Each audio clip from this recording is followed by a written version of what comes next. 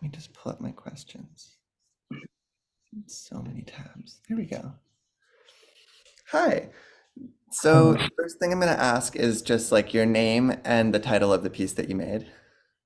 okay, my name is Shayok and Shayok Shom, and the title of the piece is like hard to pronounce. It's like I kill illusion, but it's also like it's a wordplay. And yeah, so I kill illusion, but it's also I kill illusion. It's also IC integrated circuit and all of that.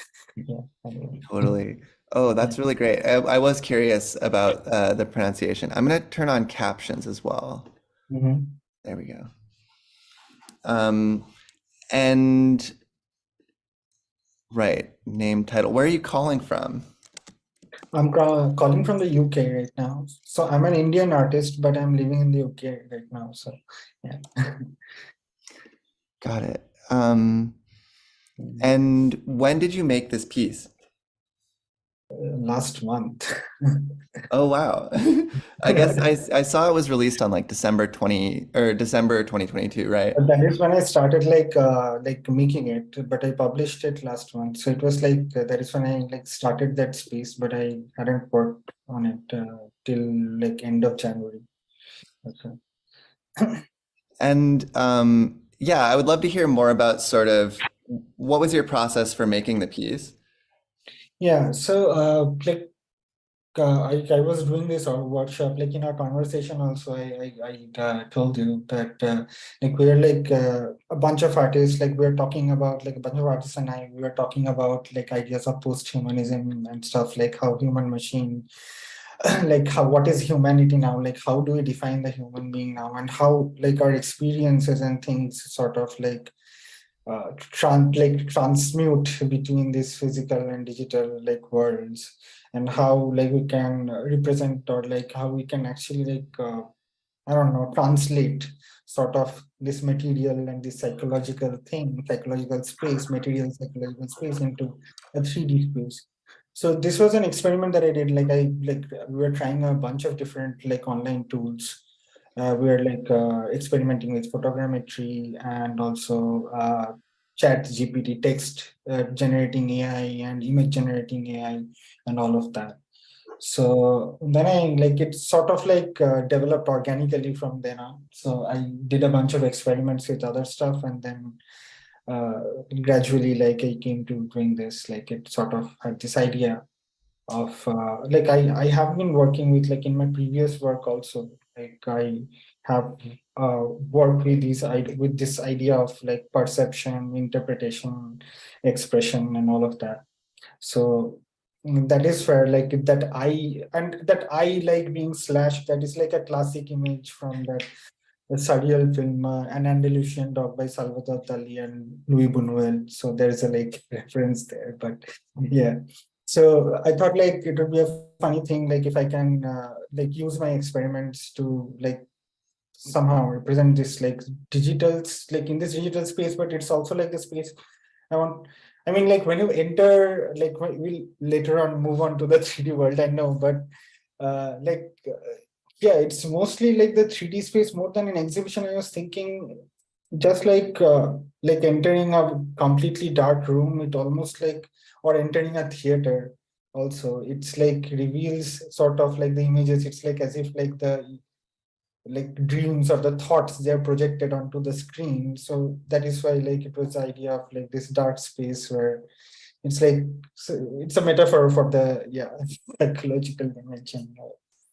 But yeah, the objects that I use, like some of it, like the dagger, that is something I found on Sketchfab, and it has a history of its own. Like a real material existed, and then it had been scanned into a 3D model, and then like it exists in this like digital museum. So yeah, and probably also physical. So that is Yeah, I mean interesting. that's really beautiful, how like the physical object then gets to be sort of replicated and dispersed. Um, Mhm. yeah, I mean it's really nice to hear more about how you made it. I think this is kind of a common story where folks are like trying a bunch of new tools and New Art City can kind of collect all of these different types of things that are being made. Um, Mhm. I would love to hear more about your practice generally.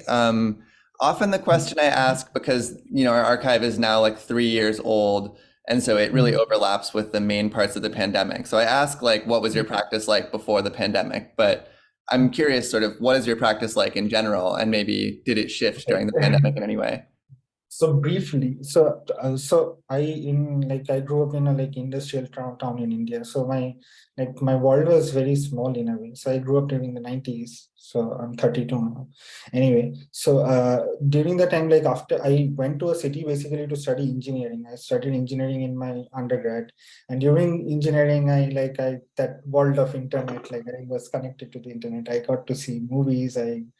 Like I mean culture hit me in a way. So and then I started like making films of my own. I taught myself different like techniques and stuff. I started reading, watching, and then during that engineering only I started making films. So my basic I was a like video artist in the beginning, but then I was like lucky enough to like get a scholarship in an American university. So I was in the US actually for 3 years. I studied my master's there, and then I taught for a year. And during that time, my practice sort of evolved. So it like went from like physical and text based, like video images and text, to also sculptures and installations, electronics, like coding with stuff, like using like portable electronics and coding, all of that. So yeah. Sorry. It's I think our roommate is walking from the back house to the front house. I can edit this out. One second.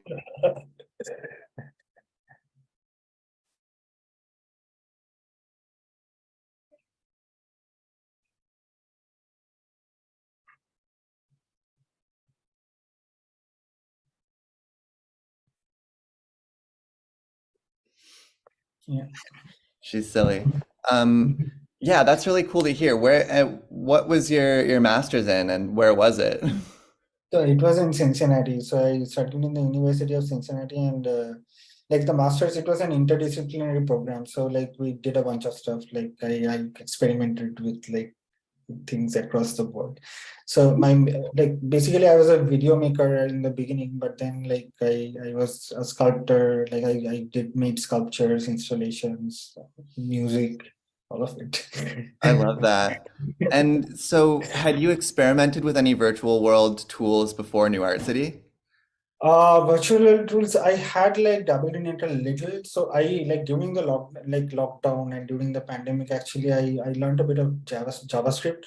So I had like I like learned how to code way before, like in school and then in college also, because I studied engineering. But then I like, because I was so disinterested in engineering itself, because I did not think that that skill would come to any use. But later on, then when I found like the generative aspect of like art, like generative art, then I thought like, okay, so maybe this might come to some use after all. So I like taught myself a little bit of JavaScript, like 3JS and Yeah, New P5JSF, Art like City's built in Three.js. yeah. So that's why like it was I was amused actually, because I was using like the three classes, like 3JS classes and everything. So it was nice that knowledge also came to some use. Anyway, and also during the pandemic, I also like developed this process, because I was always on my phone and I had to like do something with my phone, because like I was not being able to like make physical artworks anymore. There was no space and everything. So I was making this like short videos, like going through different softwares, like all derived from like fractals. Like I would generate fractals and then I would like mess around with them, and then like create these textures and short video files. So those also I used in this project, in this exhibition, as like like the video wrapping material. So yeah, it's so I had some like exposure to it, like 3D tools, but not too much. I was, to be honest, I was a little skeptical and scared of it at first, because like any new software, it comes with a bunch of like, yeah, parameters. You again need to learn like how to navigate, and that aspect of knowing the shortcuts, learning the tools, the functionality, all of that. But finally I took the plunge. So Yeah, I definitely like I feel this sort of wanting the phone to do something more than like deliver content. Like once I found out I could do photogrammetry, it was off and running. It's so Yeah. fun. Yeah. And this idea of like translation also interests me a lot. Like, and this translation and erasure, like because oftentimes whenever like things are translated, like something is lost in the translation, and that is very interesting to me. And as such, like because I like my mother tongue is Bengali, I am a Bengali, but like my education, all of my education has been in English. So in a way, like I was born in India, disconnected from my language and my culture in a way. But while in India itself, and then I went on to like other like countries, other like places, and like encounter different languages. And there's always this idea of like translation, even when I'm speaking, like although like part of most of it I think in English, but I speak my like natural tongue is a mixture of my mother tongue and English. So I think and like I speak generally in that language, but then this auto translation always happens, and a lot of things are like remain unexpressed, or like even in my language it's hard to express. Even through any language it's really difficult. Anyway, but yeah, so this losing of not fidelity, I would say, but like losing of very important like parts or tonalities, maybe through translation, through like not just like translation of from one language, like a spoken language or written language to another, but say like 2D to 3D object, or 3D to back to 2D, or like scanning in like scanning of documents, and like that the texture, like even like different softwares, like I am scanning through one physical or one like object, like one machine, but that machine is interfaced to different softwares, and each software again like puts on a filter of their own. It sees it in a different, like it has its like auto correct feature. So this autocorrect is also very interesting. Like it autocorrect is not always correct and not always auto. Yeah, I So mean, this is kind of hypermateriality, right? That there are all of these kind of steps along the way, but I really identify with a lot of what you said. Um, and it's kind of interesting, like for example, with photogrammetry, you then get your little baked 4K map or whatever, and that's AI. That it looks like it was generated by AI because it is. So there are all these invisible ways that AI finds its way into your process. But returning to what you were saying about language, I saw some stable diffusion in your space. So I'm curious sort of how you feel about language as the tool for like prompt generation, or like maybe how translation features in that for you. hmm. So prompt generation, that is what I'm like in the beginning, like I have been actually like stable diffusion is still recent. Like I like during the lockdown, I started experimenting with this text to image like generation like platforms. At that time it was VQGAN and Clip, and we are like using these like Google Colab notebooks for another project. So and like then came Disco diffusion and then stable diffusion. DALI was still there. Now DALI has also like, and the Midjourney's aesthetic is also bringing. So all of these, they have like, they speak a certain language, and it's all about like figuring out like which, like what language like suits like our needs to talk to them about. So in a way, like we like in a way like while this prompt generation like requires us to choose the personality we would talk to, like when you encounter a person, they come with an inbuilt personality. But here, like according to you, like you have to understand what personality, or estimate what personality you want the AI to like activate or like engage in or like show. So that is also interesting. It's also like I know. I mean, like there is all this fright about AI, and which is understandable. And there are a lot of ethical concerns about AI as well, which are also understandable. They are not to be rejected. And but this technology is already here, and all like I think like it's almost in like every sphere of our life nowadays. Like every app we use, it uses AI in some kind of way. Like every communication, like if and especially after COVID, like it was like accelerated in a way, this integration of digital tools with our lives. So uh, yeah. Yeah, I So mean, yeah, like, artificial intelligence is just statistics. And so, like, yes, big data already had its revolution beginning around 2010. And it's now that we're kind of like doing a silly one with big data and, generating pictures of like Margaret Thatcher holding a ham under each arm. I mean, the thing is that like now, like fan art or like this something that we can like we thought about like this like cool idea that we thought about earlier. It would have like taken a lot of effort to produce them, but now we can just like yeah, if we know how to prompt properly, like prompt engineering and like writing prompt has become so much of the thing now. It's like it's not the image that is important, but the prompt. What did you like? What prompt did you use? And what seed and what like these numbers. It's like again like the prompt is also another like form of like collection of data and text, like so you have like a collection of text which again which can be fed into and then it becomes another data set. So it's like a yeah recursive process. I think. Absolutely. And it's almost like a type of code. Mhm. Um, I would love to talk about this for like much longer, but I only have one more question. How do you approach archiving in your work? Like you've been making art for a long time now. Like what's your process for returning to things you've made in the past? Like how do you know if something's done? It's actually I don't know how it's actually it's I think like there is a like I don't know if it's ever done. Like nothing. How can something ever be finished or perfect? Because that is like antithetical to like I don't know, like humanity's way of living. Because like nothing ever dies, but then everything has an expiry date.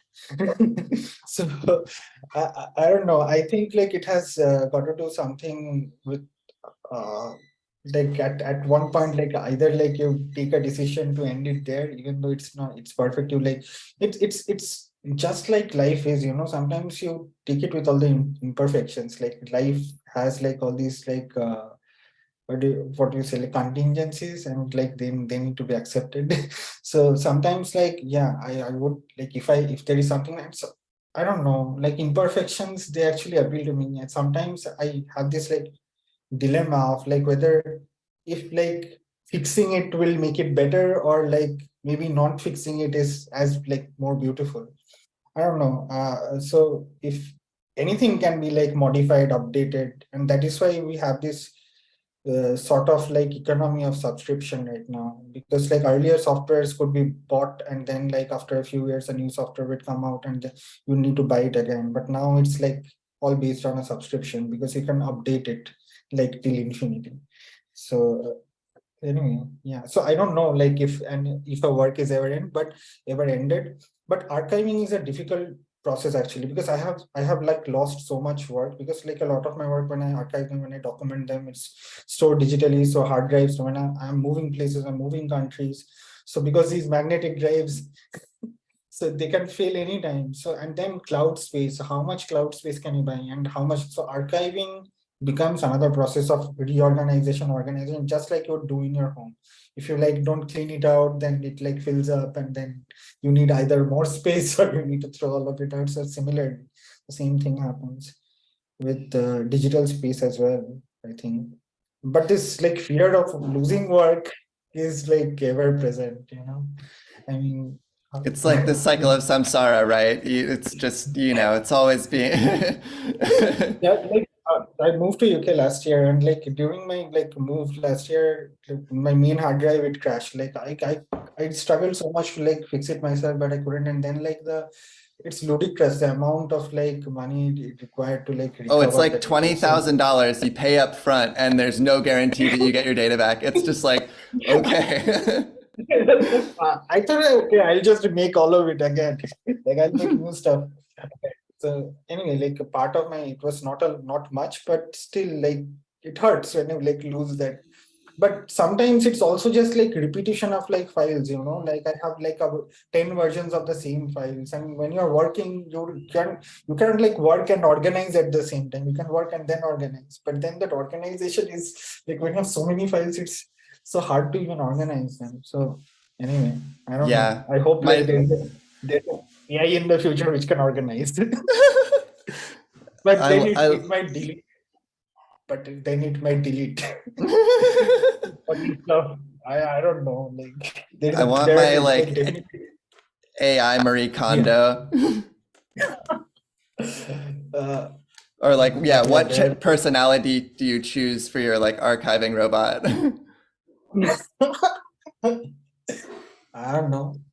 Yeah, that is the thing. Like with AI, like and with personalization, like so if we have different gadgets, different AIs for like designated for different tasks, the way like if say like in my home, like I would like to curate separate things, like specific things for specific. Like I want this glass, I want this like sort of like this like brand of phone or this laptop or this certain thing. So like but all of it is like my choices, right? So if like I am surrounded by machines, so I would like have, so, but it's also very so boring. Like all the machines will have my personality, so it's so boring. But then if it is some other personality, then it would be like living with another person or another being, right? But it's also so hard living with yourselves so with so many of you, I mean, if there are so many AIs having your own personality. Anyway, it was just a thought experiment. I don't really know what personality we should assign. I love A person. this question. Mhm. Like it's everybody has such a personal answer to it. I'm delighted. So that's the last question for like the first round. And so I'm going to switch to sharing my screen and then you can kind of tell me where to go while I'm walking around the space. Okay. Okay.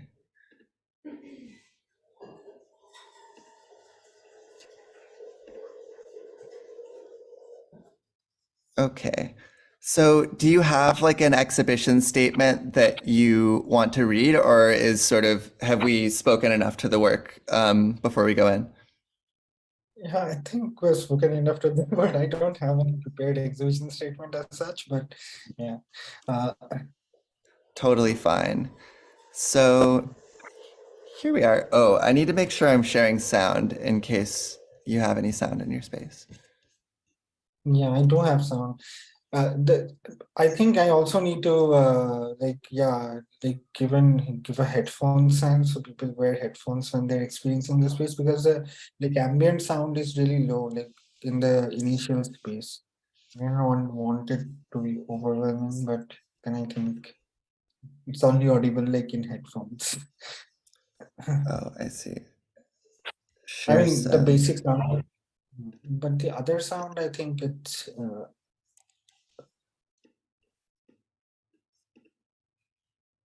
Okay.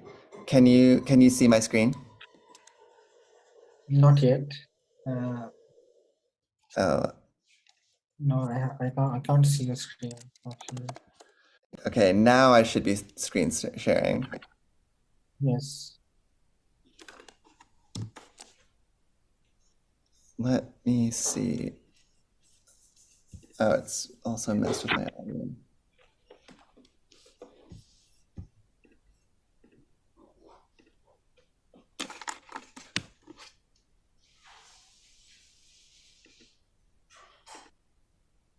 Okay.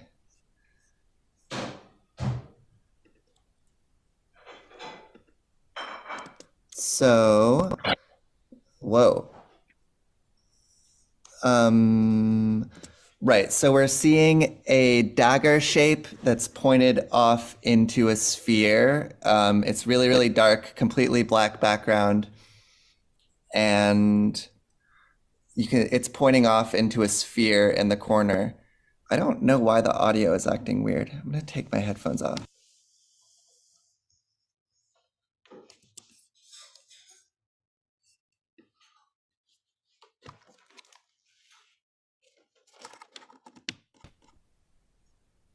Okay. Let's try that again. It was like clipping really bad. Uh, It's better. So Right, so we have this Dagger 3D model that has a video texture on it. I don't know how you did that, but that's impressive. And it's black and white and it's these kind of like scan lines going up and down in these like cloud forms and it's pointing into this grayscale sphere that has a kind of menacing it almost looks like a skeleton with the two eyes and like the nose hole, but it's kind of an abstract grayscale shape on a sphere. Mm. So Um, yeah, if you move closer to it, that like the sphere should be moving. Yeah. I see. So it almost looks like an eye now, like wiggling all around with these kind of like wispy shapes pointing into the center, and then there's like a really dark area in the center. Yeah. And there should be like you can like the dagger also functions like a ramp, so as to like it also like it's like a pointer to go towards that sphere. So there is also like if you yeah if you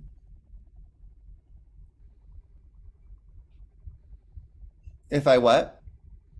so yeah so when you enter this sphere, like you can also interact with this several objects. So these objects, so like these were like the objects were derived out of like tracing on them, you know, like I traced on these were 2D images which are generated in Stable Diffusion, and then I traced over them to make them into 3D objects, and then I like applied video skins on them.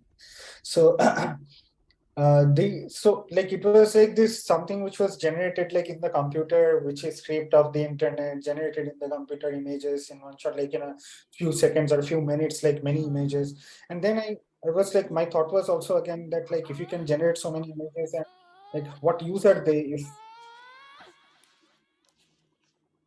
yeah if Go they're ahead. like yeah if they're not assigned any meaning to. So like I picked a bunch of images and like I traced over them, and then like what I felt from them, I assigned a certain meaning to them, and then I like used video textures to augment them, and then added the sound. So the sound, like each like sort of like model here inside the eye, like the big sphere, the world or the eye. So these have like their unique like sounds, like when you approach them you can hear the sounds. And so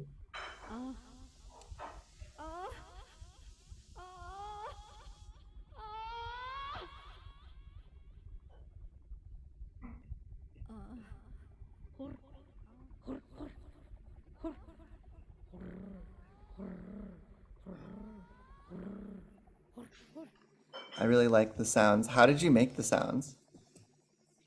So I I had like ideas around like as I was telling you, like I assigned certain identities to the 3D objects, and then I asked my like I recorded the sounds. I asked my partner to like make the sounds like according to these ideas that I had on these objects, and she like I recorded the sounds and then like, assigned them to these objects.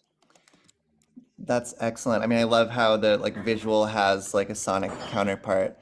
So this first one is in a bunch of different blues and greens and oranges, and it's this similar kind of slit scanning effect Mhm. where they're kind of moving towards the center. It's this kind of like scroll shape with a little bulb in the center that almost looks like an eye, and it's mirrored, so they're converging towards the center and curving around this eye. And there's some wide stripes with white between them, and there's some really, really narrow stripes that look cool like an old TV.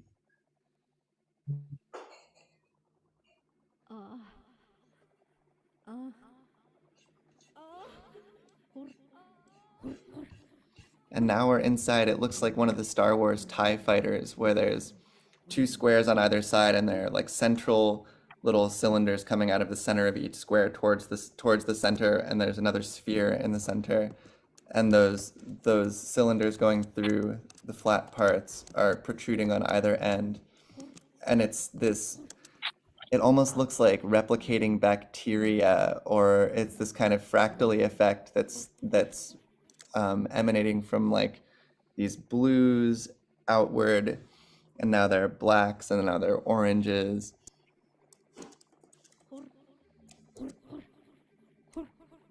Some pink in there. The colors on these are amazing. Now there's another one that looks almost like a piece of toast. It's kind of like a thick rectangular prism with kind of wavy edges, and there are all these little like paint splotches that are like floating all around it. And it's these really nice like pastel kind of rainbow creamsicle colors. There's a lot of these like pale pinks and fuchsias and oranges, some like cyber green and purple. And it's all just like painting over itself and shifting around, very glitchy. It also looks kind of like cake. I did not think of this before, but like, yeah.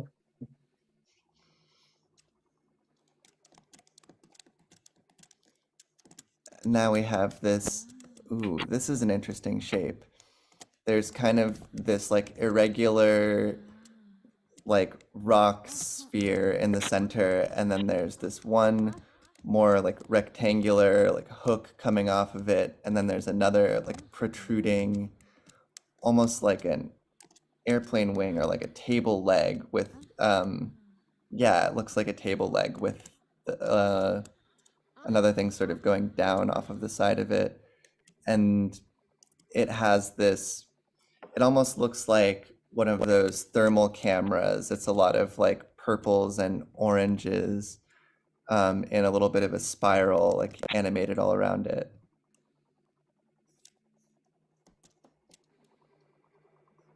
Oh, and there are more down here.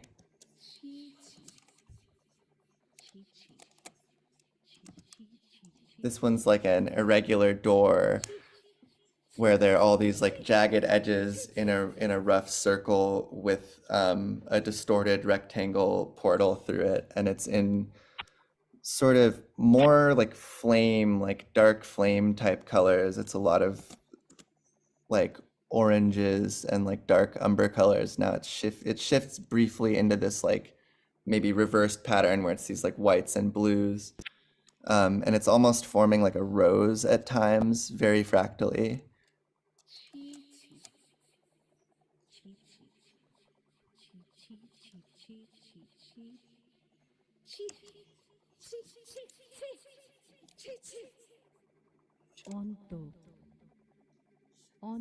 This one looks like an eye again, but it's like a rotating rectangle with like an oval in the center of that, and then like a circle in the center of that. And it looks so much like an iris right now. And it's just sort of like waving around, or even like a passion flower. There are these sort of dark petal undertones, and then all of these different colors are flashing through them.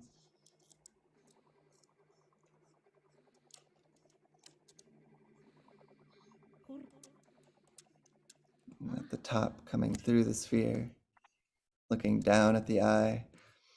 Have I missed any 3D objects? Are there areas we haven't seen? No, yeah, so if you go, okay, there's something protruding. Happening. Now it's So it gone. does not. Okay, so it's like when it's rotating, a part of it might be protruding. So when you're on the dagger, so when you're moving up, so if you go back on the dagger. Mm-hmm.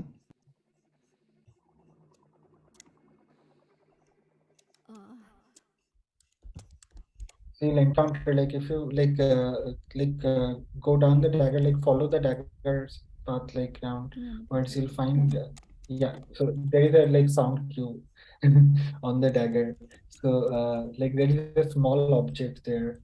So in the sort of like in the middle, like, yeah. Oh, there's a tiny little sphere that has these like circles projected on it. Again, it looks kind of like an eye, but it's just like really big pupil, really white eye, and then there's these kind of like hooded eyelids. And if you approach it, like then there is a sound cue. So it's like a, yeah. তুমি আমাদের তাকিও না। So it's basically what she's saying in Bengali is that like don't look at me, okay? So this is like the point like when you are like when spawn in the world, like when the like when a person like spawns in the world, they look at this like sort of point in the space. So they're gazing in the space like when they like spawn in this world. So it's also like represents the gaze. So it's the gaze looking back at them and like asking them not to look at. Oh, I love So that. That's so great. I'm so glad you showed that to me. I mean, I love all the little like Easter eggs people hide in their worlds. It's so, I mean, it's always so personal. Every time I talk to somebody about their space, I'm really delighted. Um, তুমি আমাদের তাকিও do you want to speak to like anything else in the space? Is there anything we haven't covered, like conceptually or visually? I think like we have like in our previous conversation also we had covered like the basic idea behind like making of this space. So I think yeah, again I wanted to like experiment with this space and see like what I can like do with it, like because this space it like creates this opportunity for this kind of immersive experience which has interactivity in a sort of way like you can fly, you can move around, you can see, but it's also not like too complex like learning the mechanics of a game. Like every game requires like a certain mechanics to be like learned, understood, and then like navigated. But here it's sort of like it's not that hard. So yeah. Well, thank you so much for joining me and sharing this with me. I'm going to stop recording now. Personal archive can become like a touchstone for memory. And so, yeah, I mean, my last question is more head on. Like, how do you think about archives in your work? What do you think about the archival impulse, right?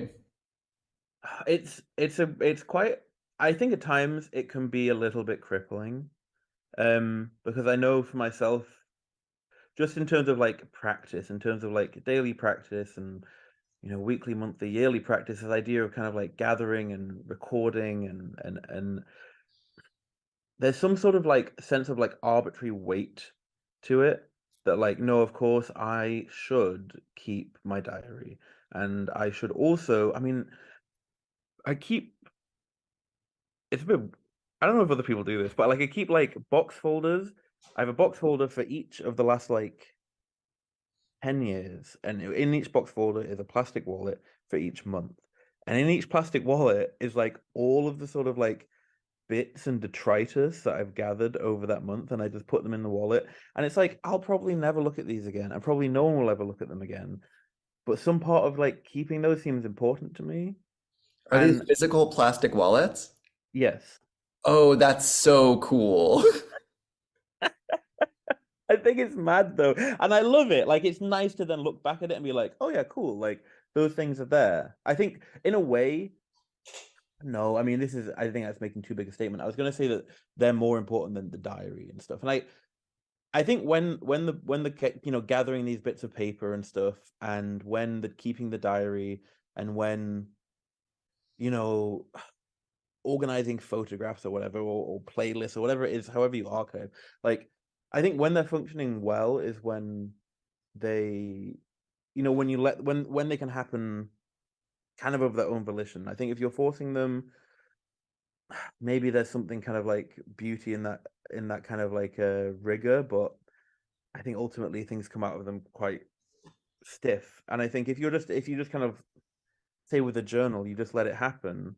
Maybe you write it once in a year. At least you did, and and the fact that you did is also maybe a record of something. There's a really interesting place in Glasgow in the CCA, called the CCA, sorry, the Centre for Contemporary Art. And before they were the CCA, they were the Third Eye Centre. And I don't want to like misremember what the actual like how it's set up. So I vaguely, my understanding, if I remember rightly, is that the Third Eye Centre ended for whatever reason, and out of kind of the ashes came the CCA. And the archive that they have of the Third Eye Centre, or perhaps the first iteration of the CCA, I can't remember exactly how it works, but the format of their archive was just everything that was on one shelf got swept into like one like legal box, like, and then that was what's in there. And then everything that was on one desk got swept into one legal box, and that's what's in there. And it means, practically using the archive is difficult at times, but also it means that you find it's way more, I don't know, alive in a way, because you get one box and it's got a paperclip and a photograph in it, and you get another and it's got like 20 copies of some old newspaper, and I don't know, I think that to me is a more interesting thing than overly kind of like rigorous critical archiving. That's really fascinating. I mean, I was talking about this with some undergrads over the weekend, even, where it's like Google really wants you to click the first search result, right? That it'll try to spoon feed you the information. And it's hard to overstate the difference even between that and going to a library, which is kind of the latter kind of a more stuffy archive, where it's like the structure of it determines what's there. But simply seeing the ideas or like the books that are on the same shelf is it's extreme. It's just a totally different phenomenon of accessing and seeking information. Totally. Moving further into this, like just box by box of like what a human perspective deemed to be similar is like that. Capturing that perspectival seeing is what's beautiful to me. Totally. And even just like it's just also for freezing in time. It's like these are what happened to be on this shelf at that moment, kind of thing. Like, and I think that's cool. And don't get me wrong, I'm not like throw out all the other archives. Like, I think it's great that we've got Wikipedia and the Internet Archive, and like I was going to say the British Library. There's probably a lot wrong with that, but like there are good things about all of this stuff that I think it's nice to not lose information to history. But maybe also it's kind of nice. I sometimes kind of think it is nice that you can lose information to history as well. Like I like things being made on non-archival material so that they can kind of perish. I think that kind of thing is cool. And I also think with the archive, when you get these, I think, sometimes you might have an exhibition and art. I mean, this is just one like obvious example, I suppose, but an artist might show an archive of the work of the materials they were reading whilst producing work.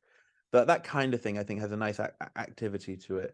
I think ultimately, though, that they're only useful or important if they let everyone access them. I think if they're behind anything closed, or I think if they're kind of overly kind of like fussy, frozen in time, then they might as well not exist. Absolutely. It's this kind of perverse desire for permanence. And I think ownership. Yeah, absolutely. And it's like whoever I mean, I've been obsessing about this question and like reading the Derrida like archive fever, and early on he's talking about how like the archive is really sort of a form of congealed power over like the narrative of history, right? Yeah, exactly. I mean, and it's like, and I think those kind of like impermanent archives, personal archives, like archives that can fall apart, or archives that can change, just anything that like, and basically I think a lot of it is that I think I can go deep into it on the academic level, but also I think I'm just like a 15-year-old contrarian that wants to be like, no, fuck you, let's do it a different way, because there's enough people, there's just enough people and enough kind of like powers invested in perpetuating those existing structures, kind of like the typical archive, the typical way of kind of like categorizing and storing information and holding it and controlling it, that won't stop. So you don't need to worry, I think, about the information getting lost. And I think better to put where there's energy, put it into like different ways of making that information like available to people, and also different ways of having it different way of kind of like allowing connections between those bits of information. Looking out, looking back again. Last year I spent a few days speaking with my mum about her growing up between places and between people. This year I asked her how she found those conversations and what she thinks of looking back in this way. A document of my mum's formative years living between Sierra Leone, Lebanon, and England. Of loss, of longing, of belonging. Thank you. So this is different than the last one I saw. We're inside of I think a it's important though not So like a is vertical white rectangle, but it's hard to tell which way. It seems like we're looking down at this like distant shaft, but we're actually, if you look up, you're actually looking forward. It's really confusing.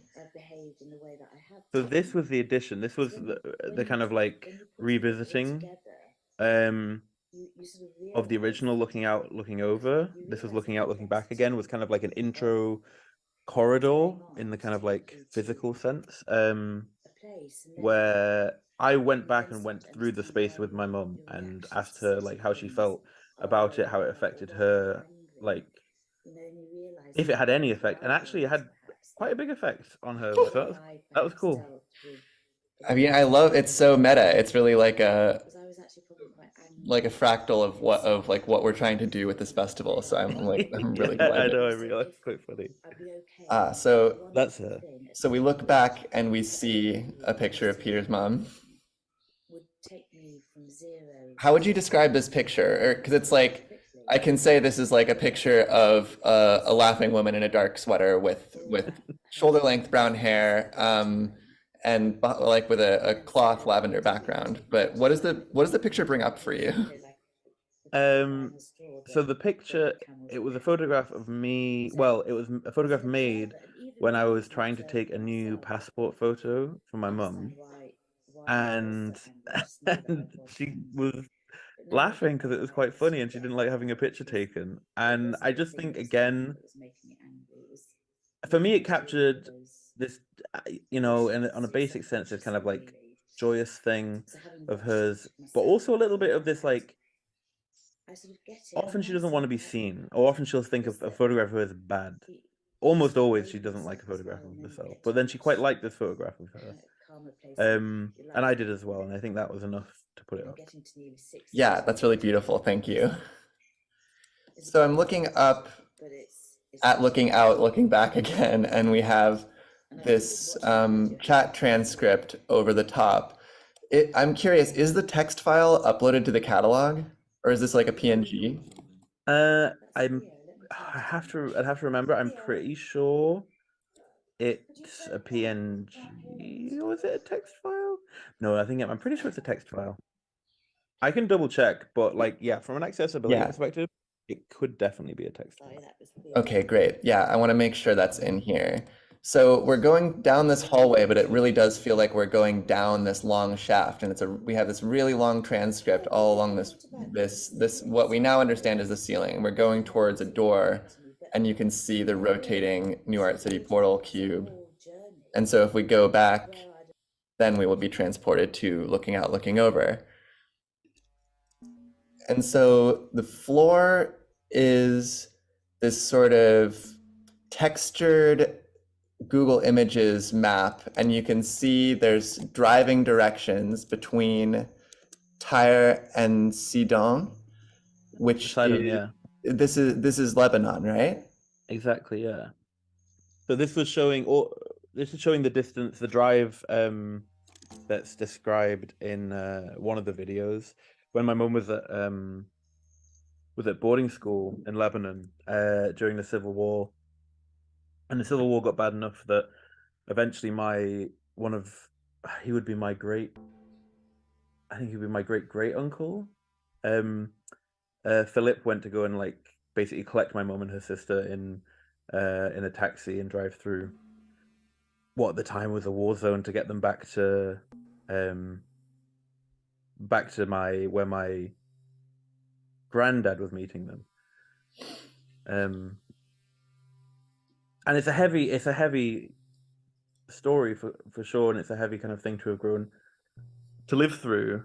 But also, at the end there's this joke in the video clip. There's this joke about how my great grandmother said, how stupid they were for driving through all of this dangerous space, and they could have died and stuff. And my granddad saying, yeah, but they're my daughters, I have to save them. But my great grandmother saying like, yeah, but they are only their daughters. They're not your sons. They don't matter.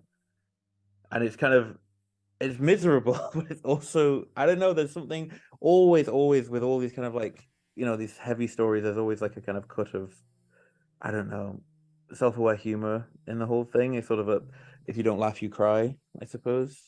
Yeah, I mean, it's really intense. And yeah, there's so much like emotion and memory there. And so as I look around from where we start, we see these two images that are smashed up against each other that look very three-dimensional. Like you see some lockers in what looks like a school hallway, and then there are some stairs, and another hallway. And then when I look in the other direction, I see all of this like sort of an arc of flat planes of images of the sky, and you can see there may be like a video underneath there. And then we have these are these lemon trees? Are they a specific type of tree? Orange trees. And behind those orange trees is another video, and I see another grass angled plane behind with another image sort of, or video floating on it with like a ring around it.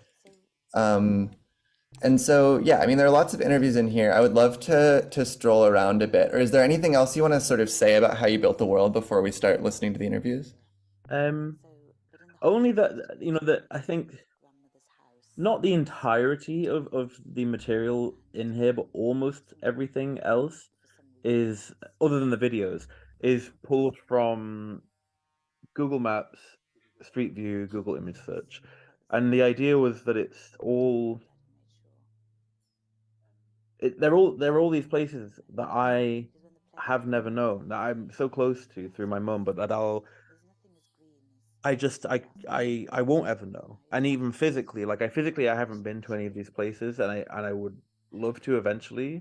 That's another thing. I think my mum has quite a lot of sort of traumatic memories around a lot of them, and when we were children, she never wanted to go. Then when we got older, she did, but then there was civil war and it became difficult. But eventually, I'd like to go. But the point is that, these materials are sort of like poor representations, I think, of the places being described and the places kind of like the settings for these memories. And I think it was kind of, for me, it was kind of important that they were like that. Because, yeah, of course, if you had budget, you could go and you could shoot beautiful footage of these places and set them as a backdrop, but that's not the point. The point is like my understanding of these places is through the stories that my mum tells, and by extension through the internet. And I think it's kind of shown here. Yeah, I mean, I think that's really relevant. And sort of especially having like the Google Street View be your eye into this, sort of having the sort of view from nowhere of the Google car. And I think this was such an incredible technique where like I'm looking at this Conic Hospital and it's just composed of a bunch of flat images, but it really has like a photogrammatic quality to it, that there's all of these squares are forming an impression of the building that's not sort of necessarily reflected in just the geometry. There was this all point and click game Grim Fandango, and there's yeah, and there's one point in it, I think there's only one point, possibly two, where it's set in the land of the dead and so on and blah blah, and it's all 3D animated. But then there's one point they go to the land of the living, and everything is this sort of collaged caricature. It's sort of like an attempt at reality, but it's not. And I've been back and looked at it since, and it isn't a similar aesthetic to the one I had in my head. But the idea, I suppose, is the one of how do you build up a kind of a structure or a world that you've never seen and you only know through stories. And I hope it's kind of like I guess like a compassionate representation of like as much as I could know kind of thing. Yeah, it really like takes the shape of your memory, right? Mm-hmm. That it's the images are in low resolution, but the words are in high resolution. Mm-hmm. That memories and when to look at the school, walking through that big front hall. How do you feel? Don't know really. It was just big. It was big and There's a lot of wood. And to the left was a big like room where they used to do plays and concerts and things like that at school. Yeah, I don't know, not much really. I can remember the layout of the place very well. And it had like a central garden bit, and then there were the houses. And then if you walked slightly up the hill there was where you used to go and eat, the dining room. And then if you carried on to the left, there was other school rooms. And I remember that because we used to have study at night, and one of the girls had been out in the sun all day and she had a fit in the study while we were studying. And I just remember her frothing at the mouth. My grandparents lived in one of the flats, and the top flat also was empty, so Daddy used to sleep up there, and then up there we had all our clothes and stuff like that, and then we'd play games up there, and she'd win stuff off us, take our stuff. But she took this bracelet, which made me very sad. And that Grandpa had got you? No, that my uncle, Daddy's brother Habib, had got me. So that was sad. It was all sad. Do you remember how it looked? The bracelet? Not really. I think it was this small, thin gold bracelet. Can't really remember, but I know I really liked it. I mean, I think it's so interesting to see sort of the memories coming about in real time, that like it's kind of still a manifestation of how memory functions in like an embodied sense. I think like, yeah, I hope it is that. I mean, that was the idea, at least in the sense of, you know, sort of, I think at the extreme end, sort of leaving in your mistakes, like when, you know, when there's ums and there's ahs and there's misrememberings and stuff, but rather than trying to sort of polish or neaten the whole thing, just leave them in there. And also trying, I think part of why it was so long, or at least not the whole thing, but the recordings, why we spent so long on it, because I just wanted to leave a lot of space for that remembering.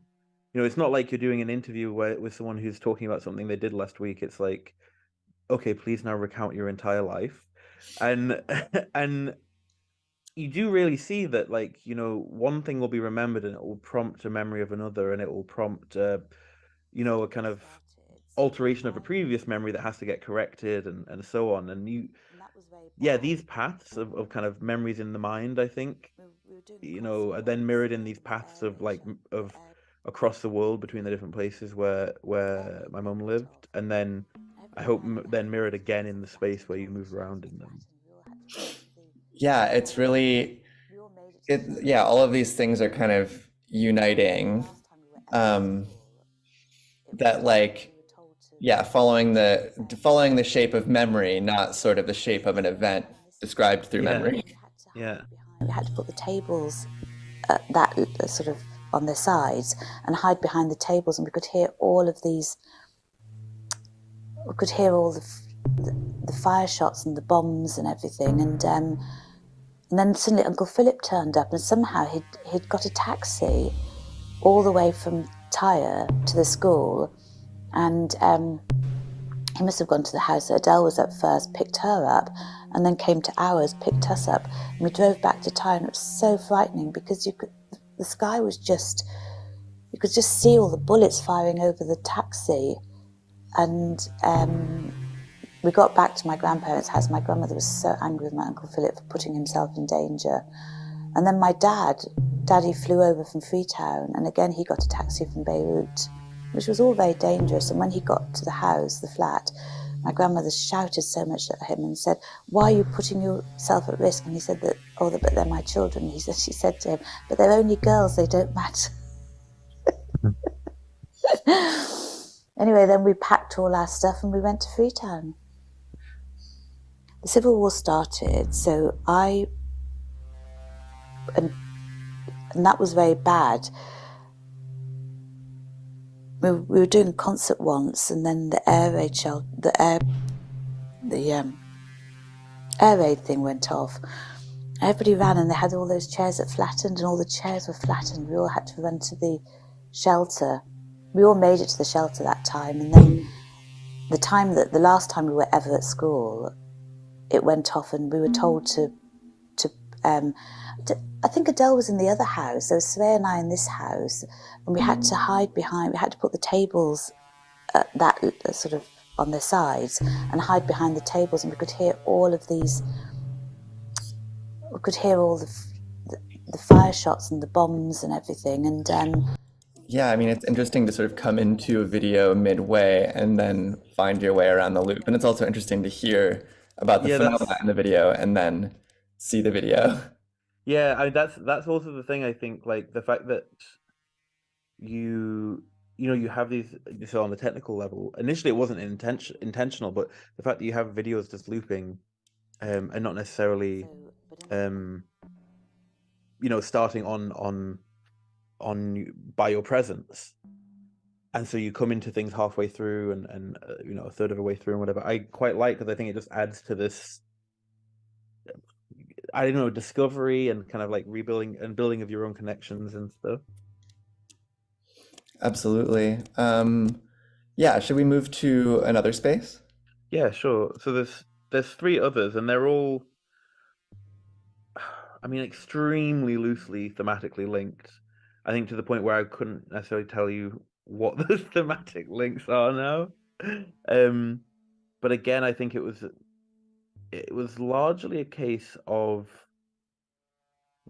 I think, wanting to have some different kind of like atmospheres. Mhm. I think ultimately perhaps those thematic links are probably like emotional, or maybe weight. I would say there are some that are heavier than others. Mm-hmm. So let's go from left to right. This is looking over, looking out. And each of these are inversions of that. Outlooking, looking over, overlooking, outlooking.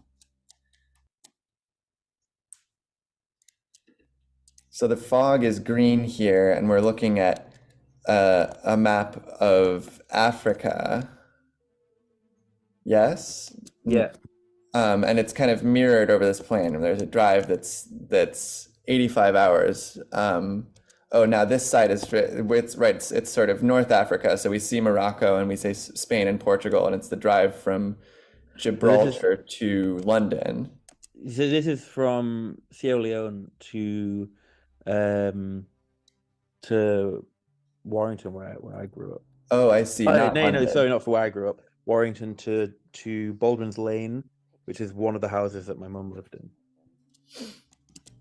And we're in this dense green fog, but I see some rose bushes and some swing sets that are all made out of these transparent PNGs that are arranged in these clever ways. So they're very, very dimensional.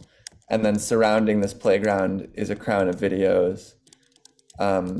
We're inside of a box that's kind of Z-fighting with itself, so it's very glitchy. There are these like paving stones and another gray texture that are glitching through it.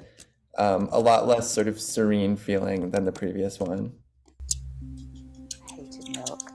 So Surveyor probably didn't feel as hungry as I did because she had milk. But what was surprising was I was fatter than Surveyor, which was weird really, because she ate more. What were you eating? God knows. And then we always had pocket money, which we spent on a Sunday. We'd go to the shop and we'd buy comics and sweets. And Surveyor would always pretend she'd eaten her sweets. So when she'd say, I've eaten all mine, then I'd eat mine, and then she'd say, I haven't, and show me them, and I'd feel really like I wanted them. And then she was also, we used to play in the front room, and we'd play dressing up, and that when we finished and it was all a mess, she'd say, now I'm the queen and you're my servant.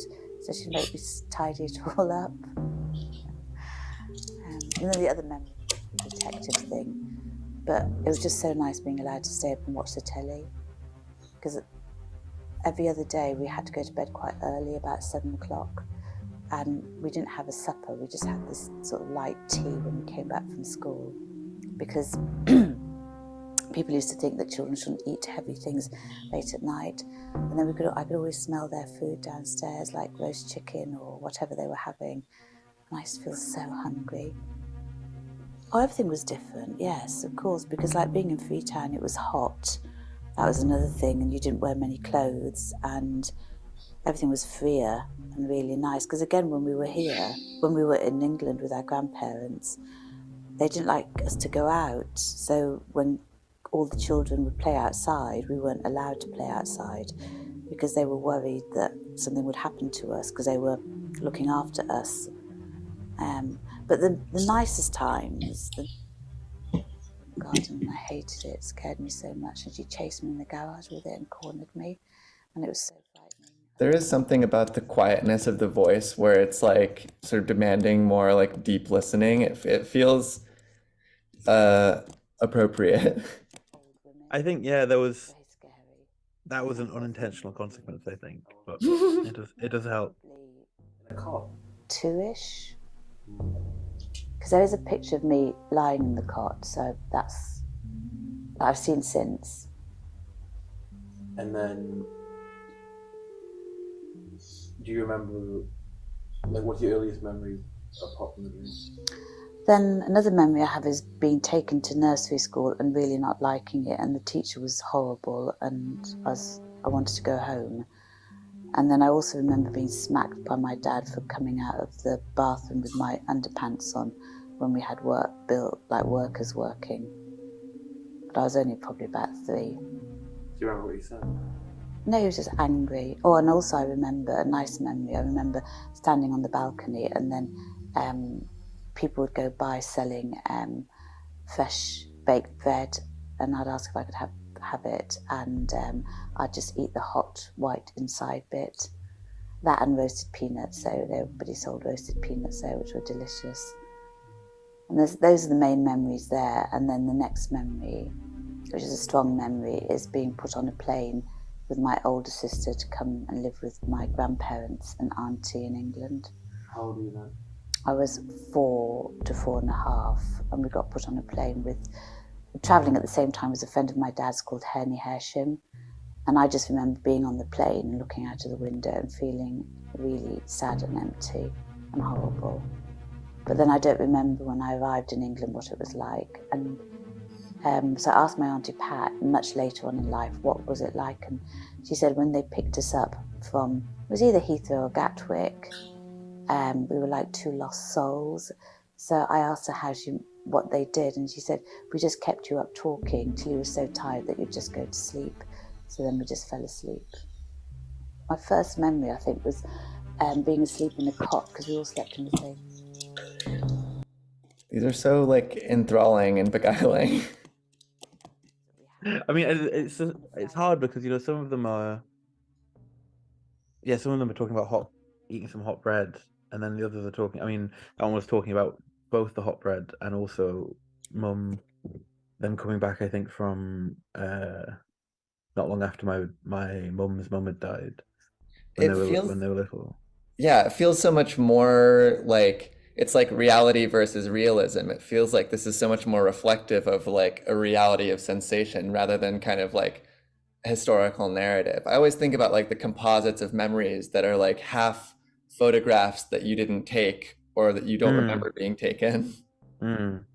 Exactly. I think, I hope that, I think in a way, although there was some intention for that to come across, it feels like something that wasn't tangibly something that you could really make happen. It just sort of like emerged out of just doing the work and having the interviews and kind of putting them together, cutting what feels kind of right. Mm-hmm. So we're now in overlooking, outlooking, and the fog is this dark tangerine color, and now the map floor is sort of inverted colors where the ocean is orange, and then this map with Italy and the Mediterranean is orange.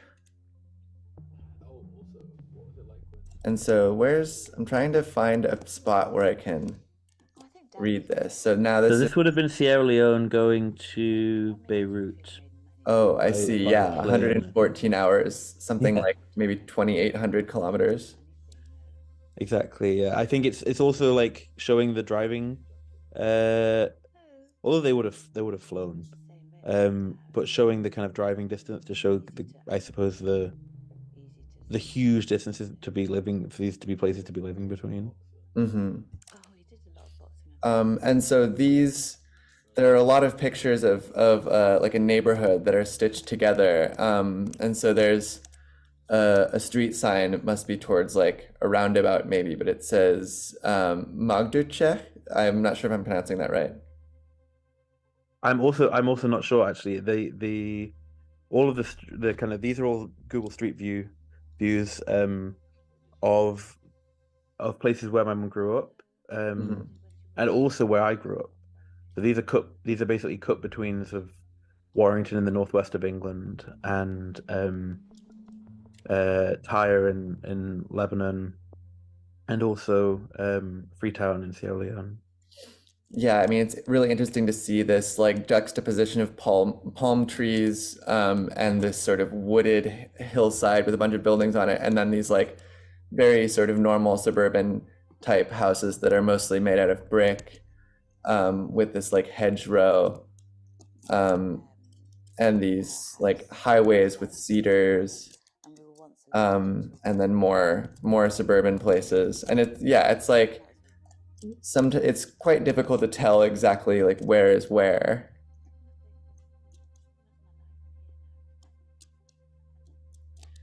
And there are just like a bunch of these kind of intersecting with one another, forming the boundaries of the space that we're in. Anyway, she took me to the shop and I was so pleased. Tried on this skirt and it was really nice. I was really excited and I came out and she said to me in Arabic, yeah, that's lovely, it fits you really well.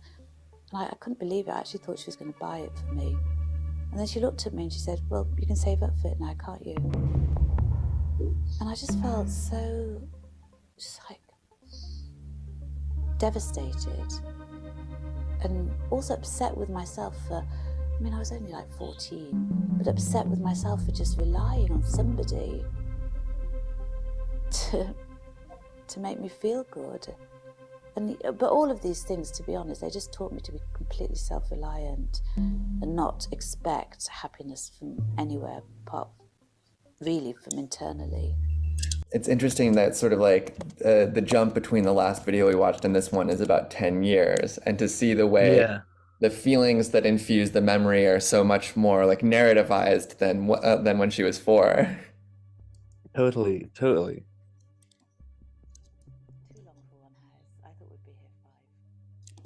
I think because we're sort of coming towards time, so I want to make sure that we get into the last Yeah, space. let's jump on the last one. Yeah. And this was part of the point of doing this naming convention, that you do get lost, but now I can't remember which. I think it's outlooking overlooking. I think Well, it no, is. because of the color. Yeah, it is. Yeah. Good. Yeah, so now this one is very dark with like a night sky twinkling above, similar inverted map, and this one is now. This one is. Oh, it looks again like it's somewhere in Lebanon to somewhere in the UK. Yeah, the way the map is tiled, it looks almost Rorschach-y, and then it forms these little, the way the lines kind of converge on each other in these square patterns. It's definitely pretty disorienting. Yeah, that was the intention, I think. So the different thing I'm seeing in here is we have a lot of boxes where must be like a video texture or something where like images are scrolling around a box. So this is of some concrete, and then there's one looks to be some kind of satin that's red, marble, this like sandstone, like ocean water, and I wonder if there are videos inside of these. Oh wow, so the outside of the box is this texture, and then the inside, the whole box is a video. That's really cool. There were various holidays in between all of that. And so we actually had quite a nice summer, a really free summer that we just went swimming all the time. And I couldn't swim, so Daddy just threw me in this pool. And then I learned how to swim pretty quickly. And I think he also got a nanny, an older lady at the time, and she was really nice, forget her name.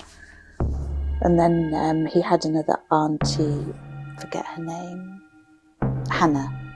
And she organised bought us all loads of new clothes and stuff to go to boarding school, ready to go to boarding school in Lebanon.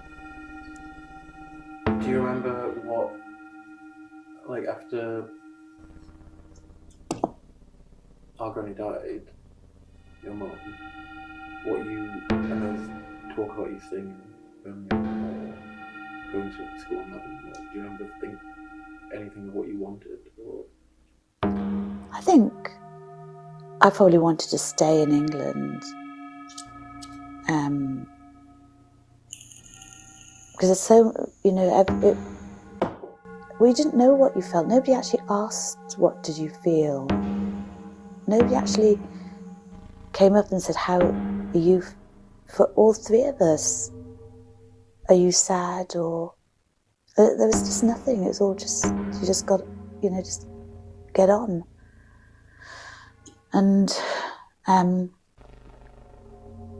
do you remember you saying about Jim being practical? Was everyone being practical?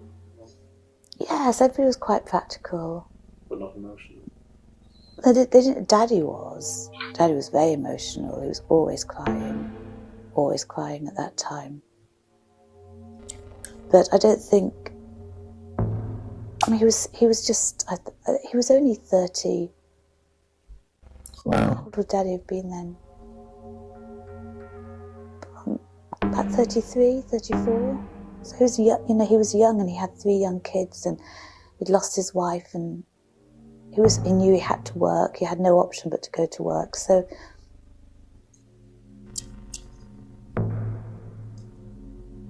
yeah. It's really interesting to sort of come at this story from all of these moments where you really don't know whether you're going to get something so quotidian or like learn one of these details. It's like, Yeah. it's such a different way of hearing a story. I haven't spent this much time with the piece before, and it's like, it's very special to be kind of experiencing it for the first time together. Yeah, it's kind of great. I think if there was one thing in here to see is maybe just the huge video about nostalgia. Ooh. I think I haven't got a burning desire. I don't think before I die I want to go back to these places. I feel that they're in the past. They were part of my life, but they no longer are part of my life. And I don't have to, I think sometimes revisiting something, nostalgia isn't such a good thing. I think you have to accept that you have these memories, and they are just memories, and those memories shouldn't take over. And I think by revisiting them, you could open up cans of worms and open yourself up to feeling unhappy again, and I don't really want that. I haven't got a burning desire. Except Yeah, I mean, it's interesting where you're also like kind of curating these moments from this like massive interviews. And I mean, I'm sure like a lot of these moments and juxtapositions are intentional, right? Yeah, there are definitely some, like especially here, for example, probably more so than in others. But a lot of it was also freeform. Part of the way was also, for example, in the green space, and probably the green and the orange space the most.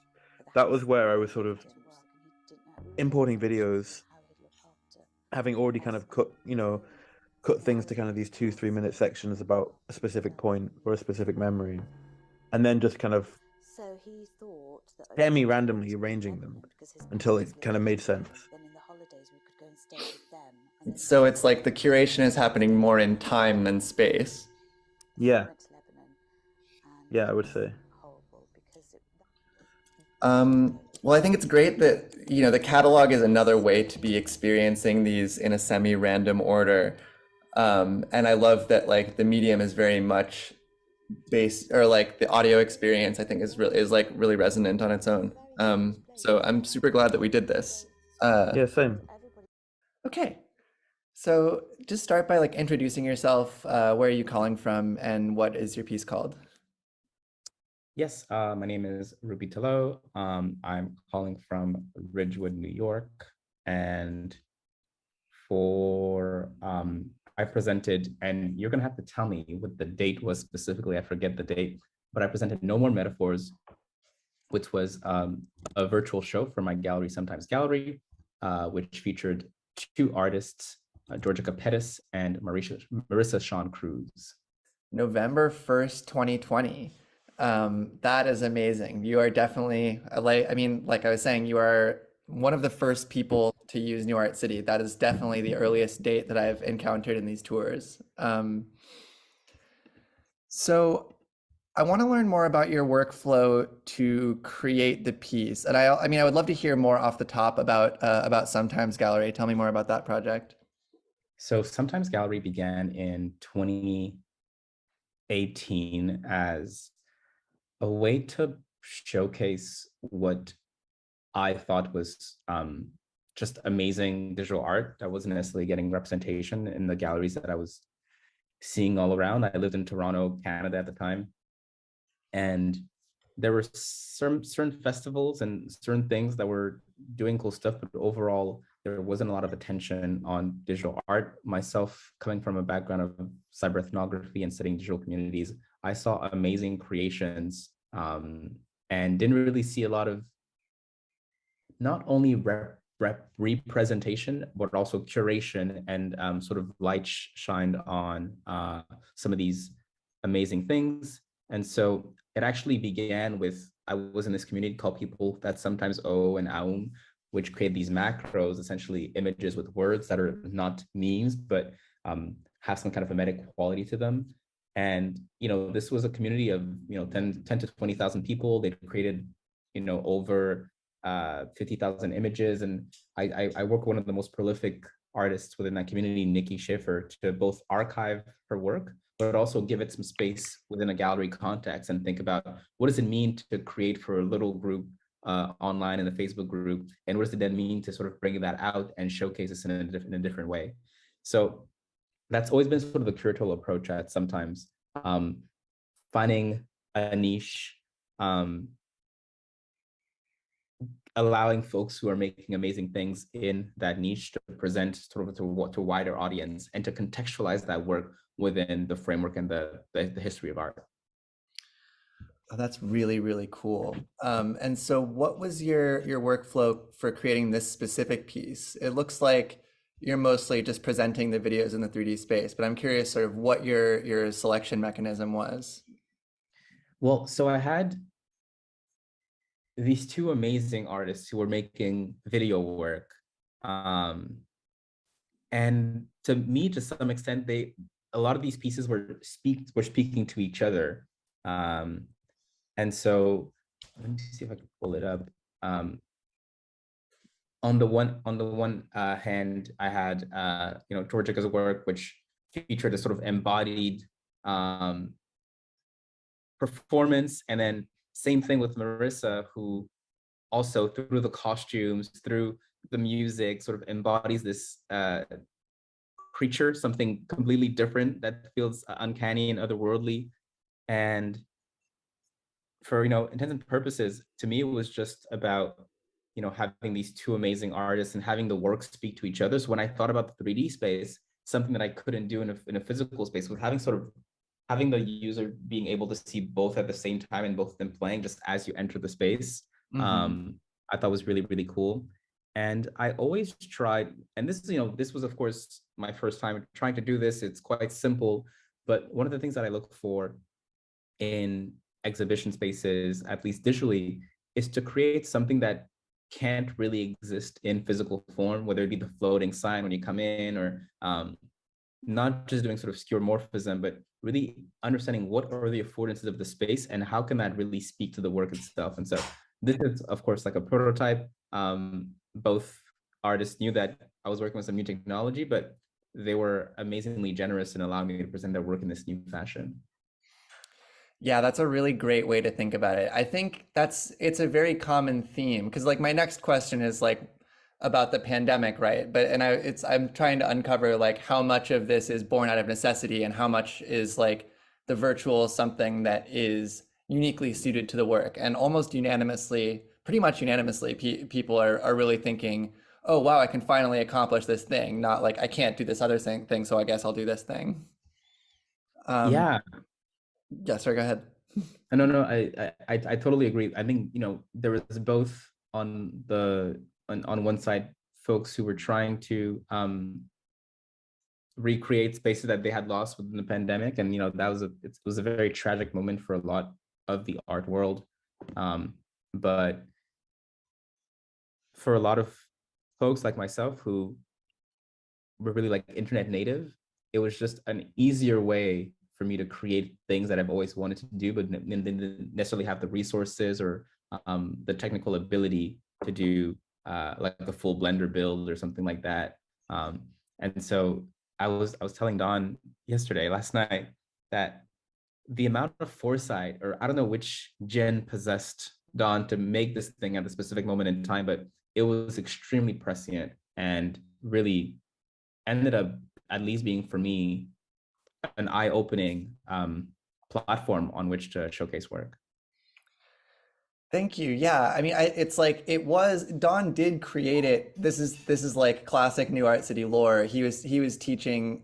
He was doing his MFA at San Jose State, and he was teaching BFAs who were at risk of not being able to do a BFA show, which is of course this huge rite of passage. So he made this tool for them initially, and it sort of spiraled out from there. But it was indeed very, very timely. I'm curious, like, how did the pandemic affect your practice? What was it like before? Well, I was working on like two, 3 shows before the pandemic. I had, my friend who ran the space in Montreal. We were going to do a show. I had artists from New York that were going to present some works.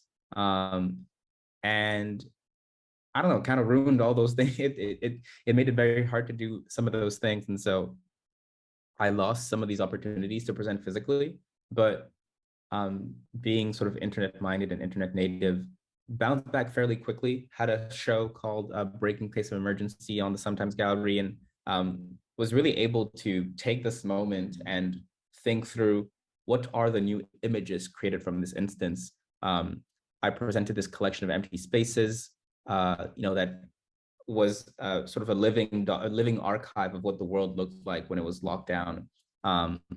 And the works from, different photographers and people who had started to think about this new paradigm we were in, and were trying to address it visually. And so, when what did they say? When God closes a door, he opens another. It was kind of like that. So it just He opens a window, yeah. My approach to curation and to presentation of work. So were you doing more, is curation more your focus, or are you doing art and curation both? I do both. And so I did spend a fair amount of time trading a bit more during the pandemic.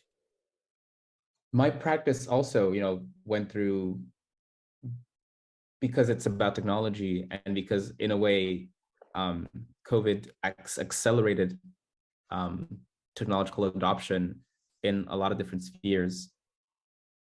Like I made this piece called I'm Sitting in a Zoom, in which I sort of read something over and over again and then replay the sound, and it's sort of, it's an homage to Lucier. But because I was in these spaces, because I was in a Zoom all the time, this became my room. This became the quote unquote physical space in which I needed to understand the resonance. I wanted, similar to Alvin, to understand what does it mean to communicate within this realm. When my voice is projected, where does it go? And so I was very, very curious about all concepts of, from, telepresence, resonance. What does it mean to, as my name online is being online, and it became very important for me to understand what that sort of ontological situation we were in was. And there's another thing that became very big. The crypto thing also sort of came right around that time. That sort of changed a lot of the way we approach digital art. But yeah, a few different things converged into this very wild, effervescent moment in the space. Mm-hmm. And did Sometimes Gallery predate the pandemic? Like, had you worked in virtual space before? This is sort of expansively like showing work online, whether or not it's in 3D. Oh, yeah. I mean, we were browser-based, Mm-hmm. which to me, the browser was that was my gallery. That was my MoMA. The browser is where I encountered these amazing moments of culture. and so that is where I wanted to show. And so initially I was not too interested in doing in working in 3D spaces, because I really wanted to be native to this thing, to this window. And so, yeah, and it predates that by 2 years, 2018 being the beginning. So it predates it by, a year or two.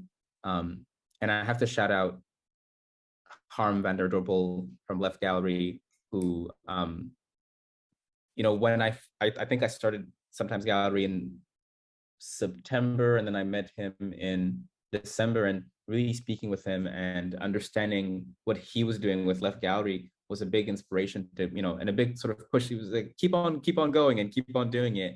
And that was really, really amazing. And, their gallery also was doing some very, very thought-provoking things, especially around the blockchain, that were not really being done by other galleries at the time. So a big inspiration on the digital gallery front for me. Yeah, Harm is a huge inspiration. I love to hear the story of those like moments of like mentorship, support, connection. It's like a piece of history. And I'm curious, like, how long has it been since you've returned to this space? The No More Metaphors? Correct. It's been a while. Essentially, when I was thinking again about New Art City recently during email, I went back and I looked at the work again. I have actually, this board right here, Georgica made it. So there's connections, and sort of the relationship continues with some of the artists that I work with, and it's not only a one-time thing. And so Georgica is making even more physical work now. I think she's showing at Dun Kunsthalle in Lower Manhattan right now. Marissa in Halifax is making some amazing things and sort of continuing her practice as well. And so I hadn't been to the space itself, but I had continued my ongoing relationship with these artists, and continued to support and look and cheer as much as I could. That's wonderful. How did it feel to come back? Amazing. I mean, I didn't realize how,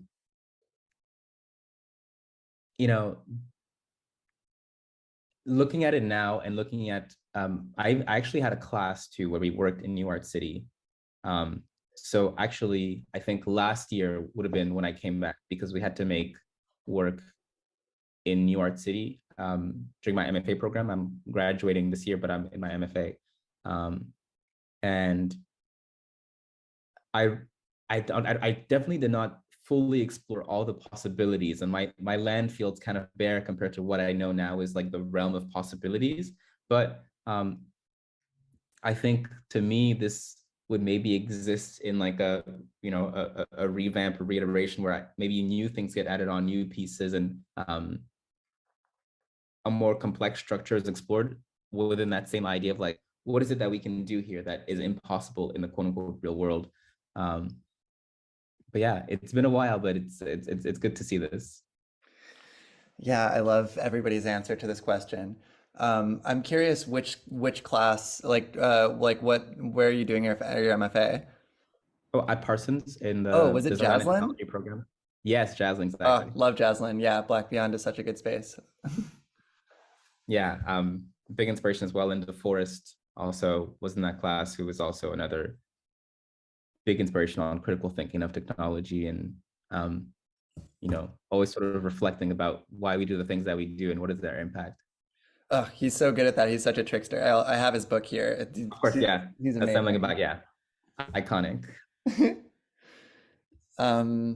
So my last question is about archiving, and I'm definitely I'm excited because you were talking about this archive of images for Sometimes Gallery, but how do you approach archiving in your own work? Like, what is the significance for you? How do you return to both old things that you've made or like masses of material that other people have made? Yeah, so I see it in two ways. So when I'm working with a lot of these niche artists in digital communities, archiving becomes a matter of literally saving the image in the first place. The reason being that a lot of these practices are on third-party platforms, whether it be Twitter, Tumblr, Facebook, and it isn't really in the mindset of the artist to save all those images. And what I've encountered in my research is that some of these groups, some of these pages get taken down, especially if the artist is pushing the envelope or doing things that represent themselves in ways that the platform deems incorrect. Then all these creations, all that production can be lost. And so first and foremost, saving those images, usually through building a scraper or using a scraping tool, to me is like the most important thing. And then in terms of the sort of long-term conservation,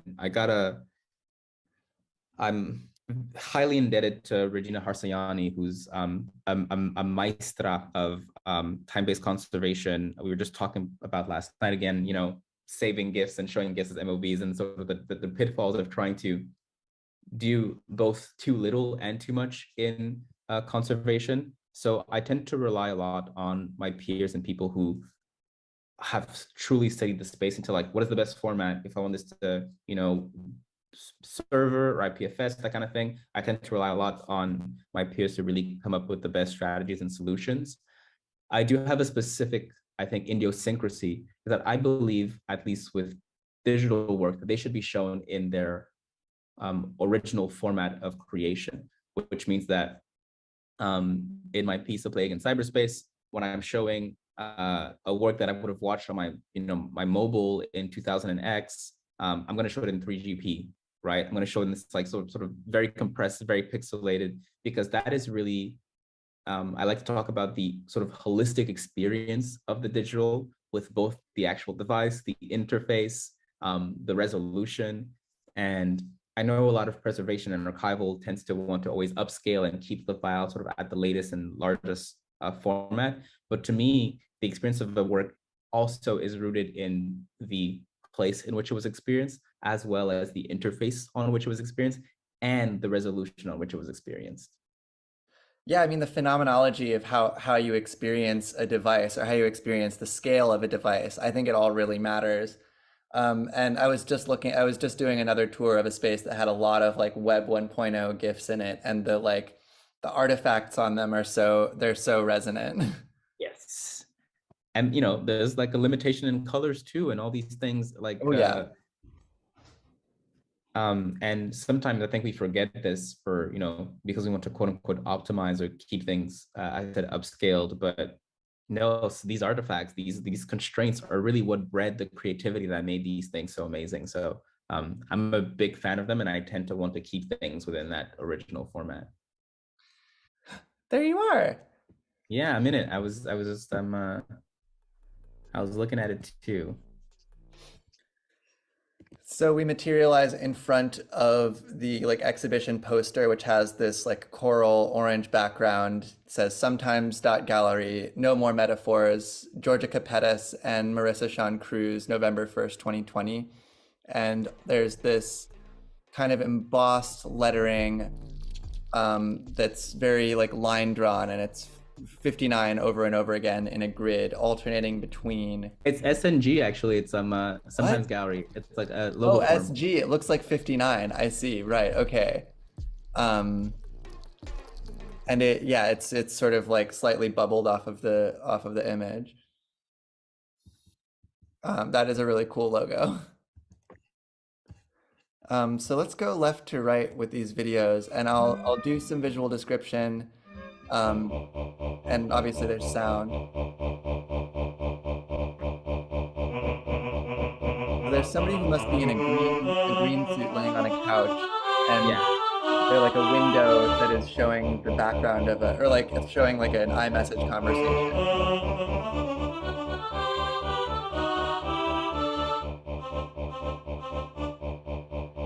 And they're now dancing, swooping their arms all around, jumping up and down, very free. Reading the text, have you ever been hacked? It's spam. I just sent you the. This is such a cool way to be looking at text. Have we almost seen the whole loop now, I think, right? Or how long is the video?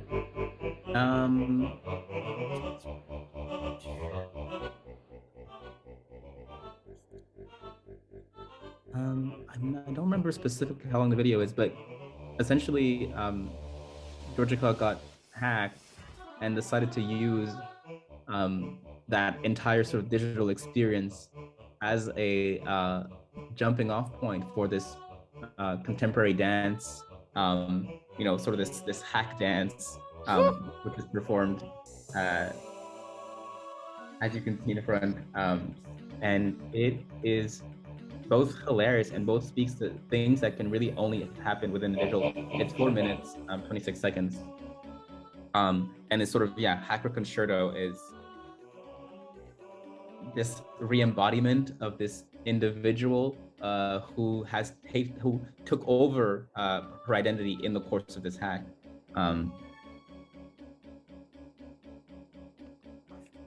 That's incredible. Yeah, I feel like it's very relevant to like expressing life online.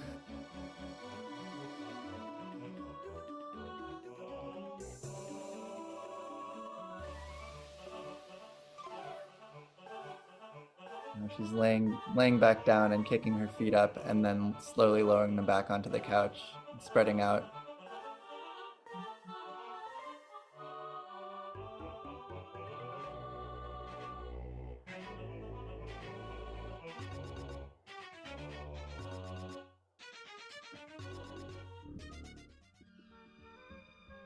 Now we're at Georgica's second piece, and we're seeing kind of like a scorched earth model, in like a black space, and now it's cutting to these. I don't know what those videos are of, and it's like a different video is sort of added in and out, or like it cuts every like 5-ish seconds. There are a lot of different shots of space, and we're seeing like people in kind of like a conference type setting. And now there's some like text overlaid, but it's all very like, it's fast. It's kind of hard to grab onto anything. A newscast where Pluto is being removed from the list of planets and the Earth dissolves into pixels. Or maybe that is a render of Pluto. August 24th, 2006. Oh, I'm reading the description here. Axis of Evil is a close examination of the year 2006. With Pluto's demotion and pseudo-death came the death of any notion of objective scientific truth. It wasn't long before other so-called truths began to falter. The fable, once considered a universal moral compass, stopped pointing north. In the wake of this great loss, and with 13 years of hindsight, I have compiled a selection of post-Plutonian fables. There's no such thing as the word of repentance. No triumph of good. Oh, that's incredible. Post-Plutonian fables. I absolutely love this word.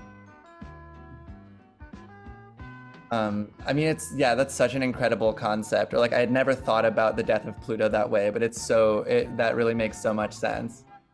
And I love the like overlay green screen of like, there are two people facing each other in kind of like silly business attire-ish. One of them is wearing a fez, the other one is wearing these like red mittens, and they're handling like, I don't think it's a soldering iron, maybe it's like a lamp. So one is a monkey, one is a crab. Ah. The red mittens are crab claws. Oh, that makes right. Okay, that makes total sense. And there are a bunch of tools strewn on the ground, and they're green screened over a bunch of like really great pictures of just like offices. This is the type of stuff that I download on Wikimedia, like a lot of cubicles.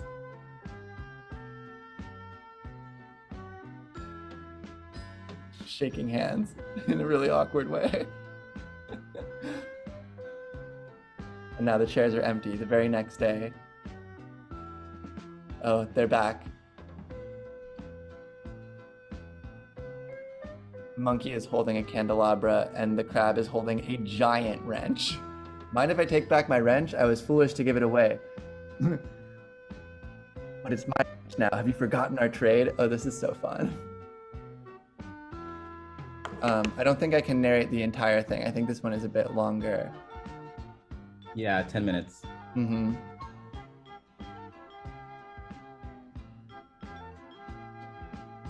But essentially, this post-Platonian fable, a trade is made, and you would expect both parties, the monkey and the crab, to honor the trade. And let's just say that after 2006, morals were never the same, and maybe monkey has different ideas as to what it means to respect a trade. Mm. I guess we'll see now that this is that final scene. There's a few different fables within the video work. The monkey is clapping the ears of the crab, seemingly killing him. He's twitching and then he just disappears. Now we're seeing a crane moving stuff around, and the monkey is eating a bunch of bananas, completely not a care in the world.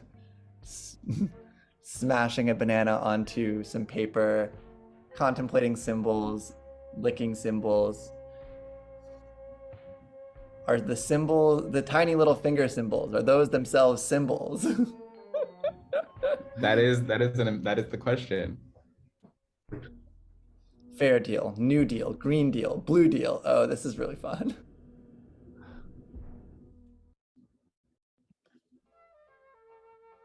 The music is great too. Now we have two pigs sleeping in some kind of pasture.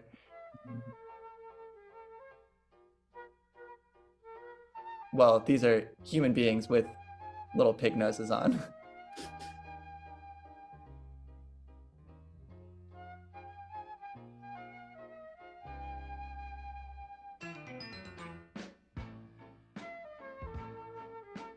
So I suppose this is another fable. Let's move on to the next one. Ooh, so this is Marissa playing in my pen ding doom.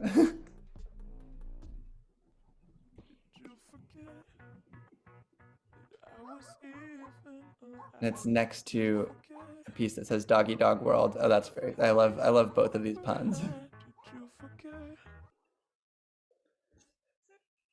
In an evocative collision of installation, performance, and computer-generated animation, I critique the creation of Boston Dynamics' animatronic dog by cosplaying as an animatronic pink polka-dotted puppy toy, enclosed in a puppy playpen, and sitting on top of a bed of dog food. An iPad plays the 3-minute video. Oh, so was this installed in physical space? I think maybe originally in the first the first gallery presentation of the piece. In this one, it's just as this floating block. It's a very eldritch pink, like puppy costume mask that's like, it's like Pepto-Bismol colored. It's like sickly pink. And now we're seeing this, it almost just looks like melting, like dripping paint or like latex, but it's clearly like it's being like being like keyframe or like keyed out of whatever's in the background, like a close-up of a tongue maybe, and there's this undulating water overlaid on it that's like distorting it a little bit. Now we've faded to black again. There's the mask. It's clearly like pasted on with some kind of like glue, and there's this like blonde wig, these like huge eyelashes. It's really spooky, and there are these bones animated over top of it, like swirling around. And Marissa is holding a little toy puppy, and this like spaghetti of multicolored wires is taken over. There's a bone in the middle, and there's this pile of, what is that? It looks like a dune buggy or something. Now she's looking at the camera and speaking. Oh, it's a Boston Dynamics robot. Yeah. And it's like staggering around in some sort of like wet parking lot. Oh, it's in the sand now. It's walking really awkwardly in the snow.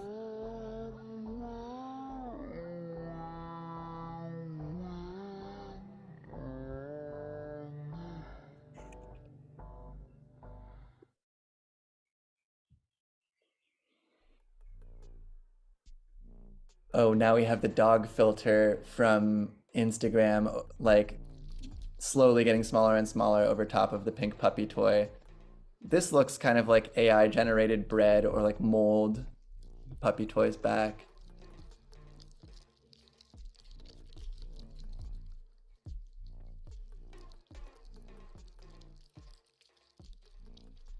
Now Marissa is back eyeing us. Cut to black again. Did you forget that I was even alive? Did you forget Now she's back against a white background, ever had to kind of like lip syncing a little bit, and now that like weird latex texture is back. Oh, and she has some very scary like googly eye filter on their like huge anime eyes, and now we have this like pink pixelated texture that's like zooming in and out, and I think that's about where we started. So now we have another video where she's in a white dog costume that's a similar vein to the pink one, and she's overlaid on this like tan, very like undulating kind of texture. It's maybe like the color of bread, but it looks more like biological, and it's like letterboxing a video that's in the middle. So we have two of the same screen in like widescreen next to each other of like a virtual forest, and you're walking at dog height, looking around at these pretty low poly trees, but the leaves are like flapping. It's not like it's like there's a little bit of simulation to it, and you're like looking up at the sky. So this is called Doggy Dog World, a video installation that considers cuteness and its relationship to cultural capital, social agency, and dominance. Upon entering the room, a duo of collared barking monitors on leashes stand off.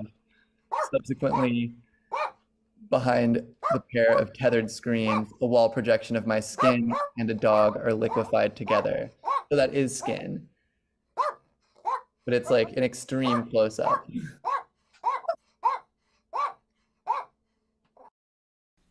That is so cute. Oh, aww, little baby. Oh, I just want to pick it up and squeeze it.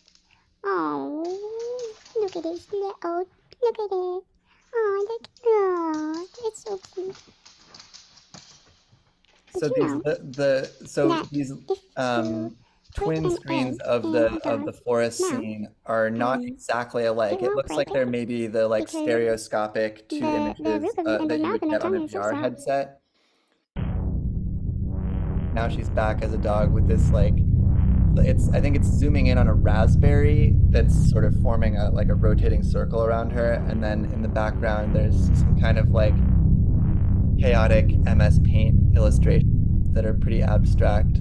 They have a slightly biological model quality to them, and these huge plush toys like getting bigger and bigger and it comes we have more dog bones. Now she's holding a little picture of a very cute puppy, taking a bite of it. Obligatory like waving butt plug, or like it looks like a wagging tail almost.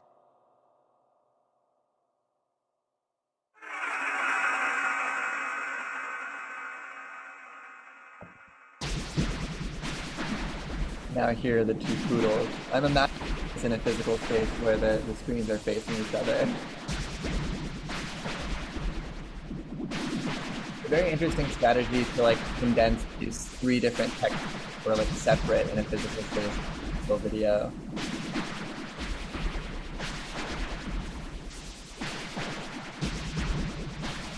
These look like mirrored like furry eggs.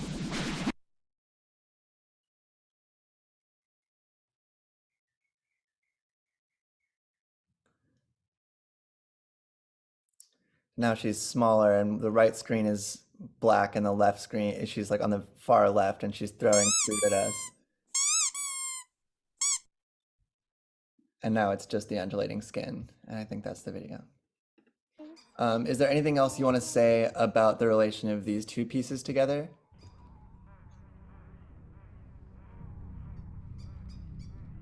in both, of course, the figure of the dog recurs as for in one as this vector of cuteness, which is of course this currency in the digital world for sure, and on the left side as a vector for like hyper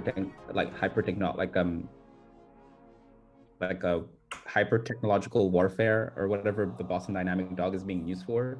I think it speaks very much the polysemic quality of some of these symbols in the digital realm.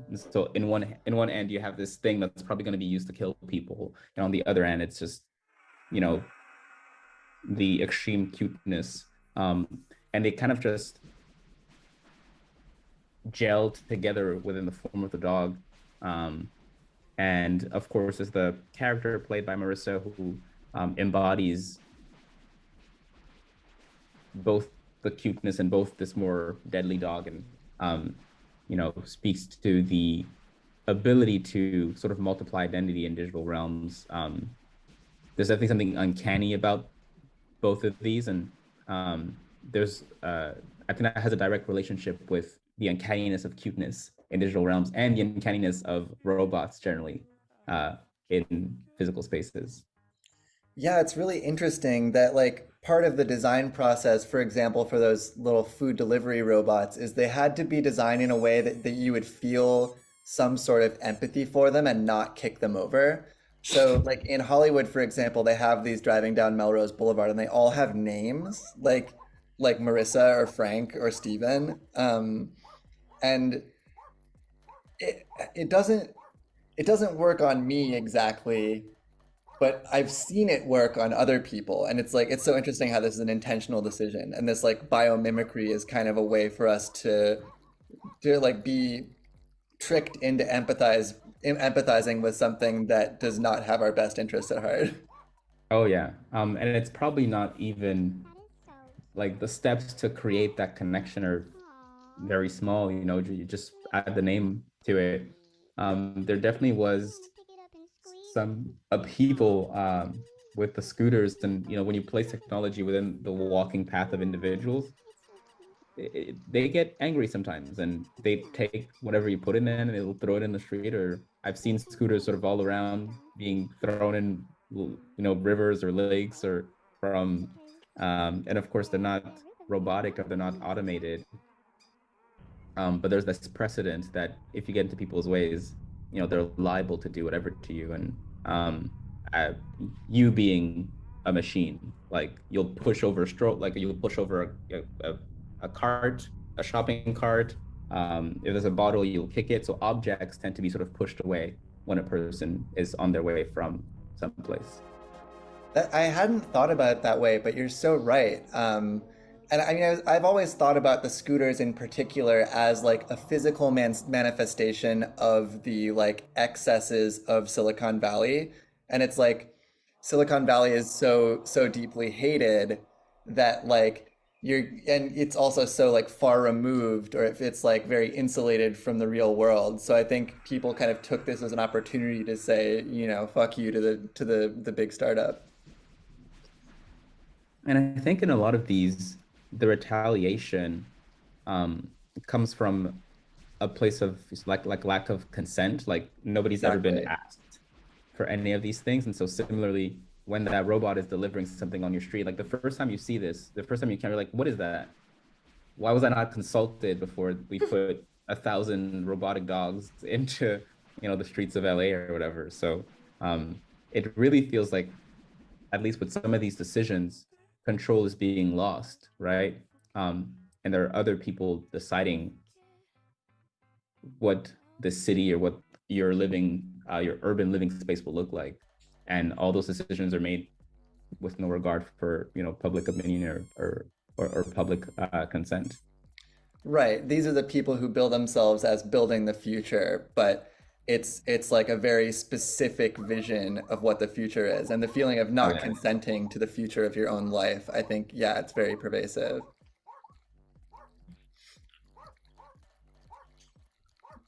This is really like beautifully curated, and it's like I think there's a lot of sort of push to use the 3D in this like dazzling or like technical way or whatever. But I think it's really special that you're like tightly curating these works that are interrelated and using the affordances of playing multiple at the same time. And watching these two videos next to each other Yes. is excellent. And that's, I mean, that's kind of a difficult thing to do on a website. You're usually just allowed to do one at a time. Yeah.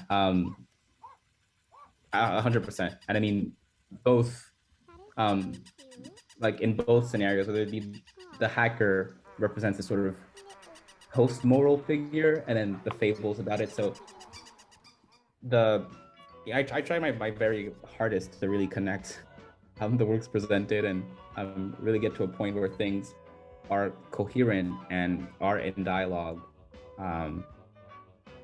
And so, yeah, when Georgica embodies the hacker, she's embodying this person who is, like a post-moral, or a person who just, it's very hard to understand the motive, and it feels very, as she puts it, post-Plutonian. And then the fables go and explore that a bit wider. And in the dog realm, we have the two extremes sort of just juxtaposed: hyper technology and then cuteness. And yeah. Oh yeah, I can't make the meeting. I'm in the dog realm. Yeah, and there's the anonymity of the hacker, where you're like, she's using her body, but the body is invisible, and it's making the text visible, and it's like sort of juxtaposing this like local phenomenon of like morality in the post-Plutonian era, and then the kind of like broader world building of like, what does this mean, and how do you like construct a mythology that represents it? Some sort of magic fish. The text is incredible. So is there anything else that you want to speak to? I think we've addressed most of what I wanted to talk about. I want to thank you for going back into the cave and sort of digging out some of these early works on New Art City. It's was wonderful to work with the platform. And I remember, as soon as I got on, there was the Discord, and I started joining that and everything. And so really appreciate the work, Sammy, that you've been doing, as well as Dawn. And so thank you. Yeah, thank you. I'm so grateful that I got to talk to you, and to sort of revisit this history together. I'm really appreciative. Awesome. Thank you. Thank you so much.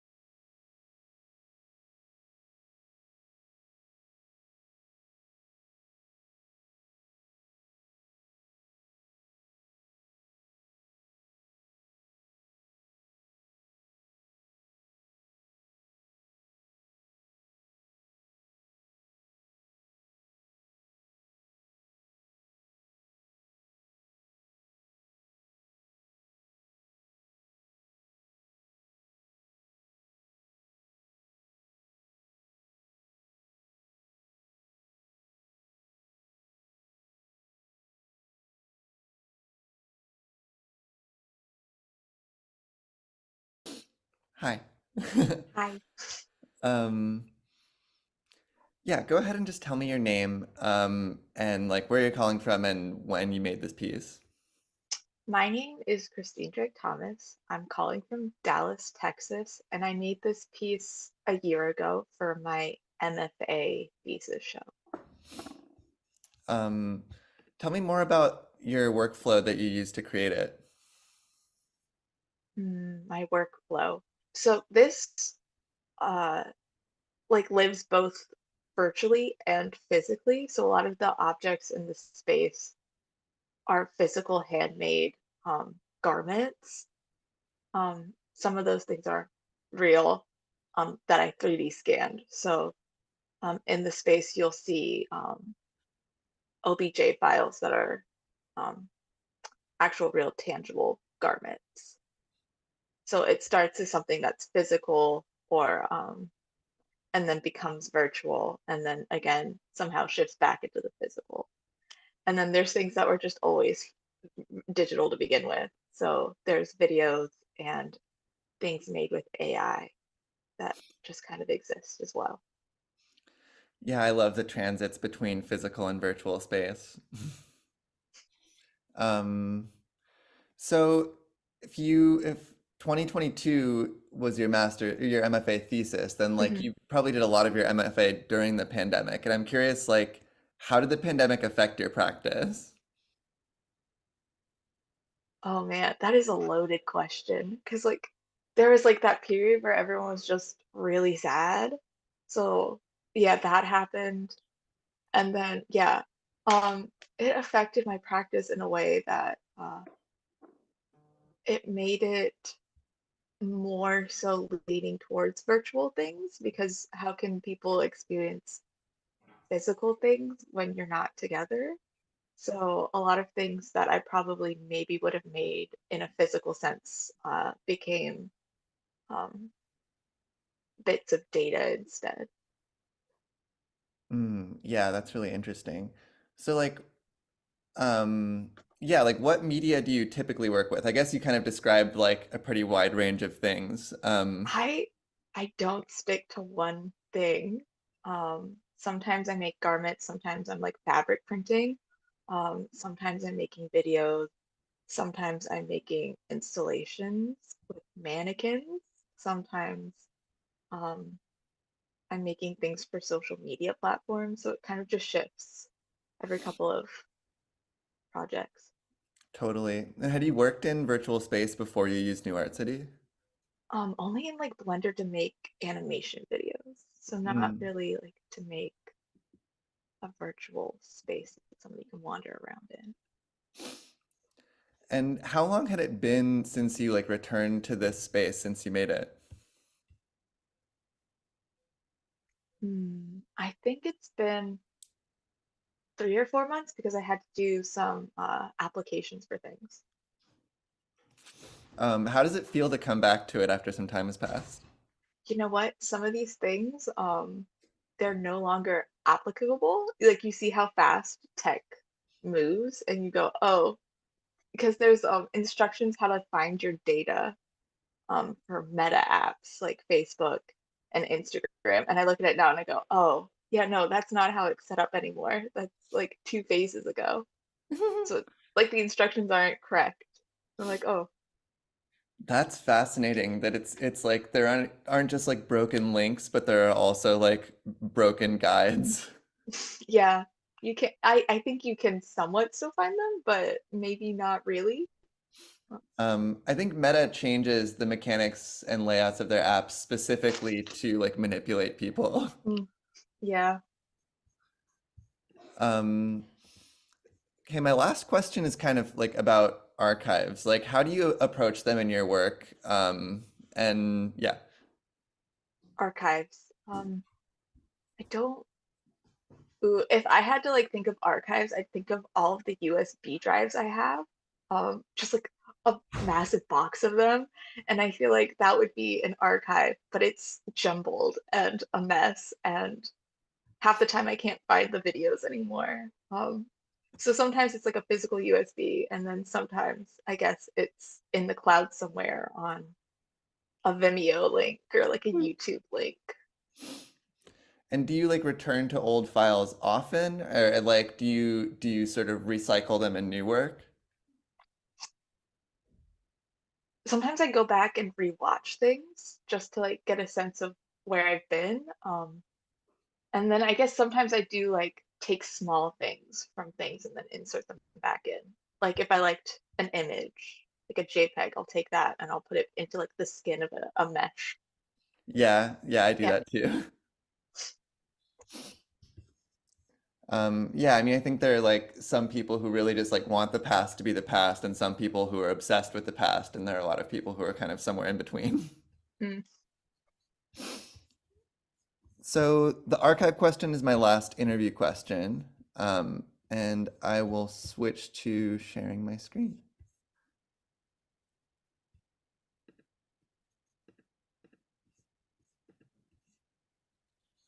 And if you want to read the exhibition description before we start, if you think that, or like that would be great.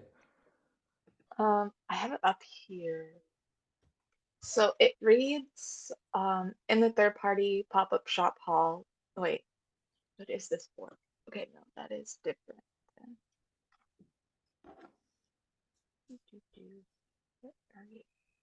Okay, here it is. The third-party pop-up shop investigates the convergence of surveillance capitalism, fashion, and commerce through video, digital installation, and 3D scanned garments. The artist uses her personal data from digital platforms, including Meta, Google, and Apple, to scrutinize the relationship between user information, consumer capitalism, and privacy. At the third-party pop-up shop, we demand the right to privacy, the right to deletion, and the right to non-jargon-filled click-wrap agreements. Thank you. So we materialize, and there's this like purple pink abstract geometric floor. It's like made out of a bunch of different triangles, kind of similar vibe to the trans flag. And then we have a bunch of different structures around us that are textured with images. So there's this there's like a circular dome with like 8 pillars coming up around it, and it's textured in this sort of slit scanned green and black glitchy texture, very pixelated. And then in front of us there's a third-party pop-up shop that is textured in this, it's like this glowing green, and the text is kind of hard to read, and it's running vertically. It feels very like architectural. Should we go under this dome? Who is this mannequin standing in the middle? Oh, this is Dale Data.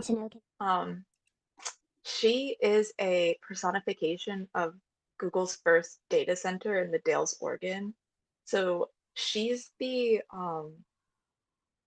influencer. You know how brands will have social media influencers come in and be their brand ambassador? She's the brand ambassador for the third-party pop-up shop. So at the time of the show, the data center was, I think, 14 years old. So she's a 14-year-old personification of the first Google data center, and she's trying to find her way through surveillance capitalism and her place within it. That's incredible. Yeah. Yes, so she's the brand ambassador for the third-party pop-up shop. And her leggings are textured in the like your PC shut down like blue Yes. screen.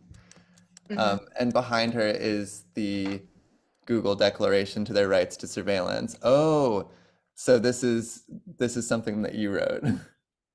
No, this is, I think if I remember correctly, this is from a Shoshana Zuboff book that I was really interested in at the time called, oh, I have it right here with me. No, I don't. That is not there anymore. It's called The Age of Surveillance Capitalism, or Yeah. something along those lines. Yeah, that was like a really, yeah, it's a really good one. Yeah, I think this is from that. I think that was appropriated from that, if I remember correctly. Excellent. So should we go inside the third-party pop-up shop? Sure. Oh, and it's semi-transparent, the this like green structure, and then there are a bunch of these like vertical tubes with 3D scanned humans rotating, and then there are 1, 2, 3, 4, 5 of them. Well, there's a glitchy crop top in here also. What's going on in this room? So these are the physical garments I made that are based off of my data from various different tech platforms. So this one is so that's just me in the center, kind of like when you get an avatar in a game and it just has like the set bland outfit, and then you just choose whatever other outfit you want to put on them. So the ones surrounding it are different garments that you could choose. So like in the front, the blue crop top is my Facebook off Facebook ads. So they're things that Facebook may or may not have sent my data to. This is an abstracted pattern of my Google search history from like 2 months. Wow. Yeah, so that exists as a crop top. It also is what is on the dome of where Dale is. That's one of them. Yeah, and then there's if you like pan to the left, this is a post of you can go into Instagram, or you could at the time, and you can get your Instagram ad algorithm, like what ad interests are being pushed towards you to like explain what ads you're seeing pop up. So I went in, I grabbed the ad interest they gave me, and then I edited it to be like, no, this isn't correct in terms of like what I'm interested in, or this is really correct and spot on. And then I sent it back to them as like a, hey, here are the edits that you should make to your algorithm. Yeah. So that exists as a shirt physically, and then it also exists as an OBJ file in the exhibit virtually. I love the like congealing your data to a crop top. And this Instagram thing that we're seeing is like seems like you submitted to like an error form, like something isn't working, and then like a Yeah. very formal letter that offers these edits to the ad algorithm, and then there's a very pixelated like short-sleeved crop top with kind of a turtley neck, but and it's sort of white with these little pink swaths on it that could be flowers, but I have no idea. They're writing, so I went in with like a red pen Oh, to edit it. Yeah. It's not clear on this because I think I pixelated it on that post, but I think later on you can find the actual crop top in the space. I think it's towards the exit oh, I sign, see. Oh, wow. and maybe Yeah. you So I can can see read now it a a bit. 3D scan of it with the writing on it. And I really like it almost looks stitched on, and then the way like the color bleeds, like maybe you dyed the fabric, or maybe that's just an artifact of the 3D scan. Yeah, I think part of it is an artifact of the scan, and then part of it is the fabric printing process kind of bled the writing a bit. Looks amazing. And so here's another post where there are these like board shorts with a navy background, and they're ringed with these like neon green circles inset into more abstract blue-green bands. And then on the vertical there, it's a similar pattern with orange circles. Apple location-based shorts, $11,908. This is in the like mid-ground, and then the foreground and background, they're pixelated versions of the shorts. So are these, yeah, go ahead. So these are based off of, you can find your Apple locations on your iPhone. So these are my Apple locations for however long they were keeping them for. I think it was a pretty long time. So I took all of them and I made a pattern out of them. And then I approximated minimum wage to see how much the amount of time that they were tracking me would equate to like a value in terms of dollars. So this is like USD. That would be how much it would be worth in terms of like labor.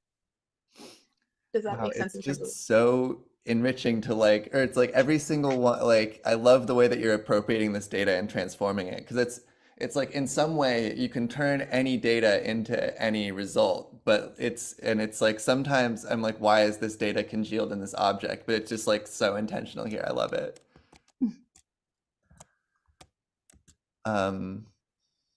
And yeah, tell me about this one. This is the off Facebook ad list. So Facebook will give you a list of ads that might be connected to you in terms of them sending you your data. So Facebook might have sent data to these specific corporations. A lot of them, okay, I haven't used Facebook since I was in high school, so a lot of these are very like old things that I used to be into, which is really interesting. But also at the same time, there's like election-based things that is kind of bizarre. Like, why are they sending it to an election company? I don't really know why, but that exists in this like set of information. Yeah, that is wild.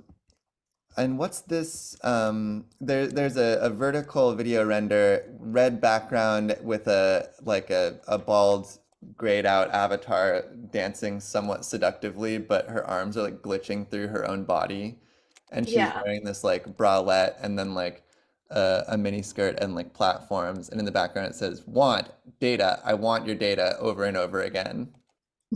So this is Dale. If I remember correctly, this is her doing a TikTok dance, and it's based off of a remix I did of a very popular TikTok song. So she's Ooh. doing a specific TikTok song dance.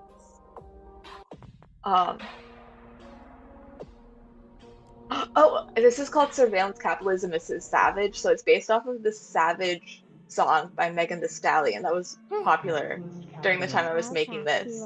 And it's the choreography of Kira Wilson. So it's the TikTok dance. Oh, I love the like meme etymology in here. It's yeah, you're just like so thorough. Yeah, that's amazing. I'll track you on. So which room should we go to next? We can head out to the exit and we can go through the Meta Walk. So there's text hovering above us with the Meta logo, and it says Meta Walk on the right. The same background from the previous Dale video that says I want your data is on the right, and then there's another little pavilion that's in sort of Facebook's blue that's textured in kind of stretching Facebook logos. And on the left there's like a gradient rectangle that says pathway. Oh, it's the Instagram gradient, pathway to Instagram ad interests. So which side should we go in first? Let's go through off Facebook. This one, I think you can still use the instructions. I think it's the Instagram one that you can't anymore. So this basically just takes you through how to find your off Facebook activity. So things that Facebook was tracking that might have sent your data to. So the first thing we see is navigate to settings and privacy, and we're going through these menus, and the hallway is just like curving around in a circle into the fog.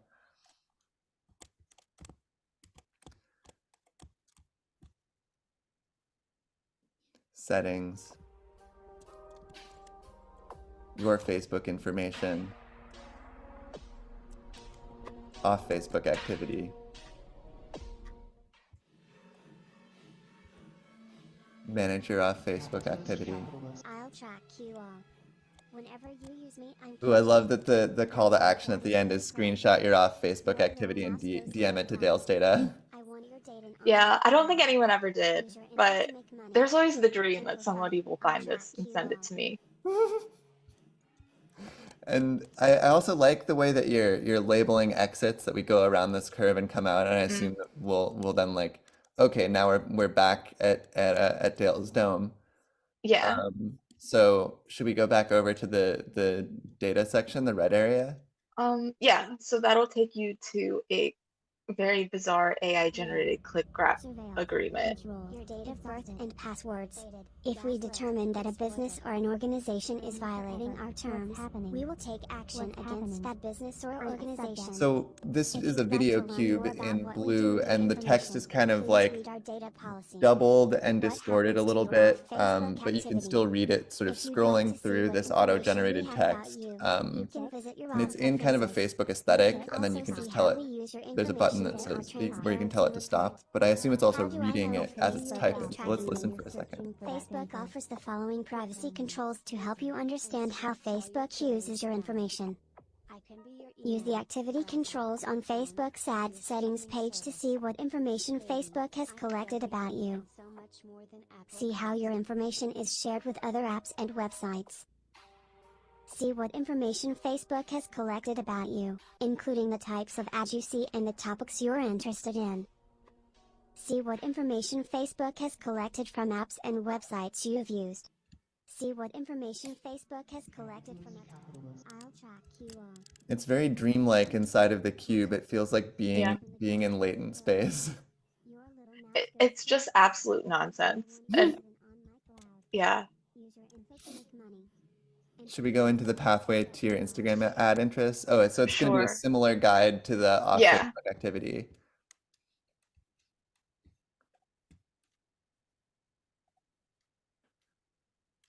And I assume there's probably a similar CTA at the end. Security, access data. And it's like, so it's 1, 2, 3, 4, 5, 6, 7 clicks, 8 clicks. Yeah, and then it just continues on in this really long list that you can view more, and it just keeps on going and going forever. Oh my god. Until, like, So it's like they're trying to obfuscate with over disclosure. Yeah, and sometimes it like changes all the time.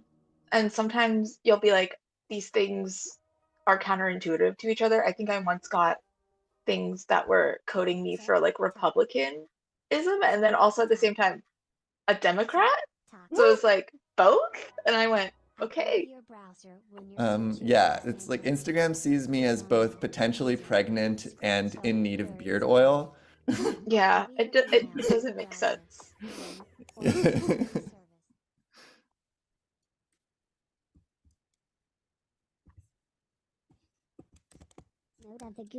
So what's happening in this little data pavilion? I see In another that one, video of Dale now in yeah, leggings that are sort of this I think is like a couple of minutes into the video. So this is, you know how in like 2016 haul videos were massive,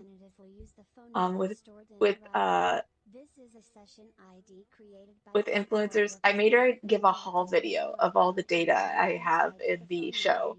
So she's just Oh. going through giving a haul of the data. Yeah, and sometimes it goes into like the click wrap agreement, like right now on the screen it's going through Apple's click wrap agreement, except I think I faked some of it, so it's not real.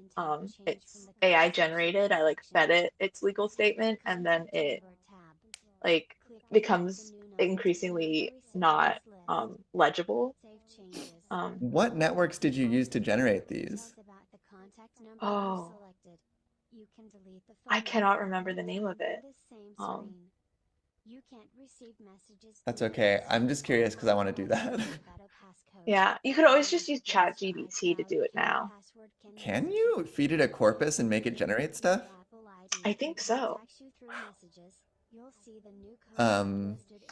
So I guess I should also describe the video. It was scrolling through a bunch of this generated text, and now the Apple location data board shorts are like rotating against a background where kind of the depth of field keeps getting more and more shallow. So it's like it keeps like zooming out and the perspective keeps distorting. This is an extremely long video. I think it's like 10 minutes long in terms of like videos to make between the TikTok video in the display room and this one. Got The it. TikTok one's like 15 seconds.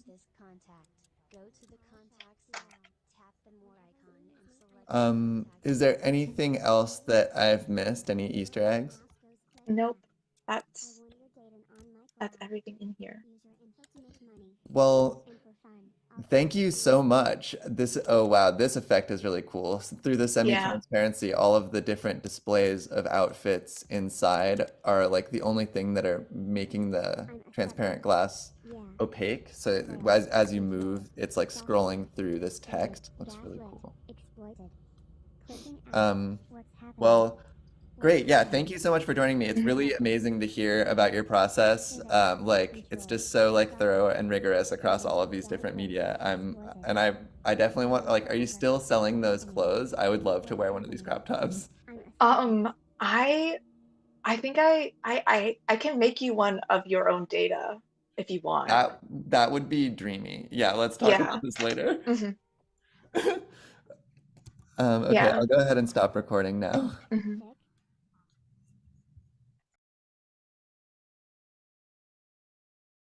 I should like use my whatever. It's fine. My camera's blurry. It's all good.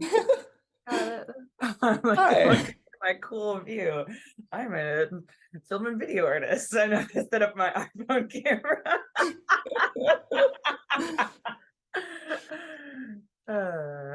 I can already tell this is going to be a fun one. So just start by telling me your name and the title of your piece. Yeah. I'm Claire Fleming Staples. I use Fleming as my like art name. And my world is called Time as a Rubber Band. There's many worlds inside of it, and it is like a counterpart to a physical world multimedia video installation with like 10 synced channels and like places where you lie down, and there's like haptic components and the like furniture, things like that. And all of this is like an exploration of like various worlds that I've traveled to during astral projection. I've been working on as like for like my MFA thesis at the School of the Art Institute for the last couple of years in Chicago. Wow. And so you're kind of releasing this now, or is this something you've made in the past? It's like making the world a New Art City has kind of been something that I've been doing like the whole time that I've been working on this project. I can't say that I've like officially done any like release for it. I've just been like publishing it and making it, and I should share it more with people, which is why I was like, let me do this. Well, I love that you're really kind of viewing it as something that's being edited in real time. I think that's a really cool feature of New Art City, and I found that most people are not really using it that way. So that's really cool. Oh, cool. Yeah. Well, for me, it's like this whole project is like this ever ongoing project, right? It's like, you know, I made this map in 2021 that was like, okay, I've been like going on these journeys for like 5 years. I've got all these like places that I've been. Sometimes they're the same place. So like, where are those places? How does that work? And then all these experiences, you know, all these like notes. I have like notes and notes, all these like little, you know, notes all over my studio. So I was like, okay, let me make a map and see how they might all connect or like be in some kind of space, and like also start to organize just like these ideas. And so once I started doing that, then I was like, started making these installations, these like, you know, multi-channel video installations that sort of represent bringing viewers into that world. And I think early on, one of my mentors was like, well, you should make a website that has all the different parts of the things that you're doing in the physical. And I was like, oh, cool. So then I, you know, quickly got turned on to New Art City. So it's like this unending project, right? And it's like, first of all, there's so many worlds and experiences that like I haven't even gotten into all of them yet. And then second of all, it's like, you know, this stuff continues to happen. So it's like, it's always like learning more, unfolding, you know, and like the place where I'm coming from is like where I have like a pretty good understanding of like what a lot of these worlds are and who some of the characters are, but like there's always more depth that's, you know, like, you know, one more journey, like, you know, when I'm ready to like smoke DMT again, like there's going to be some more information. And I'm gonna have to put that in there. So how long have you been working on it, and when did New Art City enter the picture? So yeah, I made the map in like the summer of 21, like right as I was going to grad school. I started working on it, and like maybe it was like the version of it that's sort of like what I've been working with, I made in September. And then I started pretty much right away making the video installations, like as soon as I got to SAIC. And then I want to say New Art City, like maybe like January of 22, I started. I think that, I mean, there's probably, it says that somewhere. I know this is like, I ask these interview questions at the beginning that like are probably often present in metadata, but the answers No, end totally. up being these like free associations. And it's like, I Yeah, love kind of totally. capturing the like, I'm when like, did can I I make that? Yeah, I have no idea, but it's around then. I mean, it's definitely around then. Mhm. I remember like I was trying out some different things, and my friend Nemo Nimrod Osterhan, I think he's maybe made a world in here before. He knows Dawn. He was like, you should do New Art City, and I was like, all right, cool. And that's cool because it's really like coincided with me like sort of teaching myself 3D and like, you know, I feel like working in New Art City like gave me a lot of confidence and like skills to be able to work in Blender, which I didn't really know. You know, I mean, you're Me like, too. yeah, I mean, the like instructions on New Art City for how to use Blender are like really good. Well, it's I like, mean, I feel like they could get anybody who didn't know, you know, be like, oh, just download Blender and start figuring it out. Like, it's cool. And so I appreciate that's so nice to hear because it's really like all of the places where I hit walls and bashed my head against it for like 4 hours. I was like, okay, now I know exactly how to do this. Totally. Well, and like you'll see, like one of the things in my world, I've been making these like ceramics, and then I 3D scan the ceramics with Polycam and bring them in New Art City. But that process was pretty difficult.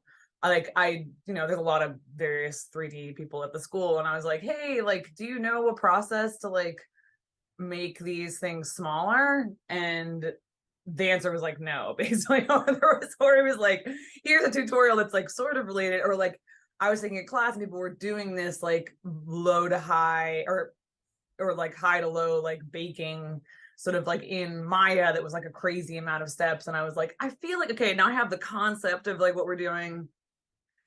And then a professor like sent me a tutorial that wasn't what I needed, but I like worked from there to like make my own things. Now I have like, I can share it with you. It's like a, you know, on my, let's see, can I drop it in the chat? Where are you? High to low. On my desktop somewhere. I'll share it to you later. But it's like a little like instructions for how to take a Polycam and like clean it up and like project the like bake the high resolution version into the low, so that I can have my little scans be like 2 megabytes. That is a really satisfying process. I love optimizing models. Yeah, totally. So like this project is sort of beginning like deep pandemic, and I'm curious, like starting your MFA during a pandemic, and like how did this like affect your practice? Oh, that's a good question. Well, I mean, I think I probably wouldn't have gone to being able to apply to MFA without the pandemic. I mean, I suddenly found myself, you know, me and my wife were like, you know, we had this Oakland like warehouse studio space.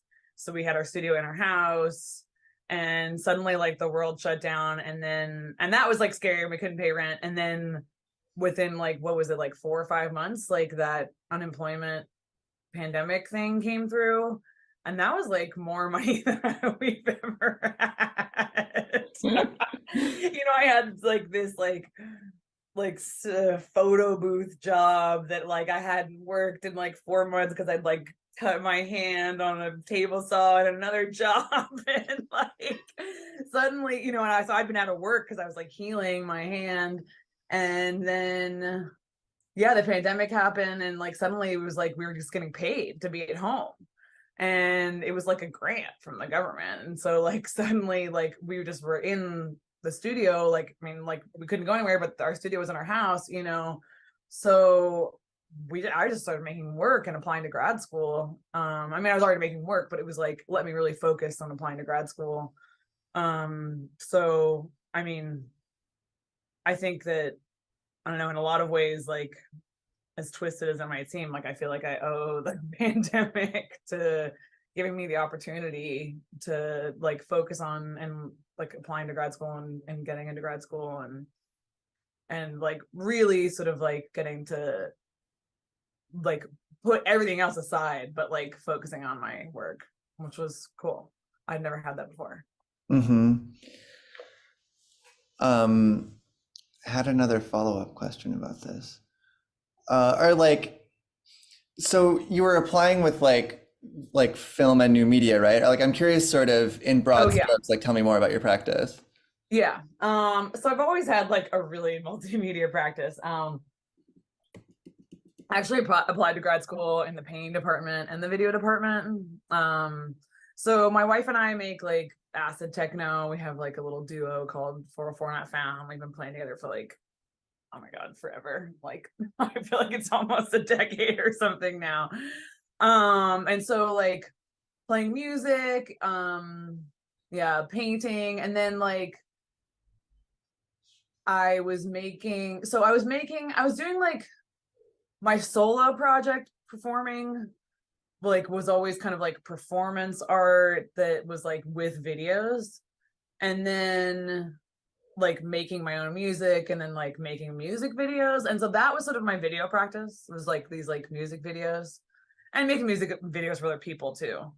And so I applied to like the film and video department doing that. And then that just sort of like, once I was there, it became what I'm doing now. So it's like things really opened up. I feel like I got to like sort of synthesize a lot of different things that I was working on. You know, I was also like making these plaster sculptures, and like now, I don't know. So like with this new project that was like, oh, you've been doing this like work, you know, this like psychedelic understanding the fabric of the universe work on the side, like time to incorporate that into your art practice. And so that just like sort of opened up this whole like multimedia, like where it's like, oh, okay, now I'm like making prosthetics like to become this like aquatic ocean planet ancestor of mine.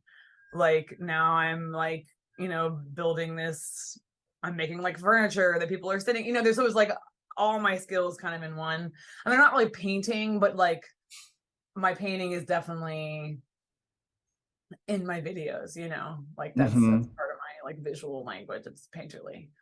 Yeah, I like that it sort of spans all of these different sites. I'm curious, like, how does it feel to inhabit this virtual world and kind of make these transits between the physical and virtual? Well, you know, like I feel like the virtual world really is a good platform for exploring the idea of astral projection. It's pretty well suited to it. Have you seen that clip art that's like remote login is like astral projection? You know, but oh my please God, send it that's to like a me. seminal GIF for me. I'll send it to you after. I need that. Yeah, so like, you know, I think like this working in 3D and in New Art City is definitely like new for me, but it really like unlocked, I feel like, a lot of like ways of thinking about how to portray these experiences. And then also like, you know, working on the New Art City at the same time as working on these like physical video installations, there's a lot of like back and forth. So like I previously like this thing called, I call it Lift Off to the Sunny Place. It's like where you're lying down and you're looking up at the trees, and then suddenly you're like in this other world. That other world used to be like the sunny place. I had like, it was like videos of grass. But when I started working in New Art City, I took this like model that someone else had done. It was like a really high def model of this like ball of grass. And then I just like decimated it a bunch and turned it into this abstract thing and brought it into my New Art City world, like as the environment. So that's like the first place we'll go. That like that imagery and flying through in New Art City was like, oh, this is the visuals for like the sunny place. So like then I took that, brought it into Blender, animated it, and made it my video. So like really like working in New Art City and like the 3D things that I was pulling into there like really shifted my visual language, and gave me like a new vocabulary to be able to express some of these like other worldly like experiences and states of being. So thank you. That's so incredible. I love that because it's like I always kind of wonder, like, are people on here because they can't be in physical space? And most of the time, it's like, oh, this is a really intuitive space that has been like missing in my reality. Totally. And like really like, I mean, like I was saying before, like, you know, like I have tech skills. I'm a film video person, but like, or really I'm a video person. I think about film. But I'm in the film and video department. But I did not have 3D animation skills. I was interested in that, but I didn't know about it. And like, it really like opened up that doorway to me. It gave like an easy path to be like, how to teach yourself and do it. And so thank you for creating that. You know, that stuff can be hard. Like, you know, as like someone who plays music, right? You know, it's like that can be such a like, especially as like a not cis man person, you know, like that like can be like there's gonna be a wall, there can be a real barrier. It feels like, ooh, this technology, I don't know, or like you know, like Yeah, I mean the exact same thing as, like, happened a to me, queer same trajectory. and you know, like, so I feel like that, like to have that there like laid out, that's like, here, like, you know, you can make a New Art City without any 3D skills. You can just like download things off of Thangs or like whatever, Turbo Squid, you know, you can download up from Sammy's Garden. Like, wait, that's you. That's me. You know, so like there's that like access point that then opens up like, oh, okay, like I could download this model, it's a little bit too big, and then I could decimate it. And then like, oh, now that I like know how to use Blender a little bit, maybe I could 3D scan my own ceramics and then bring that in, you know, so like this visual language, like really like the accessibility of it like opens up because of like the platform. So thank you. I appreciate that. So my last question is about archives. Like, how do you view archives in your work? So you're clearly like producing a lot of material. Yeah. Tell me more about that. Oh yeah, excellent question. Archives are really important to me. Because I feel like that's like a way that I work a lot. Like one of the other main things in my practice that I do is like this like desktop performance where I'm just like sort of like tapping into media archives. And that's like part of my like, that's connected to like my music where like I do mostly sampling. And so I kind of like have this joy of like everything that I know that exists in the world, like media. You know, I can be like, ooh, I can grab that. I can, oh, this like little sample of like Vito Acconci, and then this like, you know, ASMR thing off YouTube, and then like this, you know, interview with Grace Jones, like what, you know, like all these different things. I don't know, I really love, like archives are really important to me, and that, and like are the culture physical plane. But then like, you know, a big part of like, right, what this my world in here is like the Akashic records. Does that mean anything to you? No. Okay. So the Akashic records, like it's this concept that of like a metaphysical space, like a library where like there's like an archive of like everything that's ever happened in the universe. And so like there's this idea of like that you can like, you know, go on a journey there, like do a meditation to like go into the Akashic records and like sort of ask for some sort of download of information or like something to help you, you know, like to glean a little bit more understanding about what to do here in this complicated world. So that has been like an important part of this, like, you know, metaphysical worlds of mine, that is one of my spaces in the New Art City, in the Timers of Rubber Band, is the Akashic records.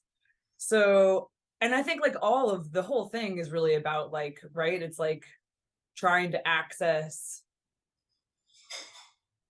an expanded like form of like knowledge that exists outside of this physical world. And also like that exists outside of like the sort of conceptual boundaries that are like created by the like, you know, society that we live in, that are like, you know, a big thing that I'm writing about is like about like this expansion of the understanding of what it means to be human, you know, that I'm like, hey, I think there's more. Like, it's not just this sort of like story we were told in school. Like, actually, like being human is this really like psychedelic, like multi-millennial like project that's been going on. And like, there's a lot more to it, you know, than burning fossil fuels.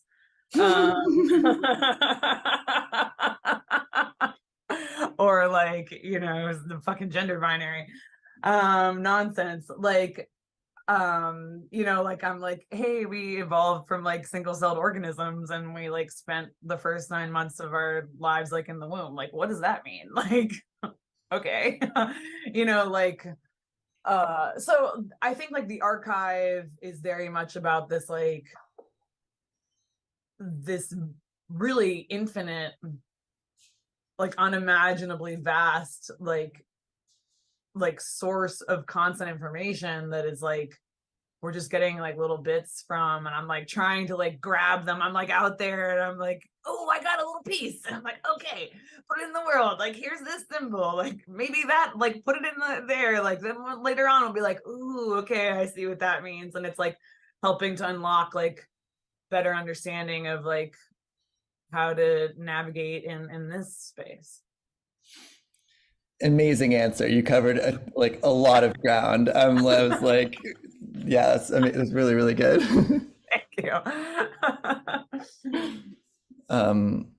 Yeah, that's like my favorite question to ask, because the pandemic question, or like the pandemic question, I feel like really a lot of people had similar answers as to kind of what happened for them and why they chose to be in virtual space. Oh, like But the everybody's other answer to the artists here. archive question is like completely fucking different.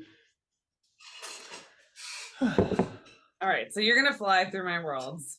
I'm so excited because it's always like, it's so interesting to I talk feel like about I'm gonna them. have to be like, okay, so if you go underneath this place that you wouldn't know, there's a portal. I Or if love you it. fly Then I up get to see all into the this, Easter eggs. like, if you fly up into this like one painting, then it's gonna take you to another part. Well, I think this is cool because like this is part of why we're doing the tour, that Right. it like this is going to make it more accessible, not just to blind folks, but for people who like don't know how to play video games. Totally. Yeah. And I've been enjoying filling out the alt text. You know, it's sort of, there's like a lot of back and forth between like writing. Like I took a writing course this year that was really helpful, and I wrote a lot of poetry, some of which is in the world. And then that's also been like thinking about, yeah, I don't know, this like, you know, the like installation version of this is like completely nonverbal, you know, and like the nonverbal is really important to me. But then like there's this like moving back into the like, how do I, whatever, messages. I don't know how to make them be quiet on the computer. All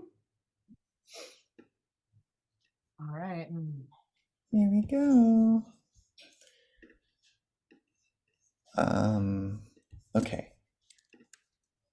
So we materialize in, there's like a dark green background, and there are all of these kind of earth-toned shards all around us in this kind of spherical formation.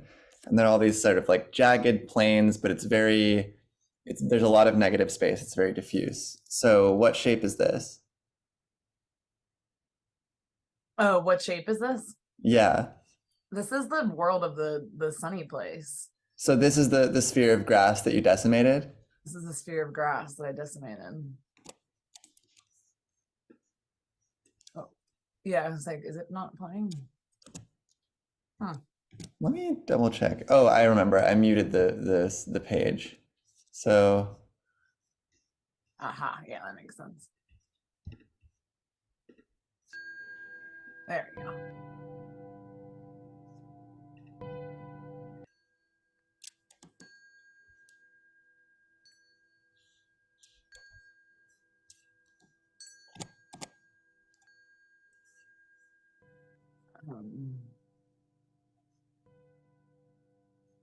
So you can like fly through the grass too, which is one of my favorite things. Yeah.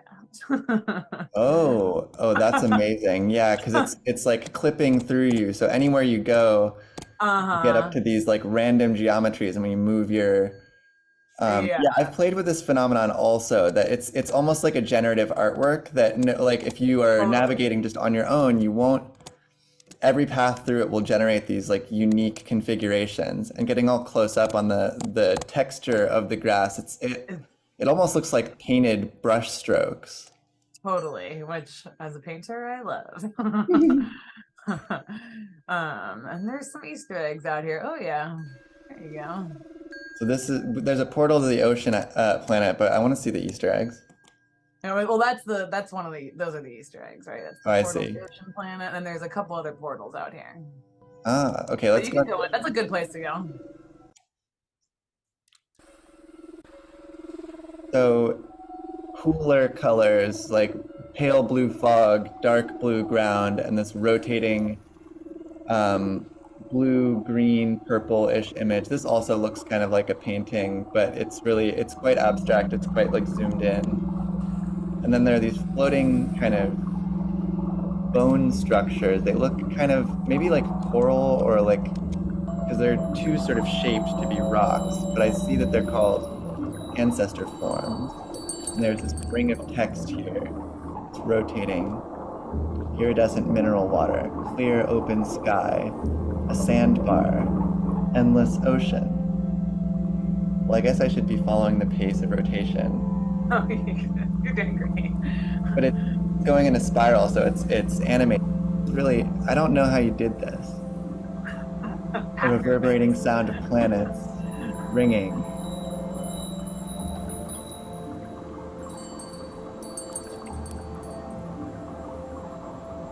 And it just continues to spiral.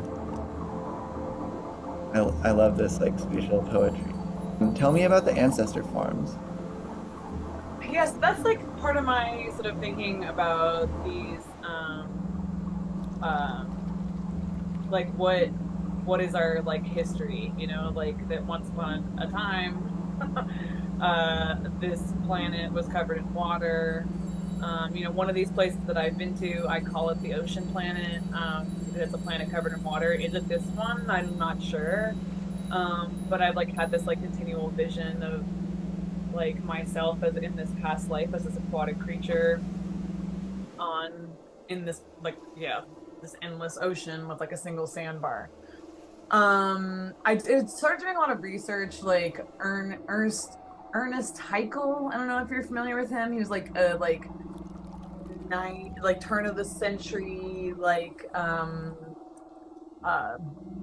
you know, someone who was like in the Darwin era but not Darwin, cooler than Darwin. Fuck Darwin. He was like doing these he was like making these like prints, these incredible prints of like single-celled organisms and like jellyfish in the ocean. And so he like made these like amazing drawings of these radiolari that are these like single-celled organisms that like have this symbiotic relationship with this like sort of like gel like microorganism that like forms a little silica or like a sort of jelly coating over their silica.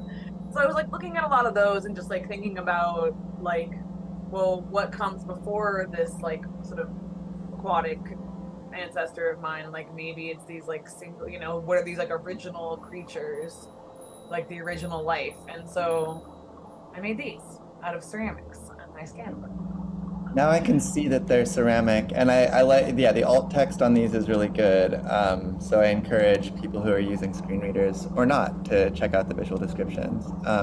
I can see now there's one part of this that looks like glaze, but I can see how it's like hand sculpted. But I really immediately noticed that they were 3D scans. There's kind of almost like an algae quality lichen that's growing on a rock. Yeah. Robin Wall Kimmerer got me super into lichen. I don't know if you know her, but she's like No. incredible. Like she's She wrote this book called Braiding Sweetgrass.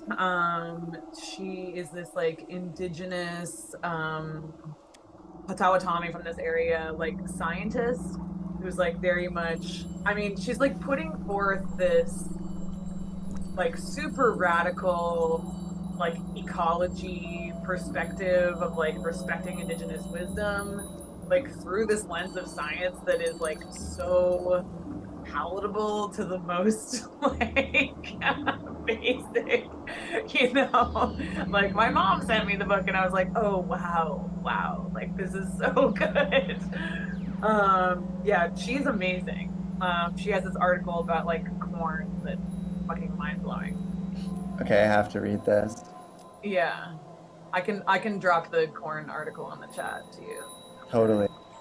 And I'm seeing a couple of videos of like ocean surface that's like rippling very quickly. Yeah, and like there it's should be some like mermaid moments. Maybe we've seen a few. It's like me in the prosthetics, yeah. Oh wow, yeah. So it's very like glistening and wet with this like blue food coloring and these scales on the outside of like human legs, and then Yeah, so like oh wow, the mask. So this was like a big part of the like, these are videos from the physical installation, and there's like a whole narrative that plays out here, where this creature like sort of meets this untimely demise, and then like she's like, you know, this mystical kelp rope is like choking her, and then I like come in, like I've been in another place, like I'm in this like bubble like floating, and then I step out of my body and I come and like save her life. So there's like this past life rescuing, collapsing timelines. Wow, this costume is really interesting because there's like water that's like seeping out of it, and there's like a mask that covers most of the face, but it's like the facial part is overlaid from the top, and then it's like around the neck, almost like a balaclava, and then there are these like fins on the side, and it's this really eerie, like milky white blue.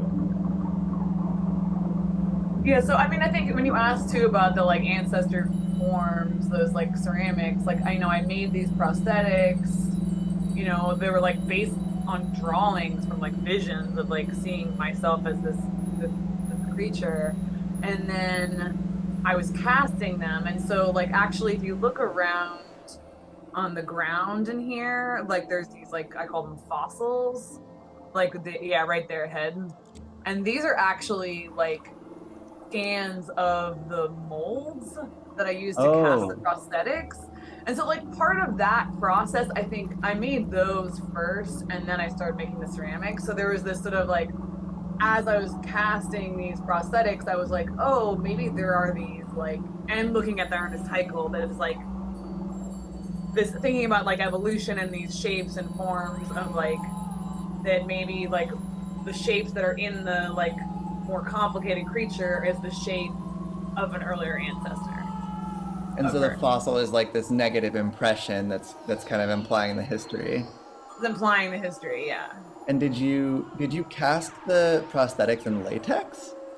It's this EcoFlex, which is like a silicone, like a sort of safe, a body safe silicone.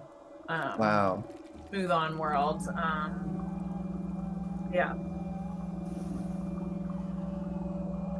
Should we Yeah, so if you follow, let's see, I think you saw it before, you went underneath the ground. There is somewhere in here, I think if you yeah, there it is, there's a portal.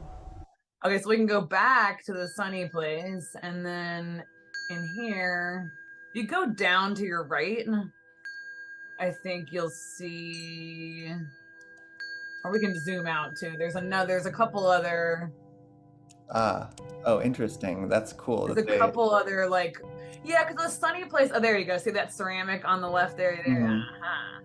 So as you recede from the grass ball, it disappears, and then you can just see the ocean world and two portals. Yeah, which is something that happens like in all the worlds, which I kind of love. Like sometimes like everything just disappears. It's really cool. Love it. Now we're going to the goddess realm. So there's a pink kind of crayon background and pink fog. I'm seeing the back of a big paragraph of 3D text and a bunch of interesting like stone 3D scan shapes. Like there's this stone, it looks kind of ancient, and it has these like wood roof slats. I'm gonna go inside.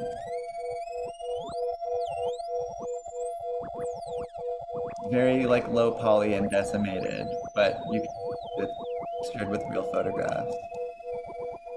And then there's this interesting disc with like a bevel, and then there's water inside of it. So it seems like maybe it's some kind of like fountain or well.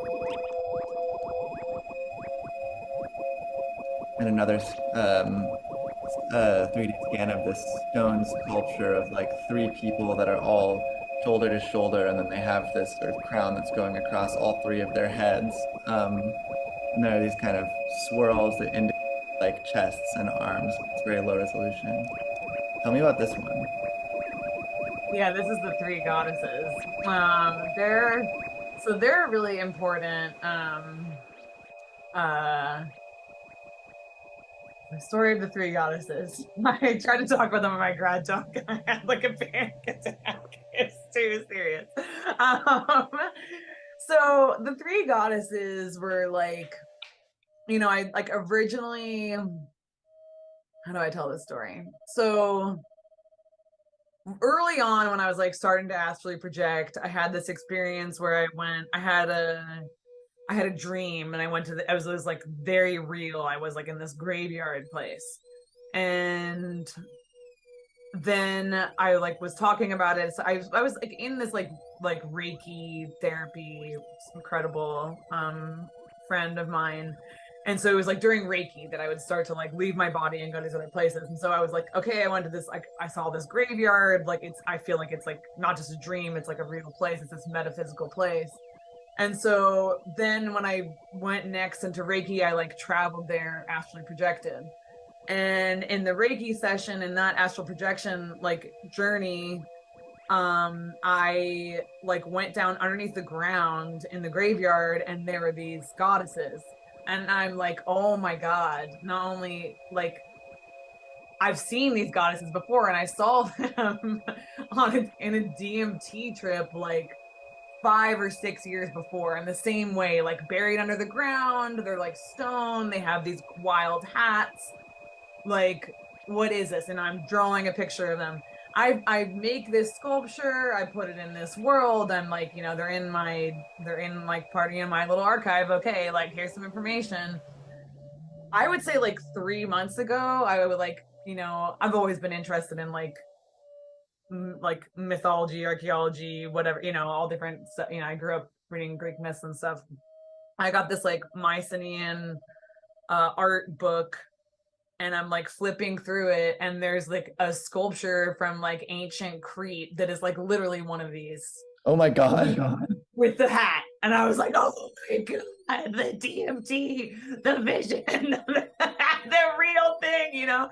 So like for me, like this is like, I'm like, this is my life. I'm like finding out this stuff, you know? Like I'm getting these little bits and pieces, like we're talking about the archive, you know? And I'm like, okay, these people are important, you know? So this is like their whole world, you know? And actually some of these scans are like 3D scans other people took of like actual temples in like Greece that I decimated. There's like, you know, and then there's like other objects that are like from like these various like visions of mine. And then there's like this poem that is like one of the experiences. Do you want to read the poem? Sure. I was lying on the table with my needles in, and then I was on a different table. With another body, I opened my eyes onto a woman's face as she leans over me, glinting headpiece, naked breasts under a veil of hair. With a single solemn and deft stroke, she cuts me open from neck to navel. There's a waste basin on the floor, and she sets to work removing a whole lot of black oozing matter into it, reaching inside of me with her hands and gently working around my organs, pouring water from a large ceramic pitcher and skimming off the polluted humors. I breathed slowly, trying to help her in this work, pushing the poisons that had seeped their way into my heart and lungs, up and out toward the opening. She worked silently, deftly, The feeling is a deep breath suspended at the moment of fullness. The great rush of air when a set of double doors is flung open and light, wind, energy, motion suddenly penetrate the stillness of long closed rooms, an excavated tomb. I catch a glimpse of the band of her richly embroidered high-waisted skirt, and I know where I am. The memorial stone of the table, the headpiece, the bare chest, the world of the temple, the sacred pool, the spider's bite, the ancient song, the wide-brimmed goddesses, the libidinal chambers. Wow, that really feels like breaking through on DMT to me. Yeah.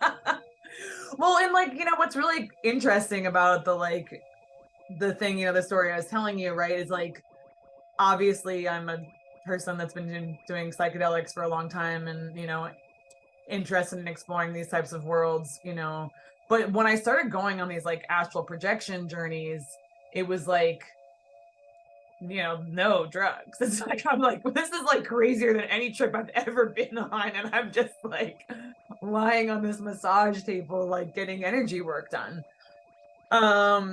You know, but then when it's connecting to the visions of like DMT, it's like, which I consider to be like their, you know, DMT is like not like, you know, taking acid. It's, I mean, my experiences with it have been that it's like really unlocking a different dimension. You know, you're really going to a real place and the gods there are laughing at you. You know, so yeah, I mean, this is the world I live in. I'm just like, okay, this is like a deeply psychedelic, like mind-blowing, like, all right, here we are. Like, this is the nature of reality. It's insane. But really, actually, it's amazing. It's very beautiful. So yeah, if you fly through this painting. Oh yeah, so we're seeing this abstract painting with like a blue-purple background and a few green shapes in the foreground. One of them is kind of like a semicircular top that's going down, and then it has like a crescent cut out of it. It's flat on one side. And a couple more like swoops of pink. So I'm gonna go through this painting, and there's another portal to the Akashic Records. Now we're in a like close-up fire. The branch reshaped, or it's the kind of like shape where then the Y is branched into it's textured with an image of fire, and it's rotating slowly. This is a sigil. Yeah, I guess so. So the Akashic Records, like these symbols, like, so the painting is one. So I first started putting the symbols I was seeing in paintings because that's how I was working. You know, I would like have this, I mean, this is like very much a representation of like a vision, right? Where it's like, I'm on this Akashic Records journey.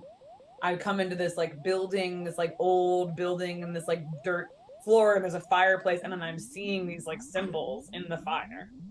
And I'm like, you know, when I wake up from, or I get up from this, you know, journey, when I come out of it, I am like writing down on my paper like these various symbols that I've seen, you know, and again, where it's like, okay, this is the weird deep psychedelia of the world. I remember like one time my Reiki practitioner that I was working with was like, oh, one of these symbols is like one of the Reiki symbols. Like you just like transmuted that. I was like, yep, makes sense. Cool. So if you keep flying through here, there's like a whole bunch of them hidden in here. There's like maybe 5 in total. Yeah, I really like this one. There's like a diamond on the top with a line extending from the bottom of the diamond into a rounded short rectangle, and that extends into like a plus shape where the horizontal axis is about 3 times as wide as the vertical one. Let's see. I think so. We keep going. Where are they all? There's one in the center. Oh yeah, so if you go deep, okay, so yeah, there are all of these different intersecting planes of fire that form these little chambers. So there's another one in here that has like a spiral on the bottom, or it's really just like a single curl, and then at the end, at the top, it goes off, it like turns up to 90 degrees, and it has these little edges coming off of it. a vertical shape with two lines through it. And then there's a circle with an inverted cross running through it. The other guy goes kind of hidden sometimes. Like sometimes I can't find him, but it's like he's in one of the other little corners there. It looks like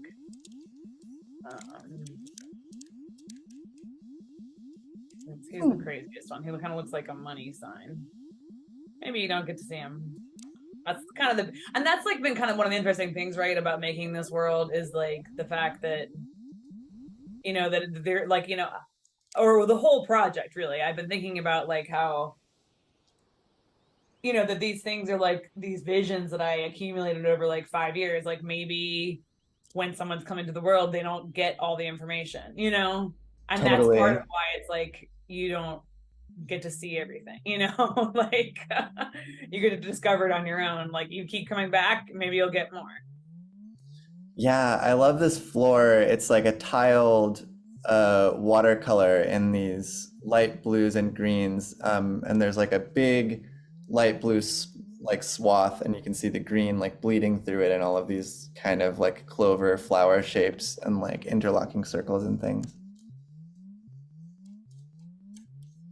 And then we have a lot of these vertical like digital paintings that are super vibrant with like neon green and purple backgrounds, and then there are all of these like squiggles and like a garland of neon purple squiggles and a few other shapes in red.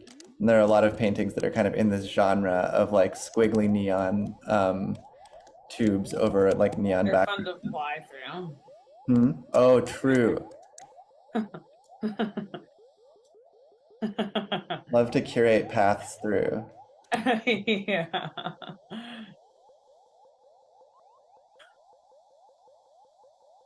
Yeah, these are like these digital phone paintings I've been making for years, and I was like, oh my god, I have the perfect use for them. They're great. They're truly gigantic, and they're all at different angles, like sticking through the floor. This one, the paint stroke is a rainbow with, and each time it shifts colors, there's like a little rounded circle. Now we're going through that one towards another purple one. Let's see. So, oh yeah, all right. So if you fly up through the center of this spinning guy, this white. Oh yeah. painting. Oh yeah, this looks more like, I guess this is digital, huh? And from further away, it looked more like a colored pencil. Yeah. No, it's another phone digital painting. Yeah, there's like a rainbow of different colors with all of these sort of arcs and swoops that look very much like painting brushstrokes. A few of them curve and they're all like intersecting with each other. It's very like narrow and pointy. Now we see this like brown wall. Is there You gotta keep- behind it? Oh, Oh, there we go. Okay, so go up and then down. Yeah, okay, you're going in.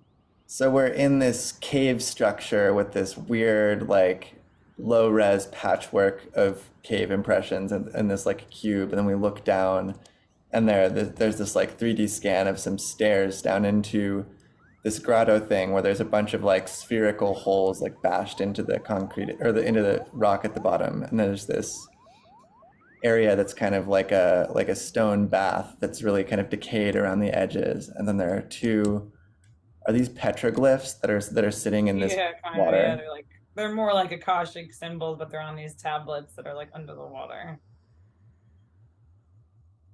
Another vision that I've tried to bring into the 3D world.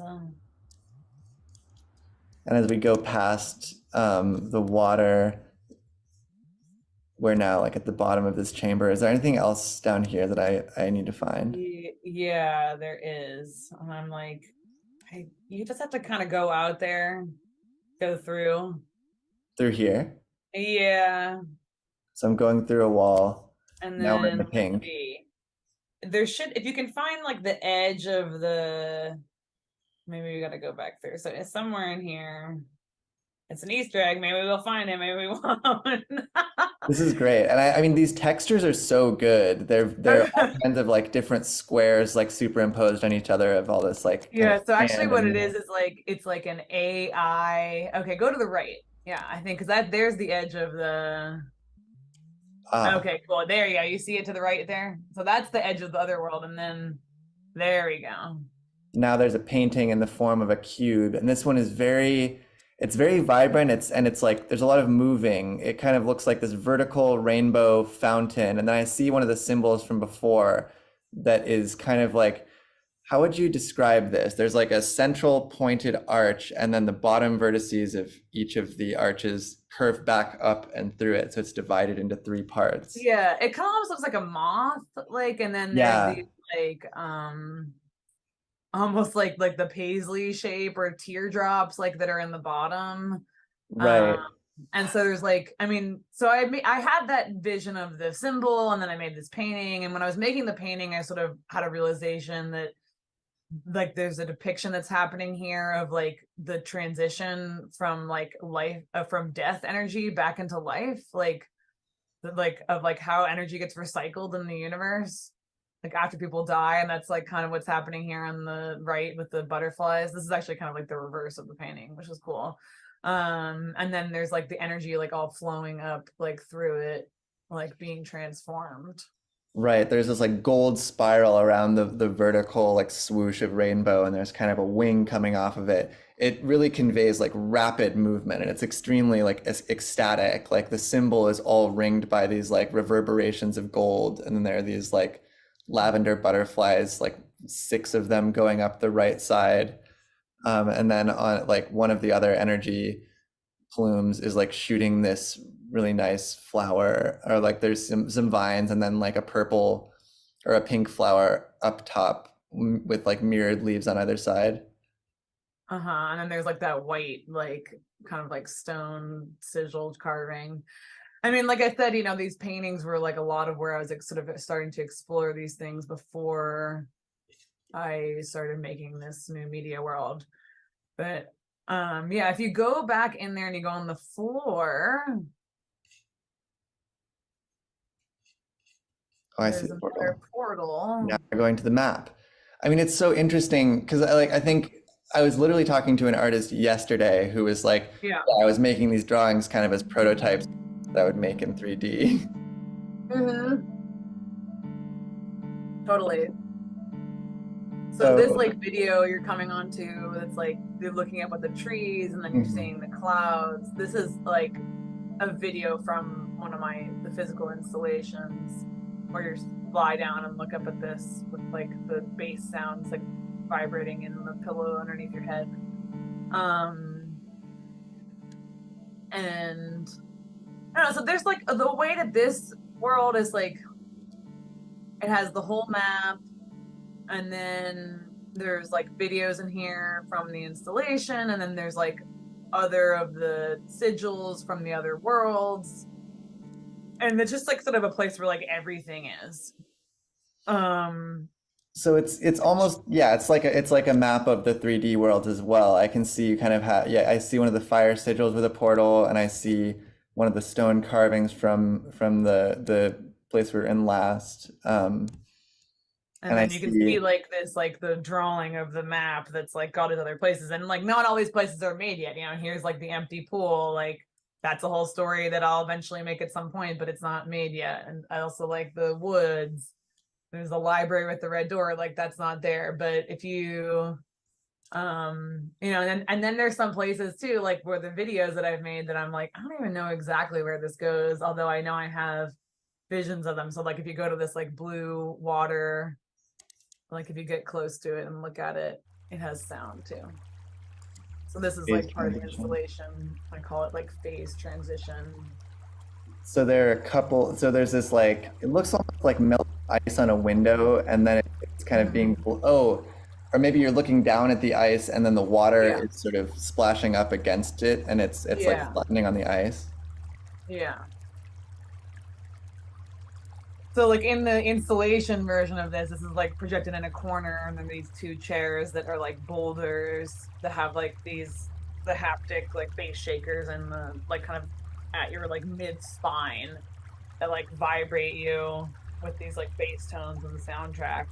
And it's really like this like energy cleanse moment of just like watching this water melt into ice and this like very meditative sound, and it's kind of like a chance to just sort of like let go of what you don't need and like just let that water sort of clean you out. Yeah, Which I has like think been an that- important part of like the energy work that I've done that's like sort of got me into making this work in the first place. Totally.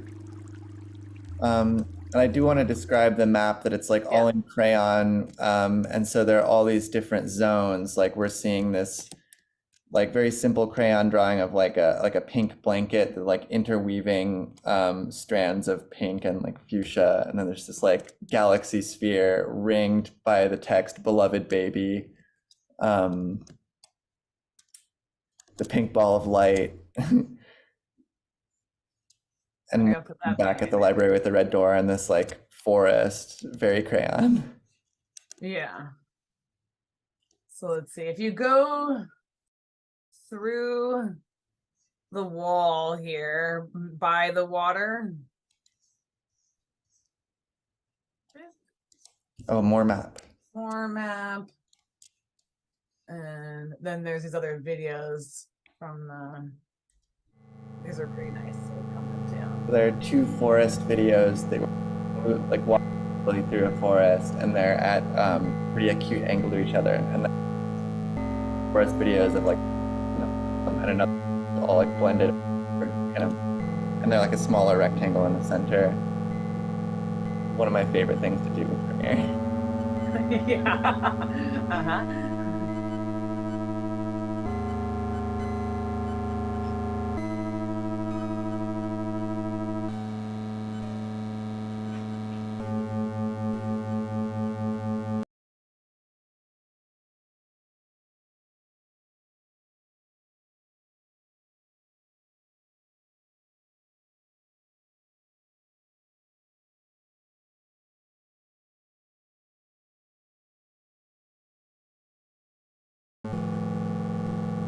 Great reflection of the sky and the pond. It's slightly faster, more close-up video.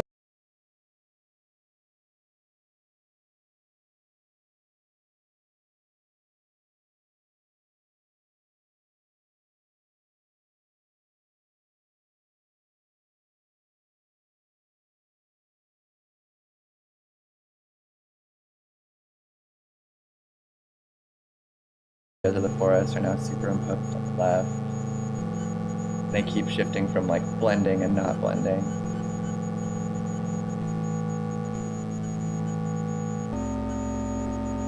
So yeah, again, these are videos from the installation that like would be on either wall, and then Did eventually you use it'll the lead chairs you to also? Huh? Did you use the chairs with haptics also? So no, these like take place in the other room, so you can see like you have to like sort of turn your head to see one side and then the other, and then it like it's like a journey, and then when you get to the end, it's like you're in this other place, and I'll bring them into here, but it's not here yet. And then there's like all the different like we went to the ocean planet, there's that here, so you're starting to like see the map of how all these different places are like could be connected. I think it's great that we went to the places first and then encountered kind of a different view for all of these different areas. Totally. Well, and like that was like an important sort of feedback I got from one of my advisors that was like, like I didn't make this map until after I'd been to all these places, like here's like you can see the pink blanket, there's like that's an excerpt of a painting with like I made. And it's like shaped like a blanket. Yeah, I really love the dimensionality of the brush strokes. There are a few more colors in it, a few more like purples and stuff, but similar to the crayon drawing. Yeah, so like, like these are like, and that's like, I made that painting like before I started going to these worlds, but it was like one of the early like metaphysical tools that I was using in this like healing process. Yeah, I mean, I guess maybe it is a relevant thing. It's hard for me to talk about, but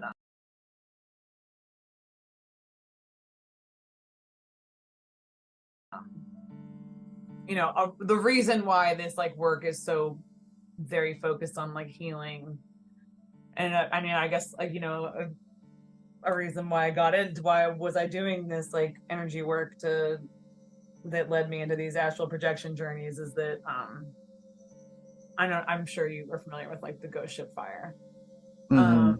from Natalie. Yeah, so that was like a big thing that, you know, like I watched that building burn with my friends in it. And so that was like a, you know, and then our whole community was like a huge, you know, everyone we knew, it was like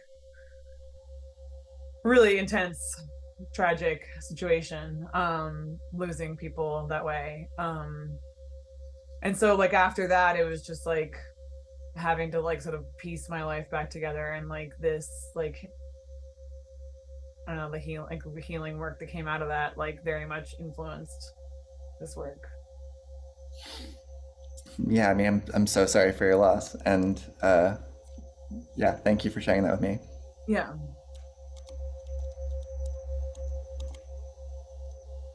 And then yeah, all back to all the little places. This is it. This is the, and these like, so oh yeah, I didn't mention this before, but like in the same as like in the when we were in the like the place that where the stone tablets were, like I've been using some of these like AI like prompts as like oh like, so if you go like you can even like fly through the ceiling here, and then there's like multiple rings of these like AI drawings. Like you can just like keep going through the outer edge, and I think there's like now that's the end of it, but it's like I've got a couple of these different like, so I like will give the like crayon, you know, crayon, Mhm.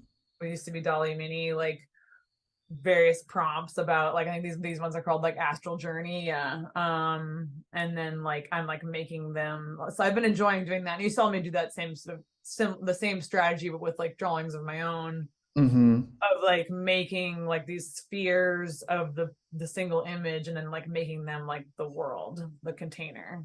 Yeah, I think that's a really great technique. I've used that a lot myself with like paintings and other stuff.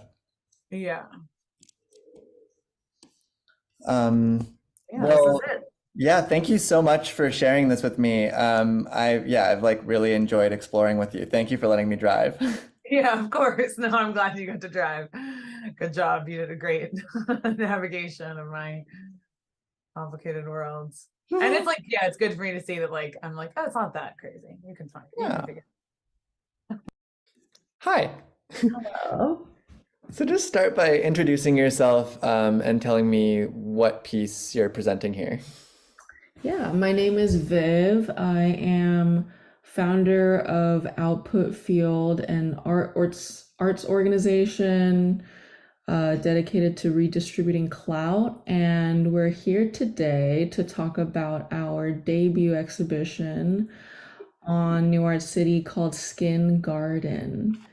And it's a 3-room exhibition with all of the rooms centered around breaking down expectations of bodies, but also more specifically digital bodies, the way they exist online and in 3D art spaces, which is a pretty heteronormative space historically. So yeah, this whole exhibition is a collection of works by people who are, you know, fall outside of that or make work about bodies that fall outside of those heteronormative norms.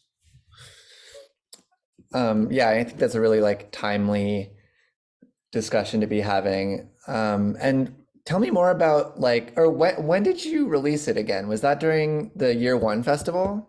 I think it was during the Year One Festival 2020. Was it 2020 or 2021? I think it was probably around this time in 2021. So I think this where I think the piece like just turned 2. Yeah. Tell me more about the workflow of creating it. Like, had you curated a show before?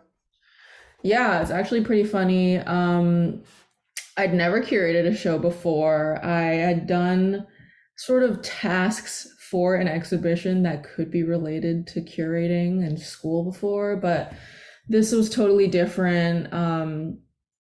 The whole sort of thesis of Output Field as an art organization is to try to band artists together that sort of are overlooked by institutions and haven't received that sort of blue check validation of an institution necessarily. And the approach behind the exhibition followed that for sure. Most of these artists I contacted through Instagram. A lot of it was like early pandemic, this huge onslaught of digital artists really leaning into this new medium or this medium. And yeah, there was just a lot going on online and particularly Instagram. And so I just like hit up all these artists that were making sick work related to the body. And it was musicians, sound artists, digital artists, visual artists, and we also have tattoo artists. So, you know, just a bunch of different people, different artists circulating around bodies with different viewpoints. We tried to really champion non-men, gender non-conforming people, people of color, fat people into this show. We started out with the tattoo exhibition. I'm a tattooer, and the room, one of the 3 rooms is called Walk-ins Welcome. And that room is basically showcasing a couple artists that are using folding in like digital image making strategies, tools to design their tattoos. And we made this room showcasing their Flash available designs for tattooing. And we also made a soundscape, which was a collaboration with you, Sammy. Yes, I recorded sounds of tattooing, plastic crinkling, machine whirring, different buzzes and ink sounds and stuff like that. And you sprinkled some of those sounds across the room, and that was the first show. And then that sort of ballooned into 2 other rooms, but technically 3 rooms if you count the lobby, with bigger themes about bodies and beyond tattooing. Yeah. All of these interviews end up being some like trail of involuntary memory. I'm just remembering what it felt like to be inside of Bodies Unhinged. I'm really excited to look in that one in particular. Yeah, that one is a real long one. It's really pays to like sit inside and just like, you don't have to drive too much. But yeah, I really love that one. It was a fun time. Like we really folded in a lot of theory about bodies. We have this essay from Gordon Hall about his trans perspective on the turn of phrase the body, and how that sort of singularity of the word reduces like a huge range of bodies into one monolith. And we turned that into a soundscape with the help of Bella Baguena. Yeah. I remember you making some really awesome memes about it too. It would be really cool to archive those. Yeah, we'll splice those in or something.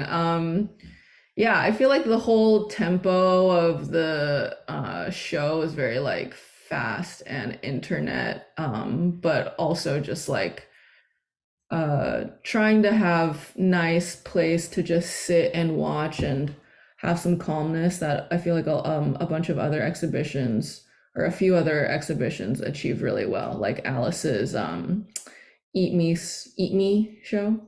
Really sick. Yeah, that's one of my favorites. So you were talking about this coming during like early pandemic when there's all of this stuff happening. I'm curious, like, how did the pandemic affect your practice and how did it affect the work?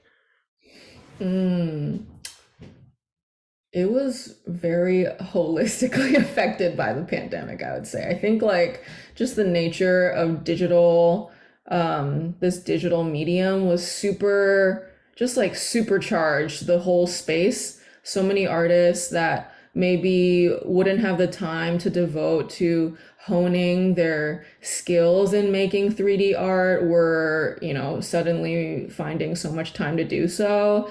And just the availability of people, I feel like during that time, everyone was down to like work on something and contribute something. And thank God someone asked me to do this thing, or like, wow, this thing that I've been working on as an artist and just like exploring digital 3D art and rendering, like suddenly there's a place for it to live. And so there was just a lot of openness and optimism and excitement around the medium in general. So I think that definitely affected it. But beyond that, I think just digital connection in general seemed so much more legitimate, and it really allowed for me to hit up these artists that I really respect and think so highly of, and feel like, I got a chance at this, and like they're reading their DMs right now. They got nothing better to do.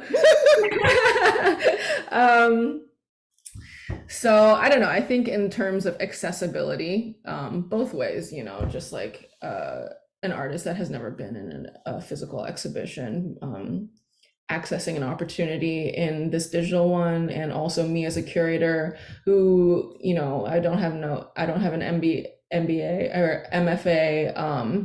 I don't have, art school experience per se, or like the network, but nonetheless, like everyone at home, everyone online made it super fluid and porous, that process. Totally.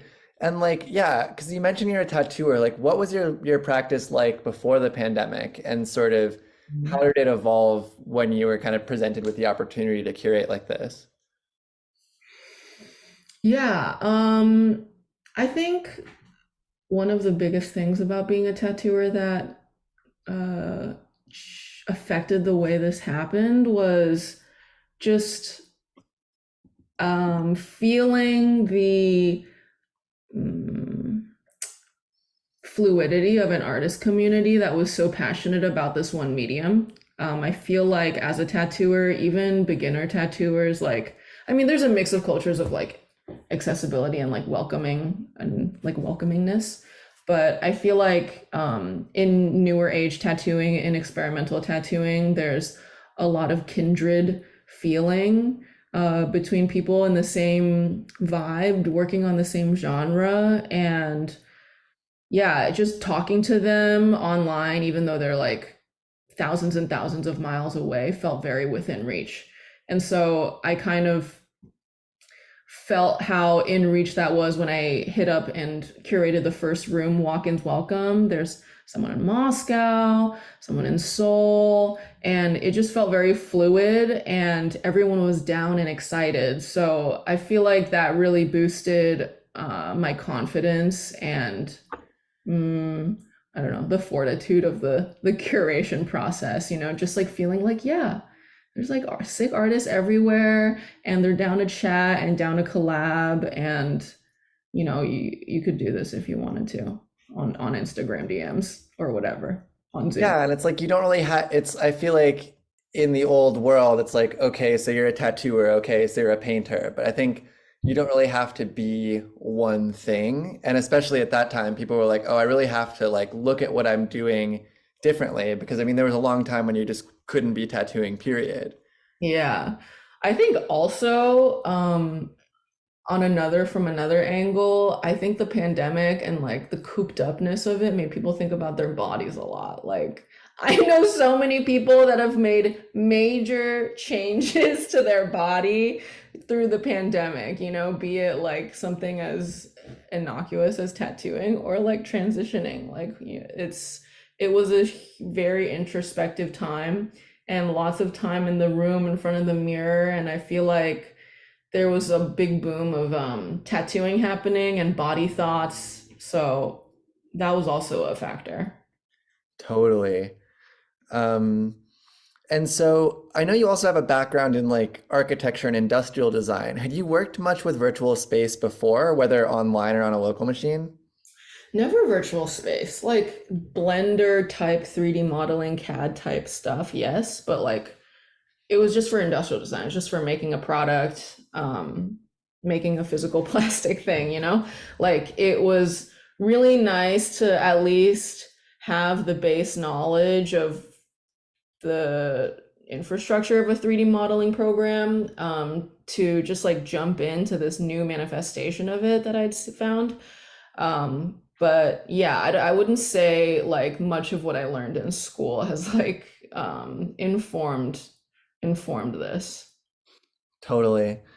I guess I want to shift a little bit more to like memory. Like, so this space is like 2 years old. I imagine you've probably popped back in kind of recently in advance of us talking, but like, I'm curious, like, how did it feel to return after probably a long absence?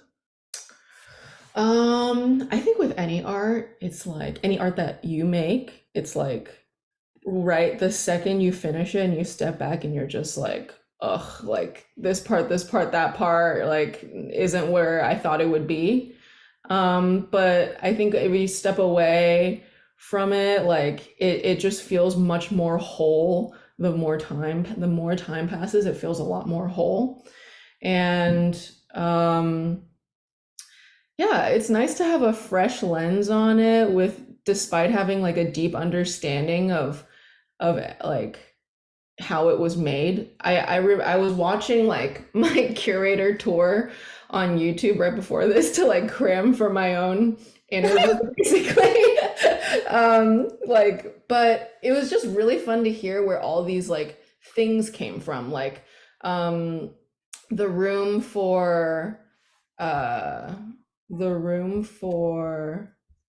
Bodies Unhinged, or the like figure in Bodies Unhinged, the dancing figure was like, I was reminded by my YouTube video that it was like based on movements from queer dancers that were like motion captured from the artist. And I was like, whoa, that's super cool.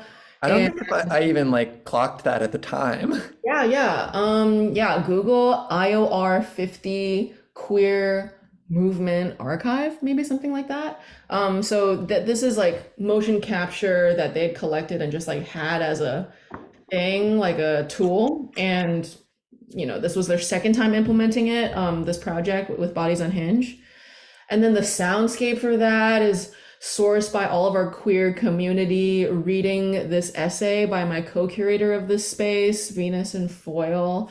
It was this essay about how the club environment disrupts the borders of flesh and elicits this sort of oneness feeling amongst queer people. The intensity of the club music and the togetherness of it all is like very enrapture vibes.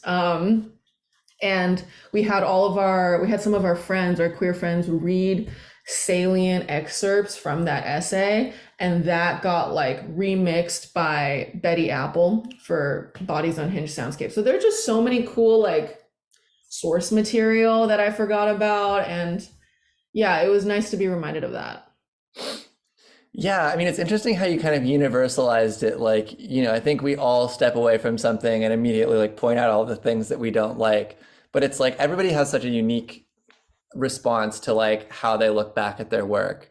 And so my last question is more to that end. Like, how do you view archiving in your practice? Like from a personal sense, like how do you store things? How do you return to things? And in a general sense, like how do you feel about archives?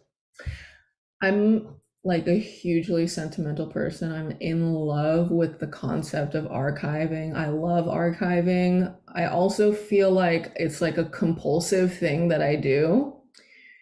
And so it's this funny mixture of like feeling like I have to really systematically like get everything down or it's not going to be true, and like kind of rejecting the natural erosion that time has to like content or whatever. And then also like it's this like really amorphous, like gushy, sentimental, nostalgic feeling that's driving the whole thing.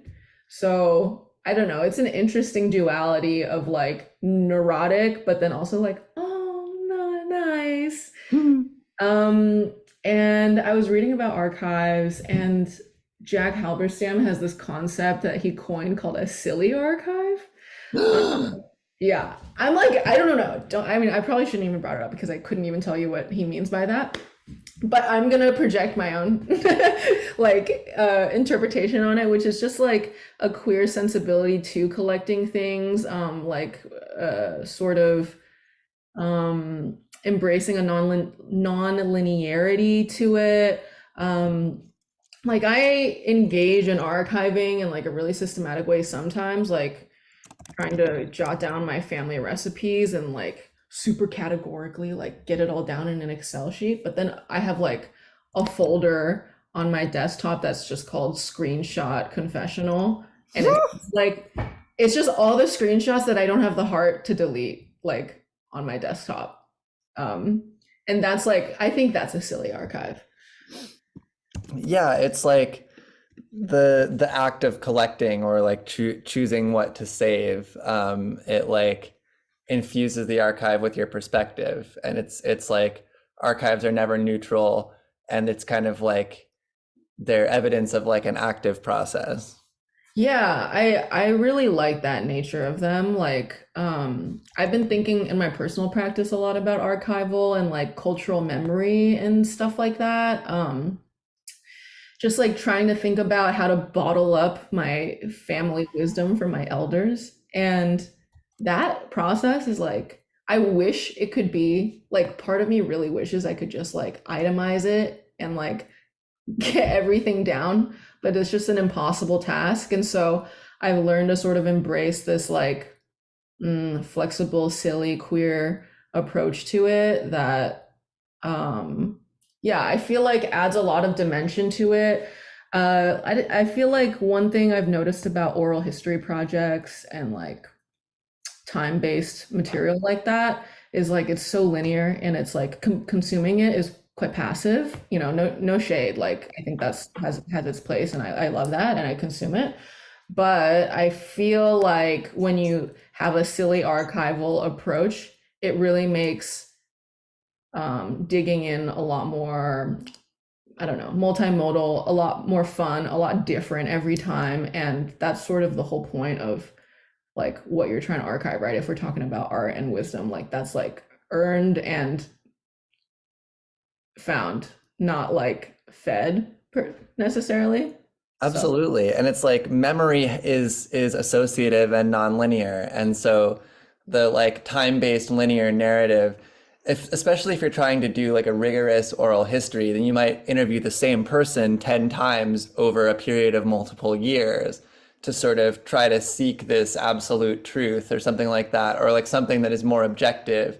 But I've always found it, or it's like, I think this specific archive that you're contributing to ultimately has this like nonlinear quality of memory to it, where like we were all experiencing this huge transformation in art and also like this huge sort of shift in constraints. And so like walking through people's memories is like an end in itself.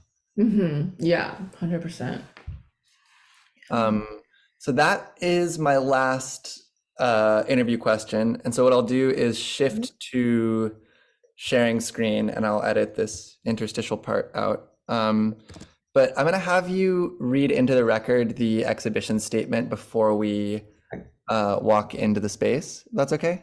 Yeah. Or I guess yeah, you should do that. And then let me share the screen first. All right. Welcome. Output Field presents its debut exhibition, Skin Garden, a collection of artworks discussing bodies through movement, space, sound, self, and fellow bodies. Skin Garden is body language. The 3 rooms inside this lobby present audio-visual reflections on our physical vessels as they relate to trauma, language, queerness, tradition, and multiplicity. Thank you.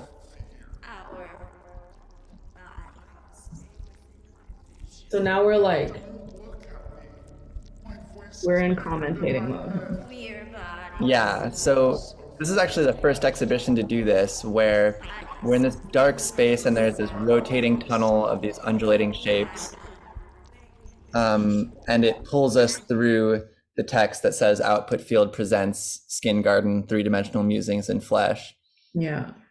And so now we see another copy of the statement. See that it's curated by Viv, Venus and Foil, and Salome Chatrio. Mhm. We have these three like platforms that have the different exhibitions with a representative 3D object. So Walk-ins Welcome is these skin shaded shapes that are, they have these really nice contours. They're not very jagged and they have some tattoos on them. And then there's a more spindly, I can see that this is a shape of a body, but it's very like liquidy and spread out. And it's in this like jet black, like obsidian reflective shape with a bunch of kind of like discs and other little spheres coming off of it. Yes. And then the third one is three different spines that are kind of all intertwined with each other. And that one is called Reconsider Flesh. Yeah, and this whole thing is like enveloped in these tubular they have pores on it, dark sculptures.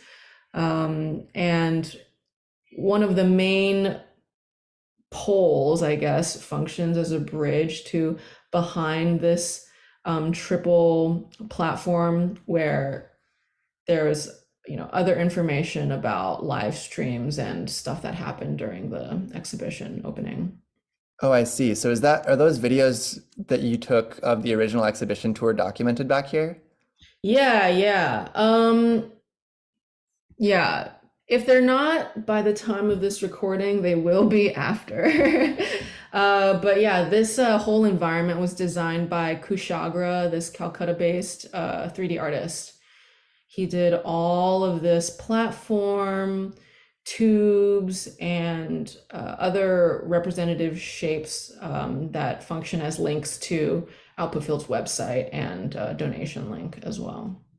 Yeah, this is one of my favorite like entry spaces that I've seen because it's so like representative of the whole show. And I love the like skin texture on these like different colored shapes where like the platform that all of the representative objects is on is this like silver reflective color, but it still has the texture of skin.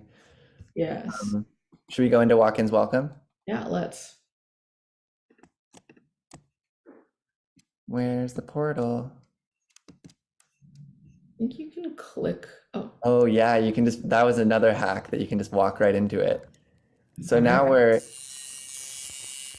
inside of the shape that we just walked into, but we've moved to another room.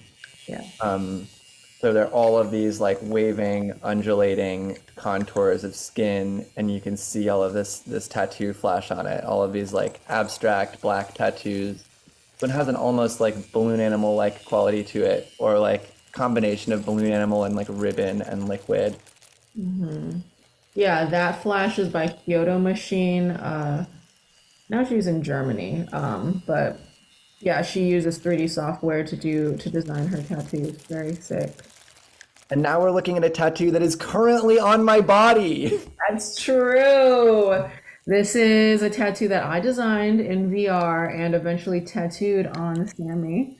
Yeah.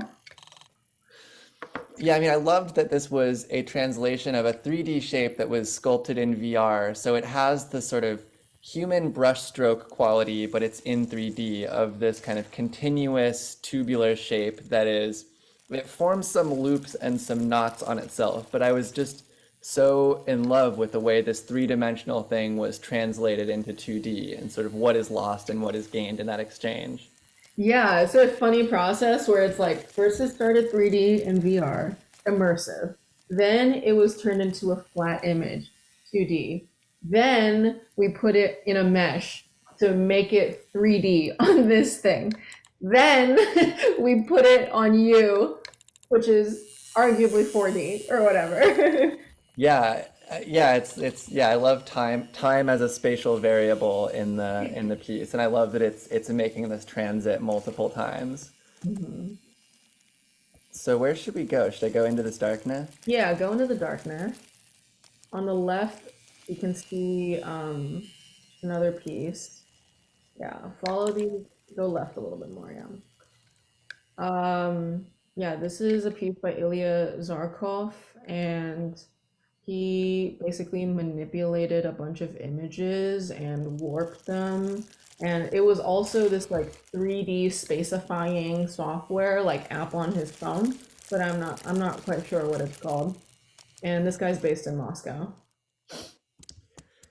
And Yeah, then this one has a lot more of a solid shape to it with some brush strokes on it. So it's outlined and it has almost like a mountainous quality where there are these sort of wider protuberances and then there's like some like narrow static and then it goes wide again.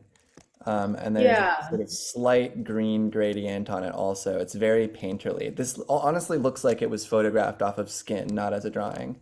Mm-hmm. And then if you just look up right here, there's a Shanghai-based artist. It's sort of like a girl head, or like a bunny head, where the bunny ears are having this sort of liquid, refractive quality to them. All in black and white. And the eyes of this head are yin yang symbols, and the whole thing is sort of rendered in this oogly, reflective pattern. Yeah, there's a lot of mirroring, and it seems like the yin yang eyes are also kind of like the thorax of a spider, and then you have the spider Yeah. legs and head coming off of each of the eyes. Almost looks spray painted, and then the body it's quite mirrored, but it's also, yeah, quite like melty, like it was distorted by a noise field or something. So you have these different kind of mirrored bubbles of black inside of the outline. Yeah, and one thing I really like about that is how the bunny ears form over the structure of this kind of like cavern that we're in. They just, as if they're like tossed over this ridge made by the main shape. You know what I mean? Yeah, I think I had it like upside down Yeah. now I'm looking at it right side up. And so you have this kind of 3 swipes of black across the forehead that kind of look like bangs. And then above that, you have these warpy ears. And then the eyes are kind of low on the face. And then there's like a tiny little mouth that kind of reminds me of like one of those animes. I can't remember which one. Maybe it was Super Milk Chan. Yeah, this one's cutie. Yeah, I think that about covers the tattoos in here. Also, throughout this space, you can hear the various tattoo sounds that we were mentioning before. Yeah, it's so funny how I kind of conflate these things in my memory that I realize Reconsider Flesh is probably what I expected to see when I walked in here. Mm-hmm. Welcome. So we're back in the lobby to go find Skin Garden. bodies A in here. collection of three-dimensional musings and Let's go reconsider Flesh. Oh, okay. This exhibition is So we're going into this 3-spine snaky sculpture that represents Reconsider Flesh. This is the room with the most sculptures inside. I think there's like 20 something sculptures, bodily vibe sculptures inside. And this entire room, it's essentially a room. This cavern that we're in, this little grotto, is sculpted by Salomé Chatriot, and she used breathing data to somehow generate the shapes that we're going to be walking around in here. Wow. So the scale is massive, and in the other ones we were flying, but in this one we're walking. Yes. So we're in this grotto that's in these kind of undulating metallic textures, and there are all of these unreal, like, speculative bodies. It's almost like Garden of Earthly Delights style. And we respond facing these 2 really, really tall beings that are very muscular and like nude and have kind of hands for feet that are the hands are like spiders, and they're all super tattooed, and you're like looking up at them. And then the archway that they're like dancing over is like a keyhole. Jump up and look at all of these tattoos. And the sound design was like really unsettling in here. Yeah, it's very wet sound. Just like the lobby sound a little bit. They share similar qualities. I forgot to mention the lobby's soundscape is by Tuba Greer-Williams. But yeah, this one is by Bella Baglena. And this is the one where it has her like interpretation of Gordon Hall's essay about the word the body, the phrase the body. Yeah. So the thesis of this whole room is sort of showing like, look at all the things that bodies could be, look at all the ways that we think about bodies and think about what they could look like, what they do look like. Yeah, these like arching bodies are really, they're so alien. Like the eyes are like whited out, and they have these like fangs and these like enormous elf ears that are pushing back. And we have multiple like very photoreal, like bald, like nude femme figures, two of which are like intertwined with these like glassy structures, and you can see in fact the glass is kind of an echo of these two intertwined bodies, and then on the left it's like surrounded by these semi-transparent rings.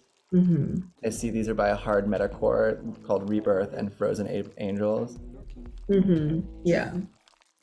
The Frozen Angels is by VZN, a different artist. Oh, I see. But they're so like thematically related. They really look like they're part of the same series. I love that. So now we're going into one of these like inner folds, and there are these two spindly line drawn. These look like they're cast out of metal, very like drippy purple metal things, and there are these humanoid faces with tentacles coming out of the mouths. They're on kind of 4-ish tentacle legs, and the front ones have these like spindly fingers. Yeah, and covering their face is this equally spindly, oogly mask. It almost looks like, well, one of them has a more flat covering of this almost algae vibe goop, and the other one almost looks like it's spitting out like spider legs, or there's cordyceps flowing out of its mouth. Yeah, it reminds me of one of the monsters in Fallout 4 or Fallout 3. Yeah. And then inside of this like inner bulb that's kind of split open in the center of this grotto is another kind of avatar figure where the skin is these like gradients of black and red, and then it has these like armor embellishments in orange that look very like organic. There's like a chest plate with these shoulder parts, and then there's like a mirrored face mask that maybe almost looks like wings. It's like the Hermes mask. I'm trying to like jump up to see it. That's not really gonna work. I like that it enforces scale, that you have to be like looking up at these giant bodies. Ooh, this is Deborah Silva, right? Yeah. Yeah, their work is amazing. They also showed in one of Corsica Studios' shows. Oh, cool. And so they have 3 sculptures here. The first one, Indelible, there's this kind of like bronze naked goblin with breasts and like holding a Hitachi, like riding a humanoid pig with like, hands and feet that's like wrapped in this beaded necklace. Then we have these are very like homunculus characters where like the hands and feet are enormous and they have these huge pink nails. This is like another femme nude who's standing with like legs spread wide and like knees bent with like a chain suspending an inverted like brass heart coming like straight out of the anus. Mm-hmm. And it has these like anklets. And then the third one is a similar form with the hanging heart, but sort of chest is like puffed out and like arms are kind of flailing and head is tilted back.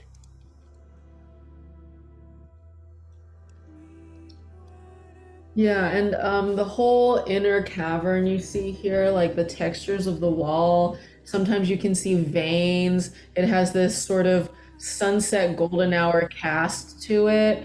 And it feels like you're almost like it's golden hour inside like an organ or like lungs or something like that.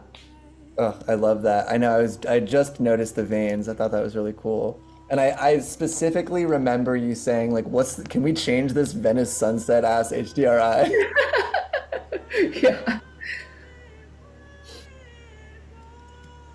So now in this chamber in the back, we have a bunch of different like super tall, like pink mottled fat bodies. One of them is dancing. It has kind of like a doughy like baby face that's all distorted. And there's somebody who's like falling with this very like grotesque look on its face with this like painted on makeup and like low poly, like spiny green hair and like fingers sort of the geometry is kind of like pulling apart. Mm-hmm. And then this other one is very much just like melting flesh, standing with hands crossed above head and like feet together in kind of a terrified pose. Mm-hmm. Maybe more of a menacing pose. It's hard to say. Very saturated pink. It's very intense. Like somehow it's like spiritual or religious. It's like very erect, this statue. Mm-hmm. It like feels important somehow. Yeah, they're in these processes of like floating or falling. Like two of them are like this other one here is more like pink flesh, and it's kind of like moving in gravity, but it's like a snapshot in time.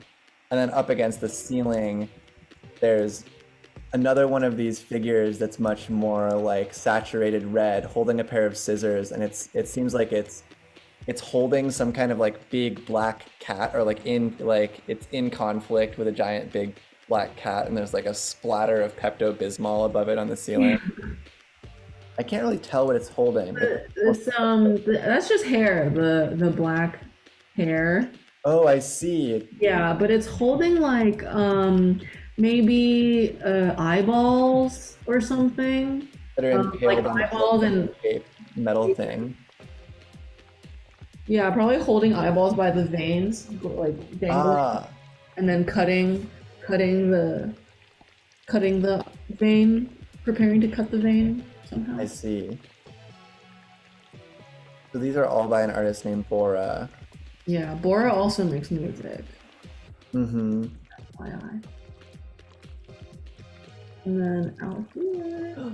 Ooh, this is very, very like, it kind of reminds me of like the Katamari. It's very mirrored, very like psychedelic, but you can see it's taking the shape of an ovary, or like a uterus and ovaries, and it has this kind of gold and red snake skin texture, and there are all of these bodies with eyes whited, or faces with eyes whited out all around it, kind of ringing the top of the uterus, and some of them are like scattered on the ground with these glowing purple eyes. One of them has a tattoo across the like meridian of the face with a diamond on the forehead. Mm-hmm. Yeah, these are faces pulled from a collective, queer music collective, DJ collective in Shanghai, called HTTP. That's why this piece is called HTTP, and it's made by Shanghai-based artist Monkey. But yeah, this was I think part of their like maybe coming out as a big collective, like an art piece associated with that. Yeah, it has this sort of simultaneous like uterine and snake-like quality. Like it also has this like coiled tail beneath it, and it's like rising up. It feels very like Cobra god-like. Mm-hmm.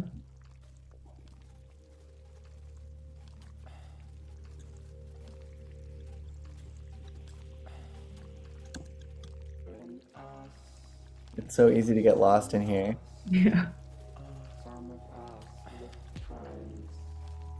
So I found something else. Now we have this big, black, shiny rib cage with way too many ribs. That's sort of, it's filling up the arch of this cavern. And then we have more like bodies in motion where the like feet and hands are like pulled out, so you can't, or it's like I can barely see that there might be a face, but the hands, feet, and face are all very distorted.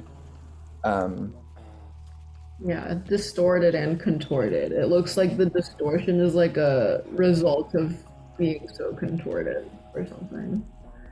Yeah, and this one, it's very like calcified. It's got almost a pearlescent texture, but when you can see like a pretty photoreal face, and then you can see that some of the vertices were just pulled off, so it's forming these very pointy triangles off of the face.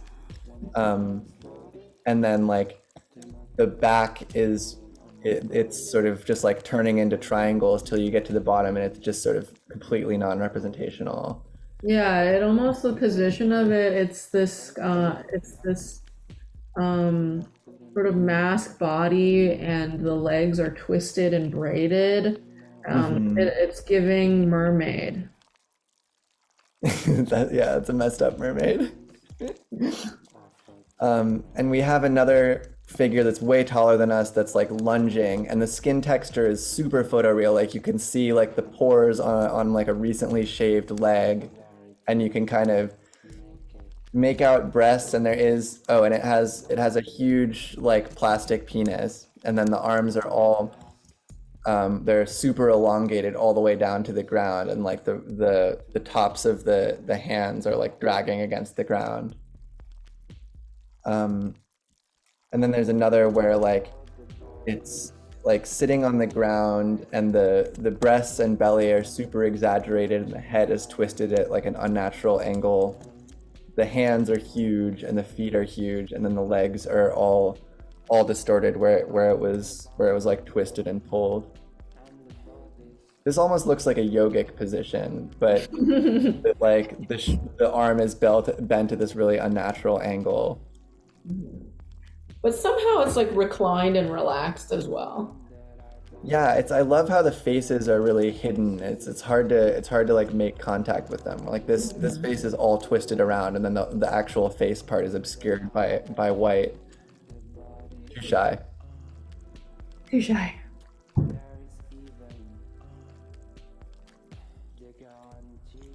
Ooh, and there are now 3 very like pearlescent white figures where like you can see these components of bodies, but the head is all like tubular around, and then there are all of these semi-transparent like gushing shapes, like a huge amount of water is like suspended in midair. I really love how you got the transparency to look in this one. Yeah, that was a win for sure. And this one's more, it has like a snail body, and then it almost looks like toothpaste or like melted marshmallows, and it's holding this flower scepter, and there's like a foot in like a low poly, like almost looks like one of those Yeezy sneakers, and there's the like slime trail coming out of the front of the snail shell back that's like swooping around the body. Mm-hmm.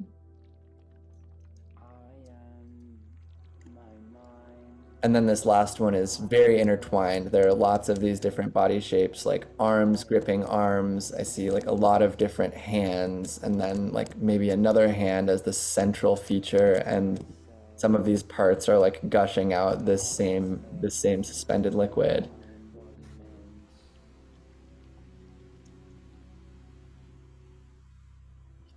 The show is so dense. There's just so much stuff. I mean, we haven't even seen this one yet, have we? Yeah, there's a couple more, I think.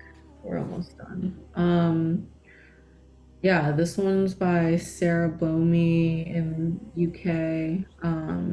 It's this sort of, you can tell it's a sort of reclining body with legs, but there's no head, there's barely a torso, and all the texture looks almost like coral, and Yeah, the edges are rough and it's not quite pore. The texture of it isn't quite pores. It's more like a rough coral, and the shapes of it follow that texture, and the whole thing feels like a sort of empty, um, sort of like a thickness of coral wrapping around what would be remnants of a body.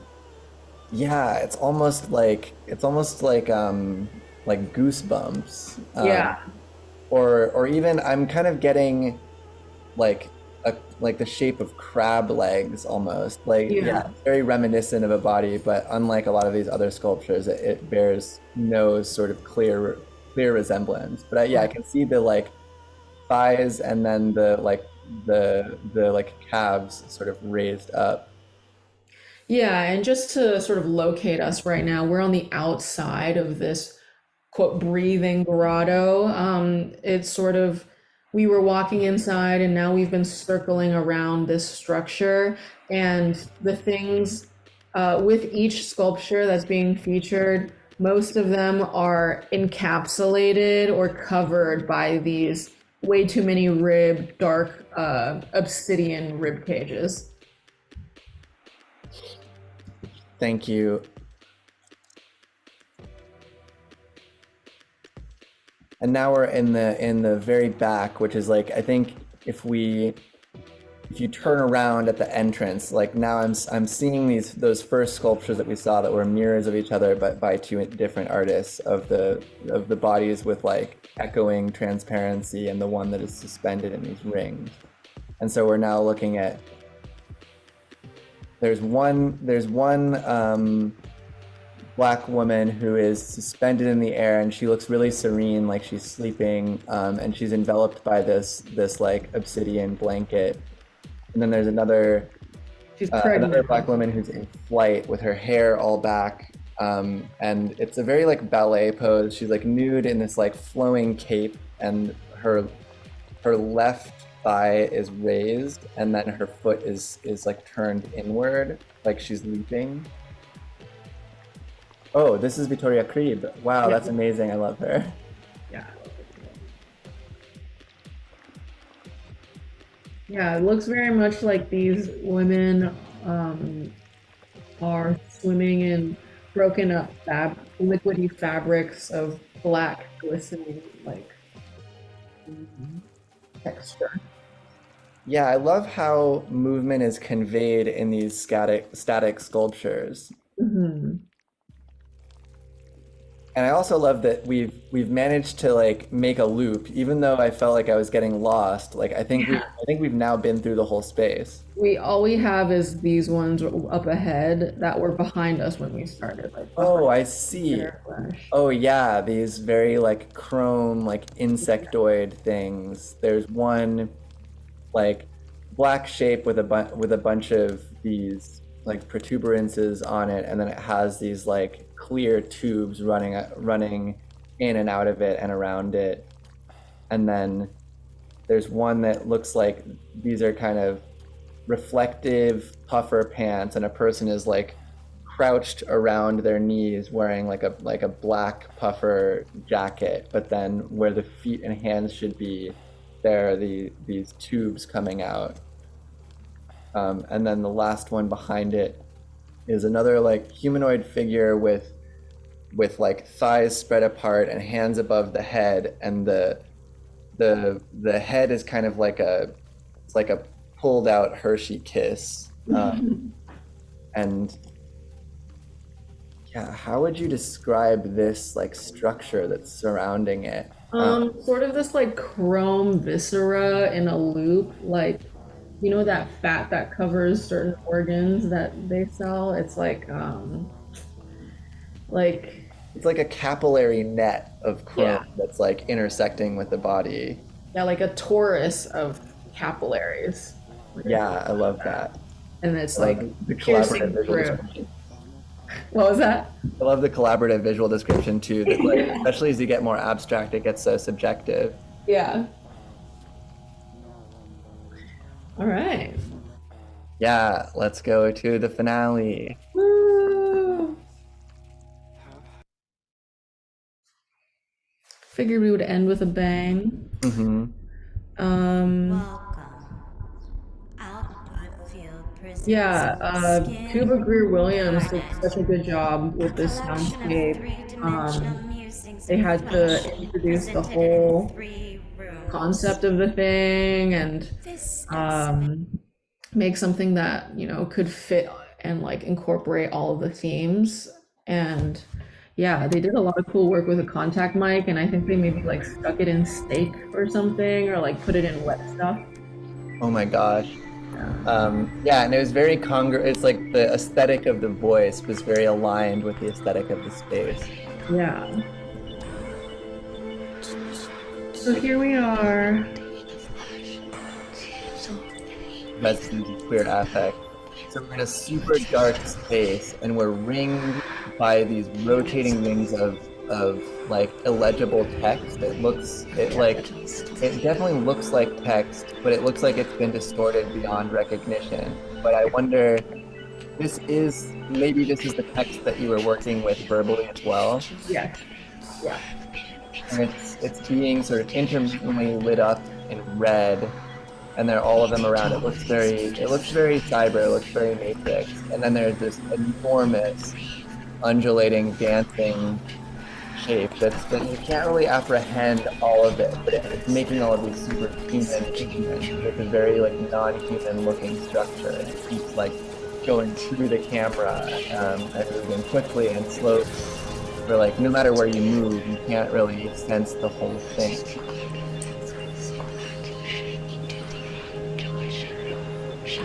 Yeah, there's sort of this central structure that feels like a very like muscular, maybe like a muscular limb. But as it extends out, you can see a more sort of like nervous system vibe, stringy with orbs, extending out tendril things. And they're connected in some parts and independent in some parts, and the whole thing is sort of moving in this slow but twitchy but fast sometimes way. And it's I think multiple parts of this are anchored to the mocap data from the Queer Movement Archive. Yeah, I mean, I just love taking data from the movement of a body and using it to animate something that is more non-human. And like, oh wow, the way the red light is playing on the reflectiveness of the dancer is really arresting. And it's like, yeah, the central trunk structure, it's very like root-like, and they kind of expand and contract as the body moves. Yeah, like if I were to describe the movement verbally, it would be like, or like sonically, it'd be like boom, boom, boom, and then like suddenly you're just like looking at a different part of the body, and then again like and then it's like totally different position again. So it's like very unpredictable, but you can still tell that there's sort of human movement, organic elements in it. Absolutely.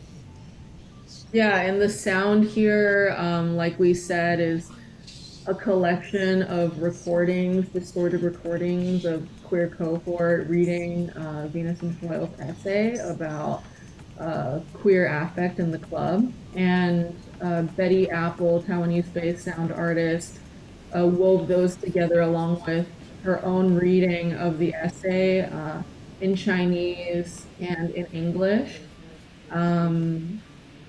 In Mandarin, I should say.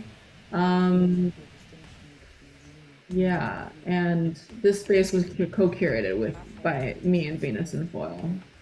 And is that essay attached like as a PDF in the catalog? Oh, we should make that. So, it's somewhere in Skin Garden's like main site, which is just outputfield.com/Skin Garden. All of the sort of like archival material, like transcripts, all of those stuff can be found there, including the opening events, like the digital like Zoom opening. That's excellent. I love that you like took care to do that.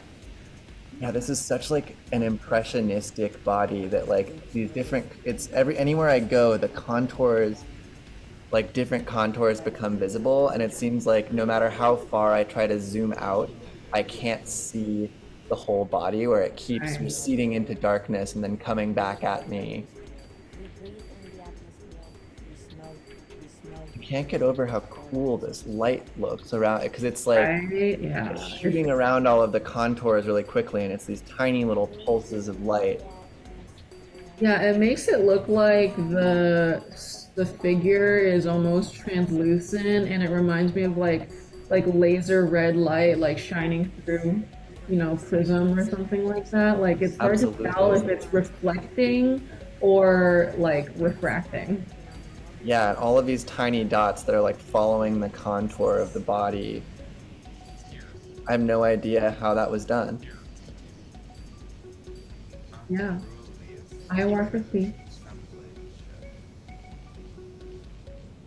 And then also, if you like any of these sounds, the soundscapes from the lobby, from this space, from Reconsider Flesh are all on SoundCloud, on our SoundCloud. Oh, amazing. Yeah, there are just like so many ways to experience this. I think it's so multifaceted, and I'm really, it's so nice to return here, and it's just like amazing how they all work in relation.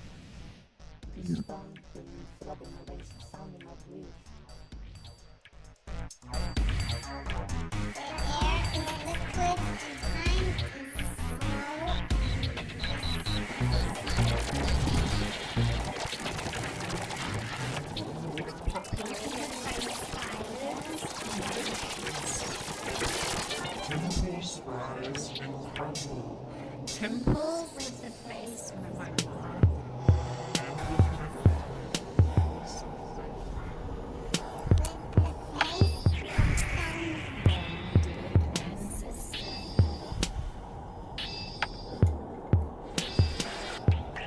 FaceTime like this, where one can linger in the beat, in the rupture, in the cluck, cluck, cluck, cluck, cluck, cluck, cluck, cluck, cluck.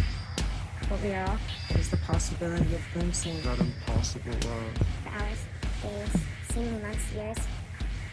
That impossible love. The hours, days, seeming months, years. Went through hell to get here. Amazing. Well, Great fade out. yeah. You're New York City DJ.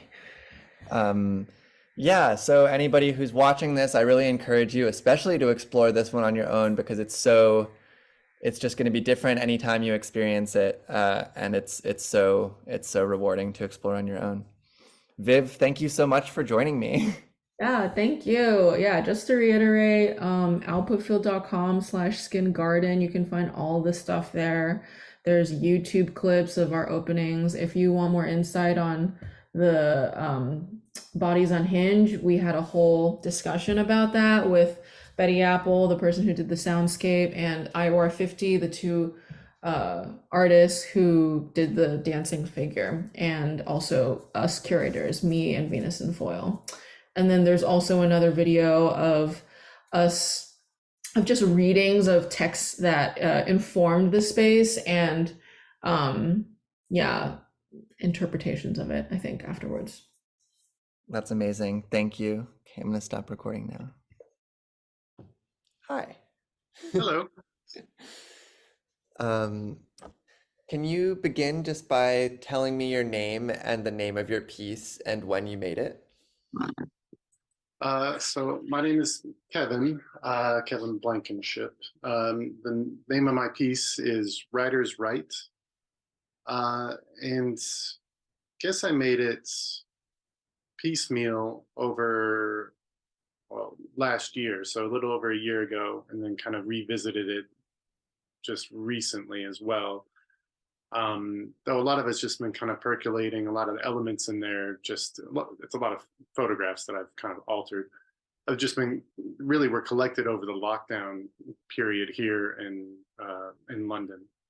So it's kind of collating just a couple of years of just stuff that I needed to do something with.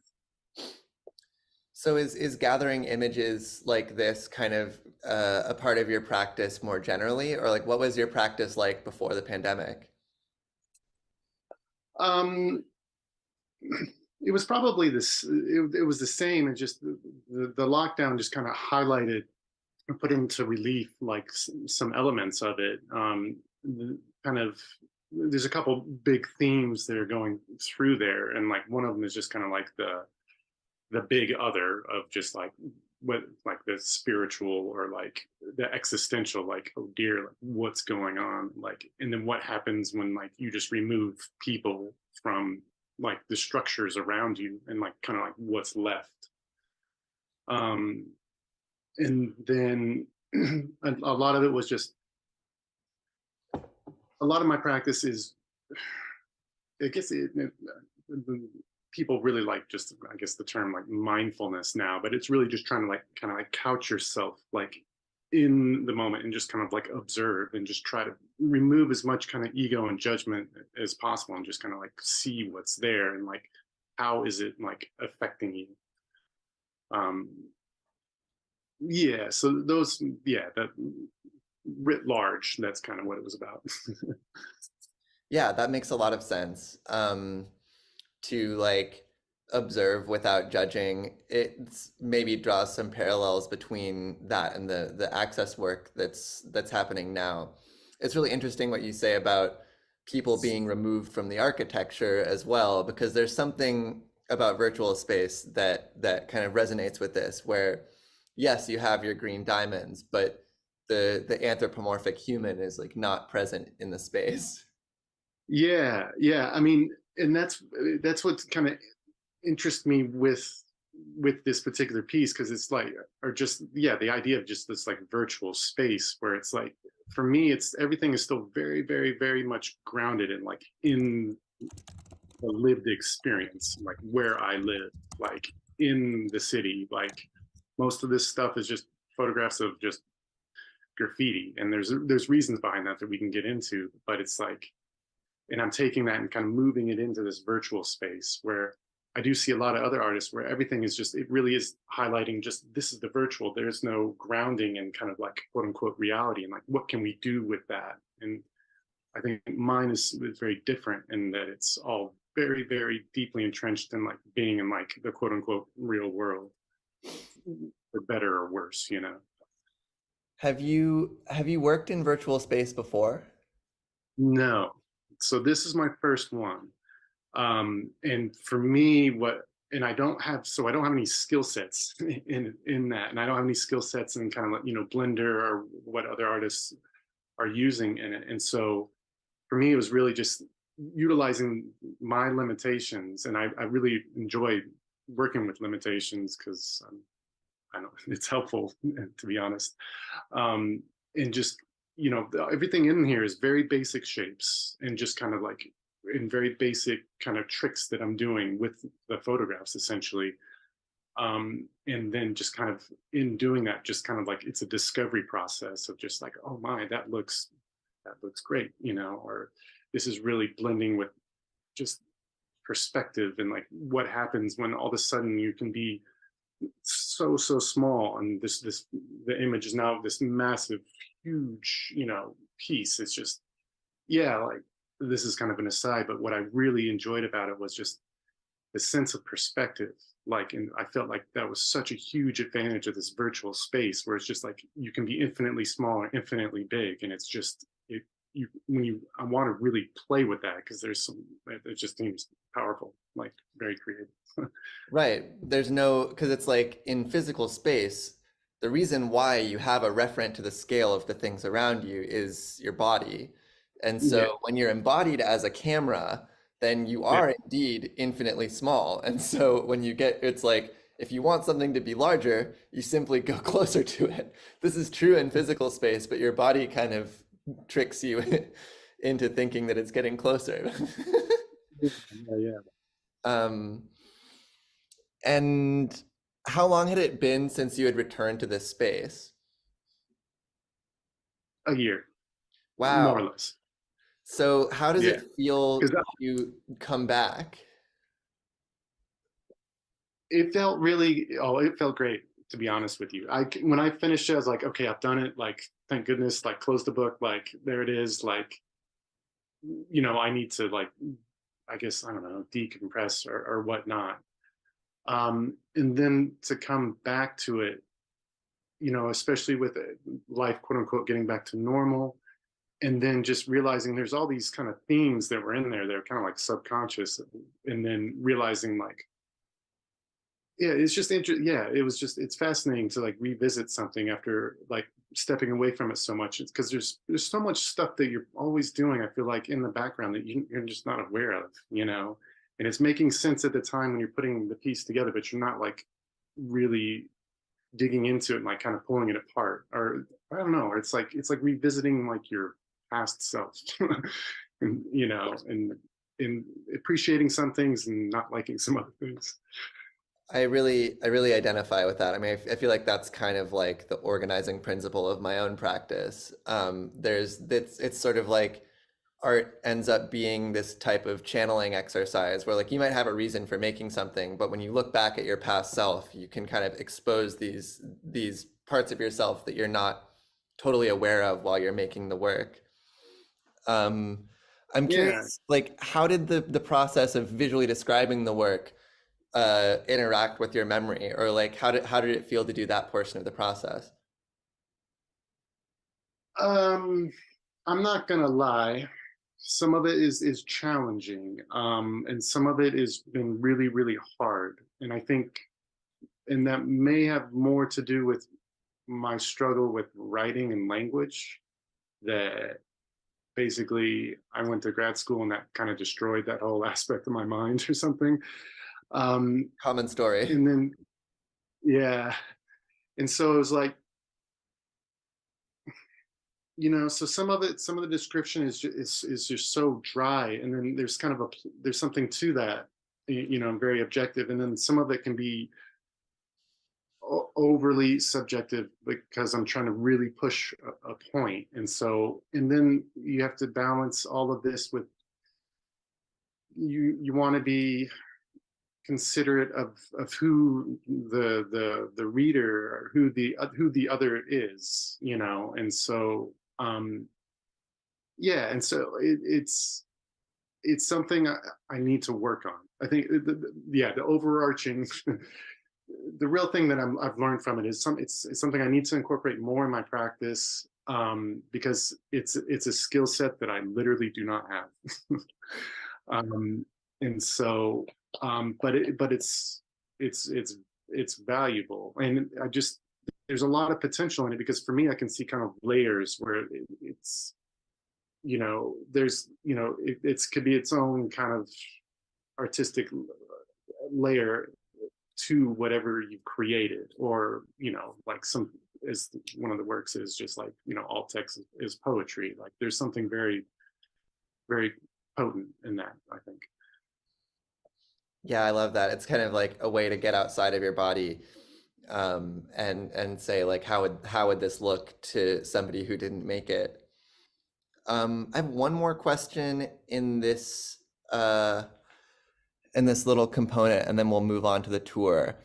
How do you relate to archives? Like, are you pretty serious about archiving your work? Do you return to old files on your computer? Like, what's the oldest file that you have in your possession? In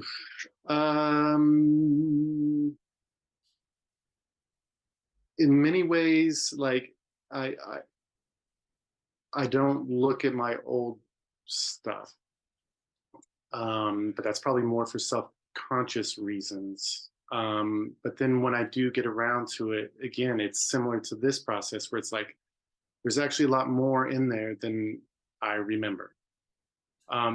In terms of archiving as a whole concept, I think it's critical. I think it's really, really important. And it was one of the things that I always kind of thought about with the virtual spaces. I'm like, there is no kind of permanence to it. And this is kind of how I feel towards like kind of all digital art, is just because codecs and everything is always evolving and always changing, like none of this stuff is going to have permanence. You know, I have done work in like actual archives in terms of like audio recordings, and like kind of like the best preservation technique is really like vinyl is kind of like still kind of the best, just because it's very mechanical. Otherwise, there's always this process where you're always going to have to update and kind of stay abreast of like the latest technology to keep it preserved, which is kind of interesting in and of itself. Oh yeah, like CDs don't last very long. Hard drives only last maybe like 10 years. Yeah. And it's like we think of digital artists so new, but it's like the technology moves so quickly that it's quite difficult to preserve, especially like the further towards the cutting edge you are, you're like, you know, scrambling to make this VR shit work, and you know, you're like at Sundance or whatever, and you have your one demo and it's not working 5 minutes before the thing, and then you're done with it and you're like, fuck this, I don't ever want to look at this project again. And proprietary platforms, forget about it.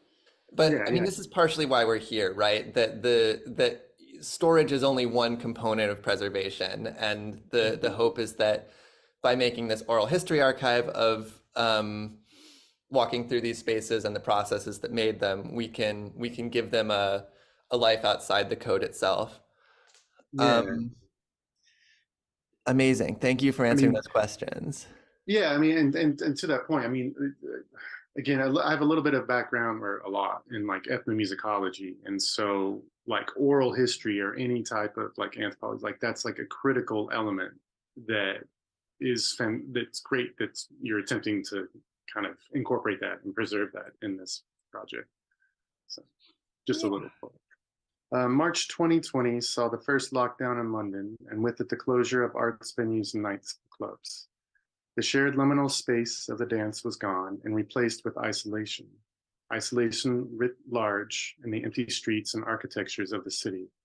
The space I present is an artifact, an abstraction and condensation of the countless walks through those vacant architectures and city soundscapes.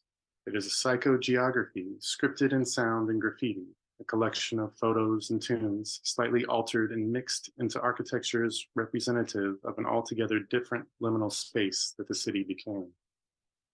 The space is meant to be explored without restriction in any direction.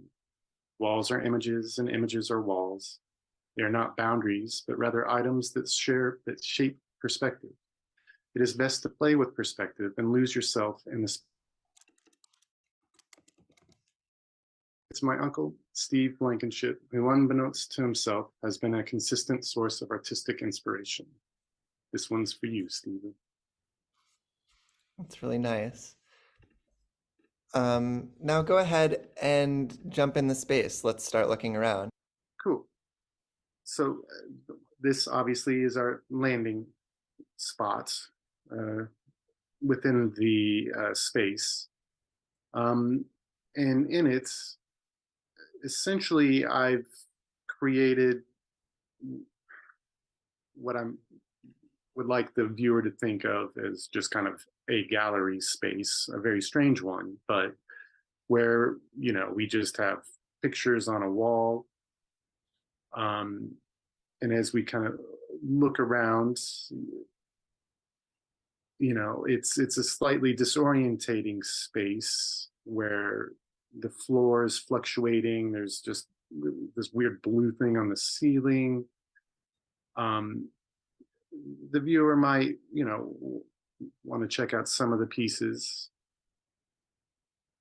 and just kind of do what you do in a gallery, I guess. And it's silent because it's always supposed to be quiet in a gallery, I guess. I don't know. I'm not trying to critique overtly, too much critique what galleries are, but really, you know, eventually you'll come around and you'll be like, oh, right, the walls aren't boundaries, and maybe I want to move about. You know, and why is this wall over here moving? That's like rather strange. So yeah, well,